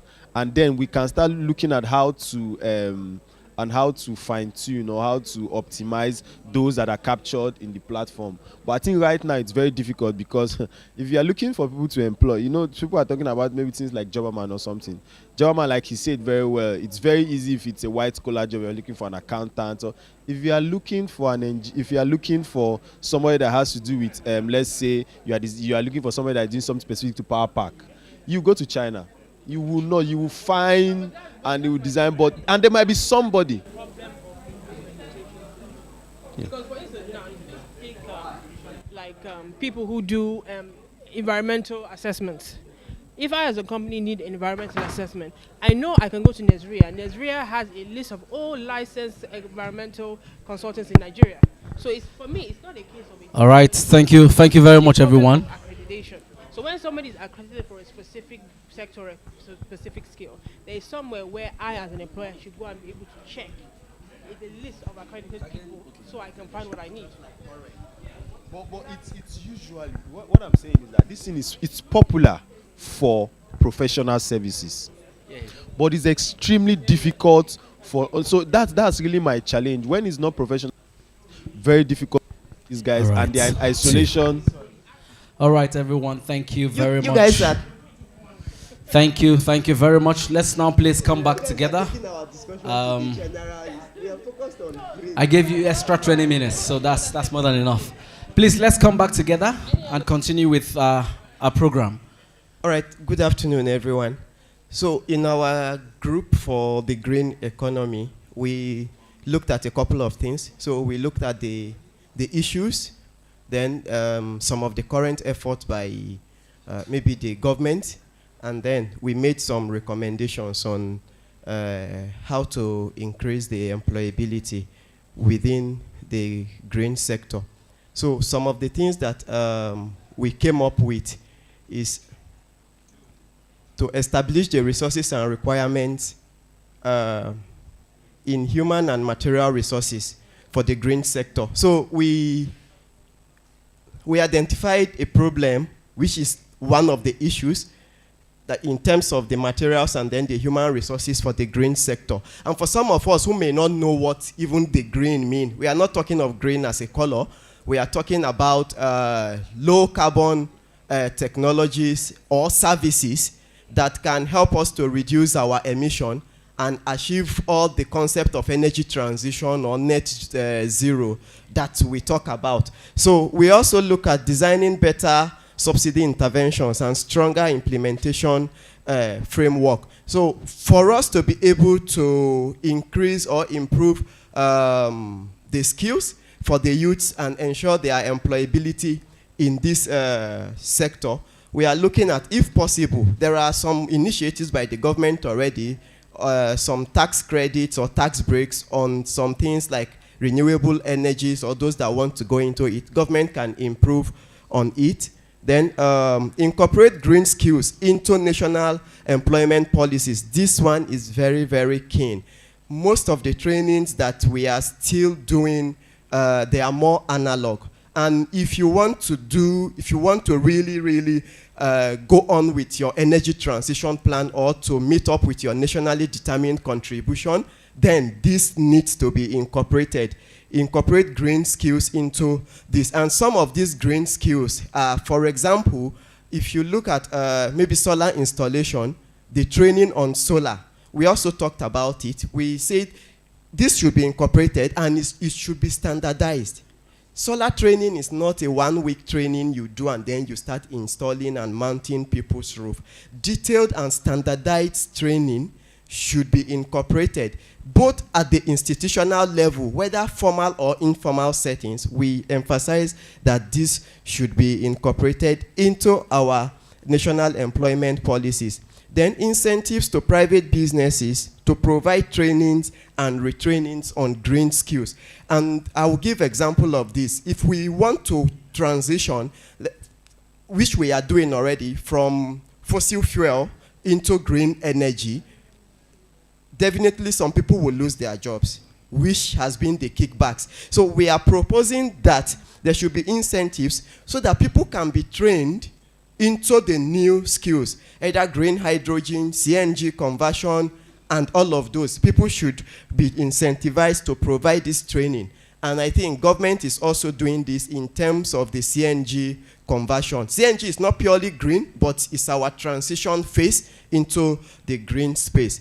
Then we talked about designing businesses to address local environment problems. So here we are talking about more of the local content creation. And we also give some examples. Most of the technologies, for example, in green hydrogen, to say, we have the national plan, we have all of this, but if we want to build an electrolyzer today for Nigeria, we are either bringing people from Germany or India or China to come and build our electrolyzer before we can say, okay, we want to start producing hydrogen, which is already gaining a global attention. So we are saying that these local skills should be addressed. And then local content creation too. If we put all of this together, we can increase the green skills for our youths, and then our youths can become more employable. Create platform to showcase opportunity in the green economy. If you have the skills, this is beyond all the productions now, even in the services, is in the IT, recycling, all the other sectors, right? There are green skills. So if we create a platform where people can showcase all their efforts, right, then it will also encourage, and people that have these skills, we would know them and they will be able to fix them into the different sectors. There is no time to say all the other things, but it will be in our recommendation and final output. The last phase, they say I must talk about it. Sorry. Then the sectors that we need to develop, carbon capture technology development, climate finance and climate credit markets, regenerative and sustainable agriculture, waste to energy and general recycling initiatives, green tech and e-mobility, and then green training schools. So if we have schools specifically that are focused on these green technologies, right, it will make us to meet up with the other parts of the world in their advancement to achieving their nationally determined contributions and reducing their emissions. Thank you. Thank you very much, Green Economy. Let's now move on to the next group. Okay, sure, come. Which group is this? Service sector, manufacturing. Good afternoon, everyone, once again. And I'm hoping that we are having a very great time at the summit so far. So quickly, because of the time constraints, I'll just go to the presentation for the group that was later merged into two sectors, that's manufacturing and construction. So what we try to do in trying to populate some of the recommendations for job creation in both sectors is for us to look at the challenges that can now inform the recommendations and solutions that we can prefer. And the first one that we identify is the fact that there appears to be inadequate skills in manufacturing and construction. As much as there are quite a lot of viable job opportunities there, the truth of the matter is that we still have cases whereby some of the workers in those two sectors do not necessarily possess the required skill set. For even those that have it, there's not that opportunity for them to even upgrade on the skills that they currently have. And what that means is that you keep having that case whereby they continue to churn out the same level of standard of work that they have been used to over the years. So we are recommending that there's a need to at least enhance skill acquisition and upgrade on the existing skills for the workers in those two sectors. The second one that we have, it talks about inadequate access to finance. A lot of the workers in those two sectors also have that, they have the wherewithal, they have the passion and the commitment, they have the enthusiasm to want to do something very big. But because they do not necessarily have the financial capacity to build on what they have, it means it represents a very big limitation. And if government can give the opportunity for them to have access to finance by more or less increasing in the credit guarantee scheme, maybe that would also be a very good way for them to upgrade, scale up their businesses, and generate more employment opportunities. And the third one talks about limitations as per technological innovations. The world continues to evolve every day, and a lot of people, one way or the other, whether they like it or not, have to digitalize the business. But in construction and manufacturing sector, we still do not have people really tapping into that opportunity of leveraging on technology. So we're saying there has to be that intentionality around leveraging on technology to be able to improve on the quality and standard of the products that come from those two sectors. The fourth one I have here is insufficient market information being a challenge. What that means is that you even have workers in those two sectors who do not really have information as regards where they can go to get the required raw materials that they can use to transform into different products and goods, which can now bring about more revenue generation for them. So if there is that improved market visibility, it will also enhance and intense on their sourcing and in turn improve on what they are able to produce. So I'm just going to quickly go to the next one that talks about lack of local patronage. So this one is a very critical challenge because a lot of us here, because of that trust deficit that are already there when it comes to patronizing on locally produced items, we see that the people that play in these sectors, they don't get as much revenue as they should get, regardless of how much they have invested into making their products. So we're saying there has to be that deliberate advocacy for locally produced items. And this could come in form of policy intervention. It could also come in form of maybe one after the other, we also being the food soldiers, that we can deliberately want to patronize things that are locally produced in both the manufacturing and construction sector. The next one, which is somewhat linked to the point around locally produced items, is talking about possible compromise on standards and quality. I think without any form of gainsay, one of the things that also make people like us to not want to be intentional about patronizing on locally produced items is because we are not that so certain around the qualities that we're going to get from this product, right? Because you are very certain that if you get something from outside of the country, there is that avenue for you to continue to use it without having compromise in quality. We are saying there has to also be policy interventions that would ensure that anything that is coming from those two sectors, as far as their quality and standards are concerned, you have that guarantee. And all of those can be done with government interventions as well. The next one talks about low availability of required products. A lot of us, when we even want to at least look at some of these items that are locally produced, because they are not even available in the volume and quantities that we require of them, we have no opportunity, we have no choice than to look elsewhere. So we're saying that the players that play in these sectors, based on government interventions, have as much as possible responsibility to ensure that there is saturation of a product in the market. So it gives us that level, it gives us that confidence to say, if I can get it within the shores of the country, I don't necessarily have to go outside of the country. So I'm just quickly going to run through the remaining one. The other one that is also important is we do not have enough investment in R&D, research and development. We are saying governments need to invest more in R&D in the two sectors. The next one, which I just want to talk about, obsolete school curriculum. A lot of the things that are even happening in our school right now in these sectors are things that have become obsolete, things that people that are no longer in vogue. So what are the things that are going into making sure that there is that course content or curriculum revalidation? We have to be intentional about it.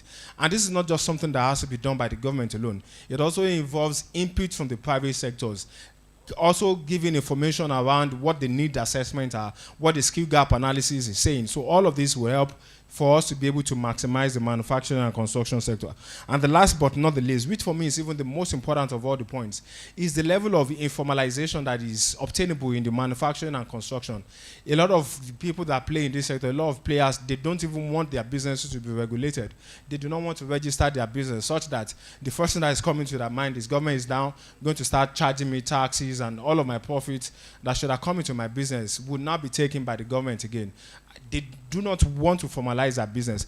But we're saying if the government can rightly position itself in such a way to incentivize the players in these sectors and making them know that if when they at least register their business, when they move into the formal sector, it's also to their own advantage, because that is when they can tap into, you know, access to finance opportunities that may come from the government, be it in form of loans or grants or whatever it is. That is when they can also even benefit from leasing opportunities that are available. These are part of the things that will also help them to scale up and to also become, you know, employers of labor that will also in turn lead to generations of employment and creation of, you know, employment opportunities for people. Thank you very much. Thank you very much to the group on manufacturing and construction. All right, good afternoon, and this is from the digital economic team. So we're asked to, how can we create employment in the digital economy at scale? That was a question that we got. So pretty much, how is very straightforward to the point, and one thing we realize is that, and you would hear from the two speakers, that understanding the skill gap is one thing that is the major problem. But the first issue we outline here is lack of standardization. Now, that doesn't mean that some companies do not have standard. It just means that how can even people who want to learn these skills understand the standard that some of these organizations required? So realize that standardization is the major problem that we have. Also, we also realize that skill delivery gap is also what some of the people are facing. And what do we mean by this? When we look at what does it take to deliver quality training to an individual in such a way that such person will be employable. Another question that didn't come up is, what about the gap in the acquisition? So we realize that oftentimes Nigerians just try to acquire some of these skills and they don't even know at what level will they be employable.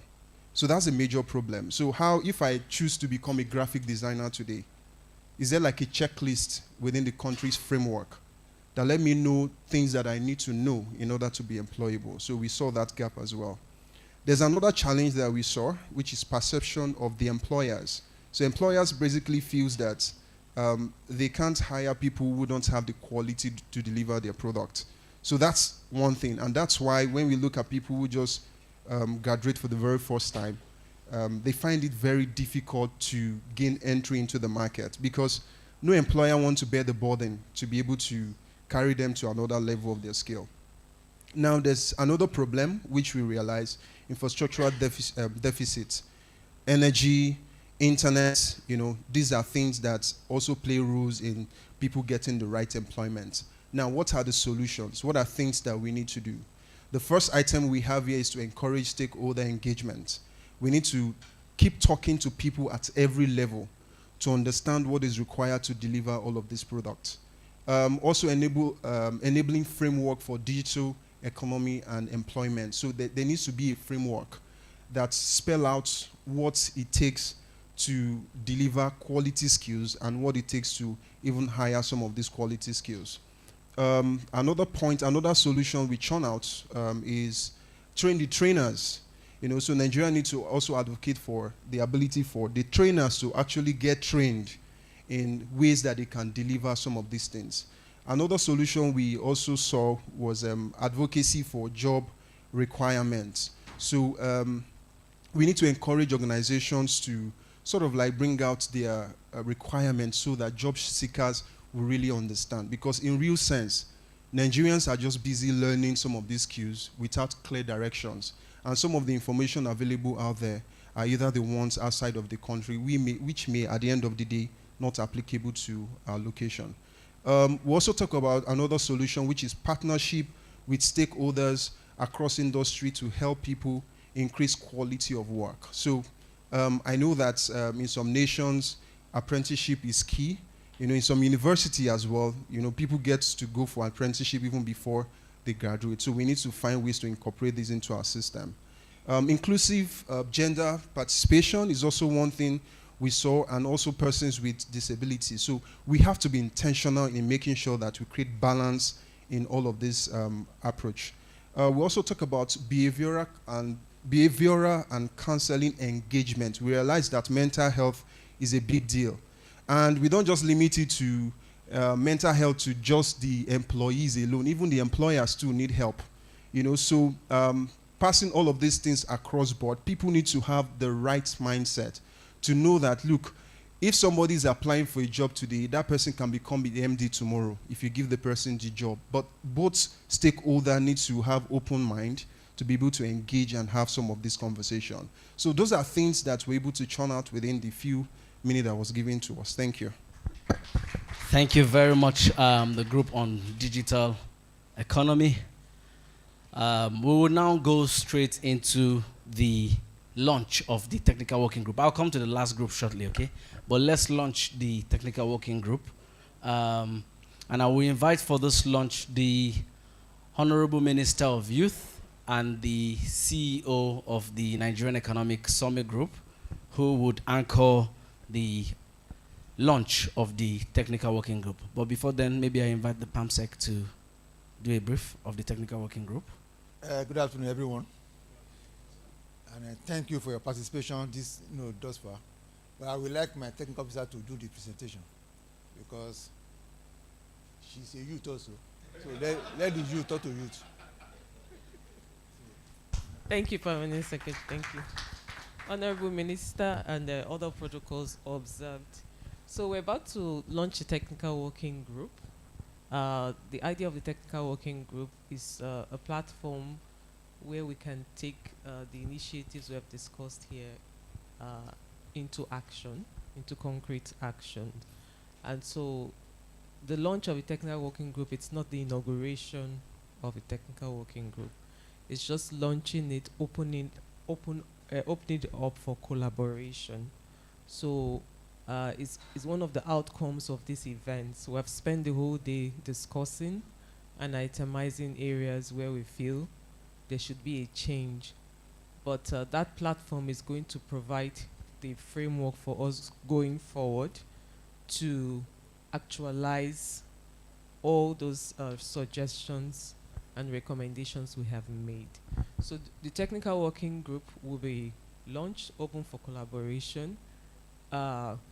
Anybody can signify interest, but it will also be streamlined based on sectors, based on the needs on the required number and needs for the technical working group.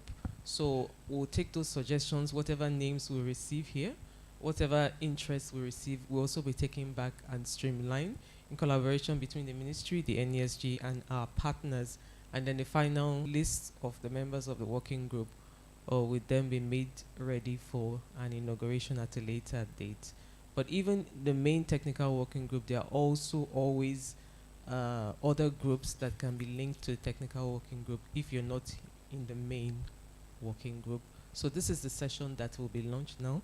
The CEO of NESG is here, and we'll be launching that with the Honorable Minister. So would you like to say a few words, sir, before we invite for the launch? Thank you. I think the Honorable Minister deserves a big hand for, one, investing the day with us.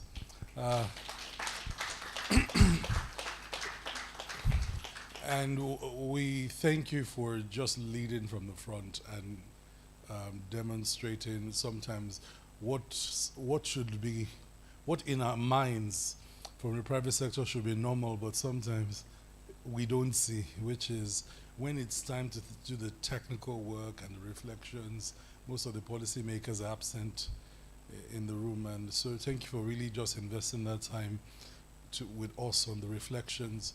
And again, it's to celebrate the fact that we have, you know, before you say your national youth leader is not your minister, I think we can call our national youth leader our minister in the true sense of the word.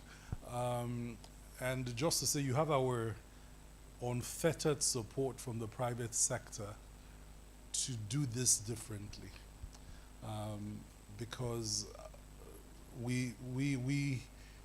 knowing that we have policy space with you, hope that we can translate that into winning at scale. And let's not kid ourselves, that's what the young people will, that's all they want from us. You know, it's not even winning small wins, it's winning at scale. And we know it's not possible to win at scale alone. It takes all of us.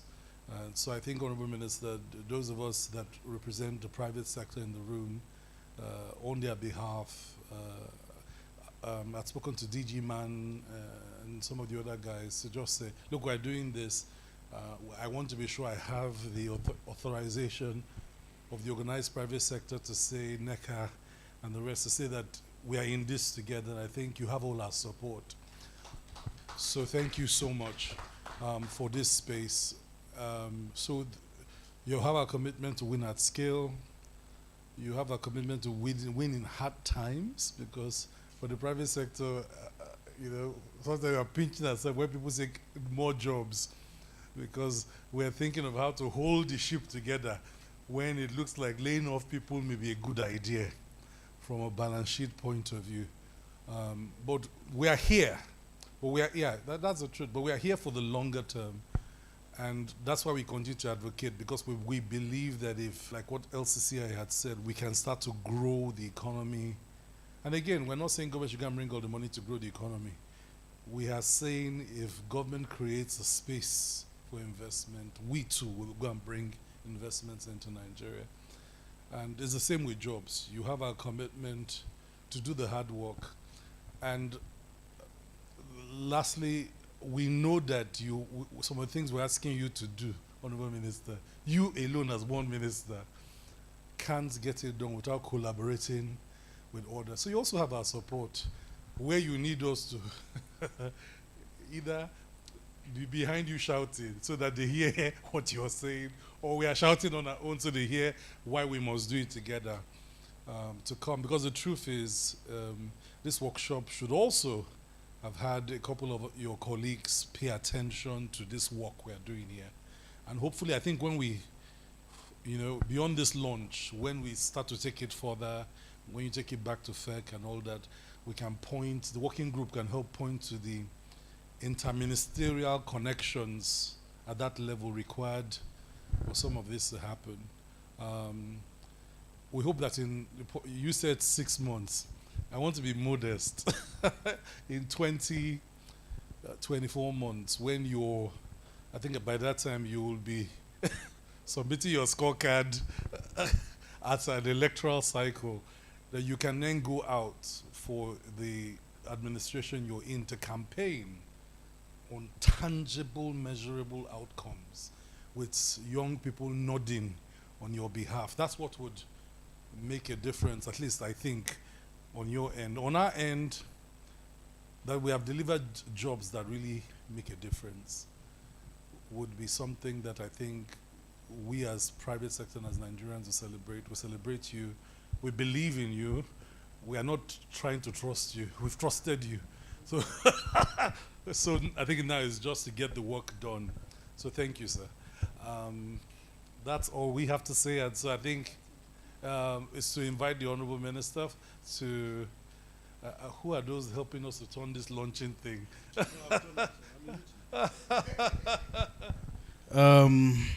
Thank you very much. And let me say this. Like they said, we are in it together. And honestly, we are in it together. And I want to tell you, you are not backing me only. You are backing Nigerian youth.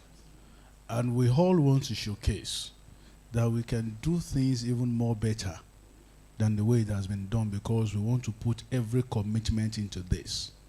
We want to make sure that we do it so much differently than ever and ever they've been doing it. Anybody that knows my watchword, and it remains my watchword forever, is the people's first. So now I'm turning it to the youth first. That whatever I'm doing, here or not even when I'm not here, is the youth first. After youth, then I look for other things. So I thank you very much. And on behalf of all, the technical working group, they said they want to be realistic with me. And me, I'm not real. I'm talking like a politician that's 6 months. Anyway, in some ways, we wait for 1 year. But in some other part, we do what we can do in 6 months, just to turn things around, so that they can feel it, at least for the first time. Let the youth know that we have a youth that is a minister, and we have a government that listens, and we have an open hand. Thank you very much. We launch this, and we make it open. The technical working group is a private sector, so what do they call it? We launch it in the name of the Father, right? And of the Son, and of the technical people. Thank you so much. Thank you very much. Thank you very much, Honorable Minister. So we have some cards with us here. I'll be going around to share for those who want to indicate interest to join. Like Madam Ebio has said, there will be a screening, and then the final list will be released by the Minister at a future date. So thank you very much. Thank you very much, sir.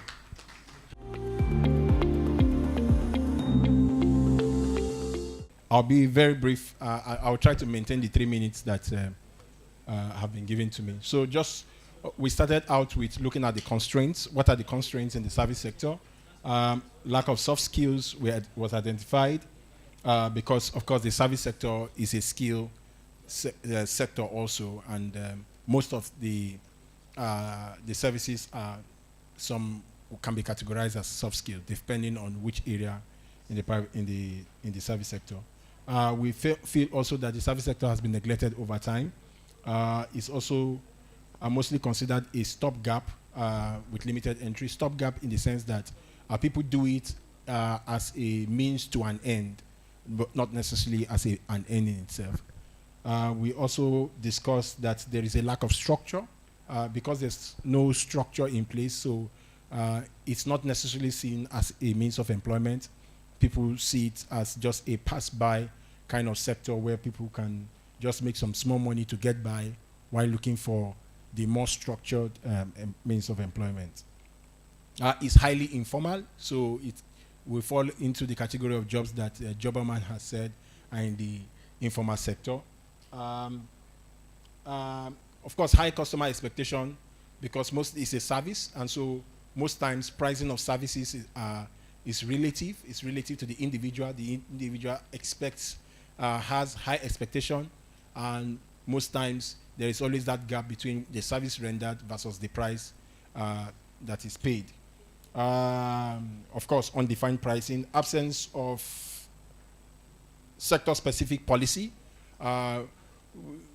We were discussing that there are no service sector-specific policy that even cuts across all the service, not in certain sectors, not to talk of the ones that cut across all the service sector together. And then, of course, multiple taxation. Because the service sector, for what it is, the tendency of it to be multi-tax is very high. And we made examples, we cited example of different service areas that are usually under multiple taxation. But after having an extensive conversation on what the constraints and the problems are, we had an opportunity to brainstorm on possible solutions to some of these problems. And first, pardon the grammar, but first, because we were speaking lots of English, we were talking about, we felt that there was need for us to encourage the formalization and the formation of BMOs to advance key reform initiatives that are done in synergy. What this means is that for us to formalize the sector and to make it more formal, make it more attractive, there's a need to have a structure. And this cannot be done by one party alone. A lot of government agencies need to come together.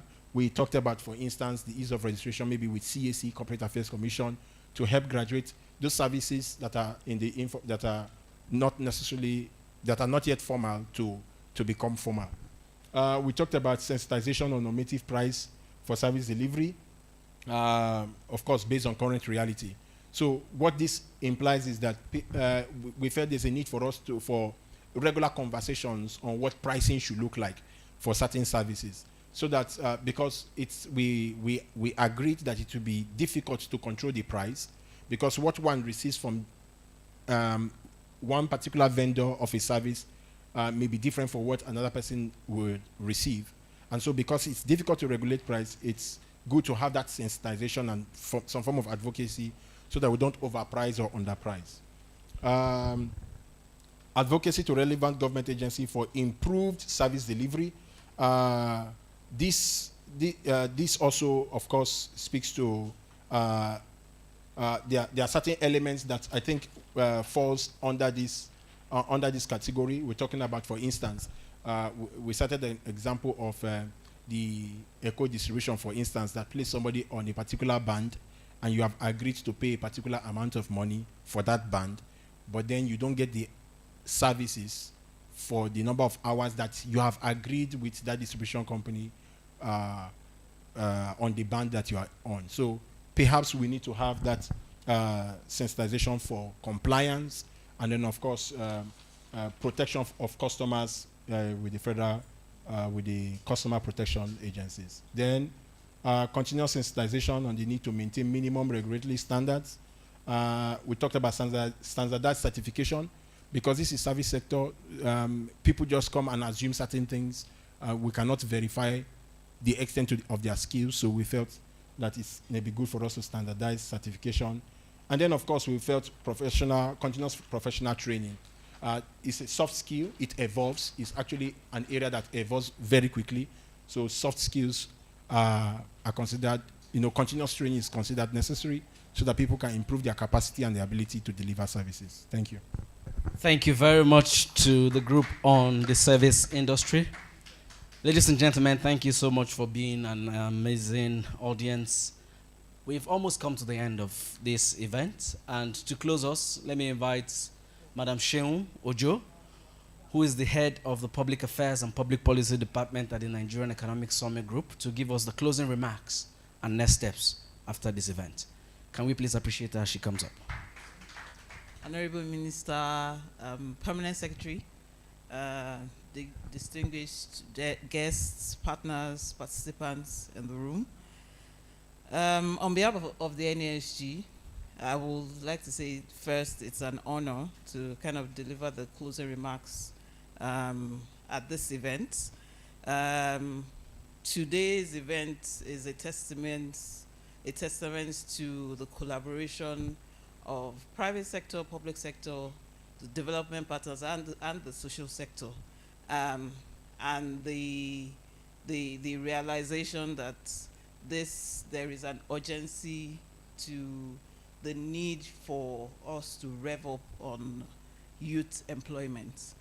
The insights that were shared throughout the sessions, the presentation, as well as the panel discussion, have underscored, like I mentioned, the urgency in this challenge. And he has also showcased the different opportunities for transformative action, and also from the presentation of the plan that we had seen, there's need for some sector-specific focus, as well as within the breakout discussions that we've had as well. And together, I feel we've charted a course for our next steps, which now takes me to what, from all our discussions, seem to be our next steps going forward. First is an action plan or a strategy document that goes into the NIYEAP, which is the private sector strategy for youth employment. All the insights that have come from all the presentations, the panel discussions, the breakout sessions will go into an action plan that will go into actualizing the NIYEAP document. The second, obviously, is we've just watched the launch of the technical working group, and the next obvious step will be, once we have all the members and the inauguration of the group, we then have the operationalizing of the technical working group that will progress the detail of the work that needs to go on into youth employment interventions and initiatives. The third is one that is ongoing at the moment, which is strategic partnerships. We need to also continue, and this is in the spirit of what we're doing in the room, collaborations, both on all the partners' ends, the ministry, the NESG, development partners, to galvanize all the resources that we can, both technical and funds, to kind of push this agenda forward. And then the last is, as the PAMSEC and the director had mentioned, the NIYEAP is about to elapse, and there is the need, the ministry will start the process of the review of the plan, and this will be, I believe, a multi-stakeholder group, or a multi-stakeholder galvanized insights from all different stakeholders to ensure we have a robust plan that can deliver jobs, not only for today, but jobs for the future. Within that context, please permit me to kind of extend my appreciation for all the partners, the Ministry of Youth Development, GIZ, ILO, UNICEF, UNGC, and all the other partners that have come on this journey, and all the partners that will join this journey going forward. For one, the collaborative spirit that we brought into this intervention, and the commitment towards addressing youth unemployment. To our speakers, our panelists, and moderators, and everybody in the room, participants who joined in the breakout sessions, we want to say thank you for sharing your insights and your wealth of knowledge and experience. For the private sector leaders who have been with us today, your continued engagement and leadership. Because you bring the wealth of the market, of the private sector to the room. This is really critical for us in driving meaningful change, and we are inspired by your dedication to this initiative, and we are confident that with you and in your ability to kind of champion innovative solutions, we will actualize youth employment in Nigeria. Lastly, to all the participants, I want to say thank you for your active involvement, your contributions, and we were really impressed. The room was filled right from the beginning of the session, and it stayed filled till the end of the session, so thank you. And your contributions have enriched today's discussions, and we will undoubtedly use this to kind of shape the future for youth employment initiatives in Nigeria. Again, thank you, and safe travels as you journey to your different destinations. Thank you.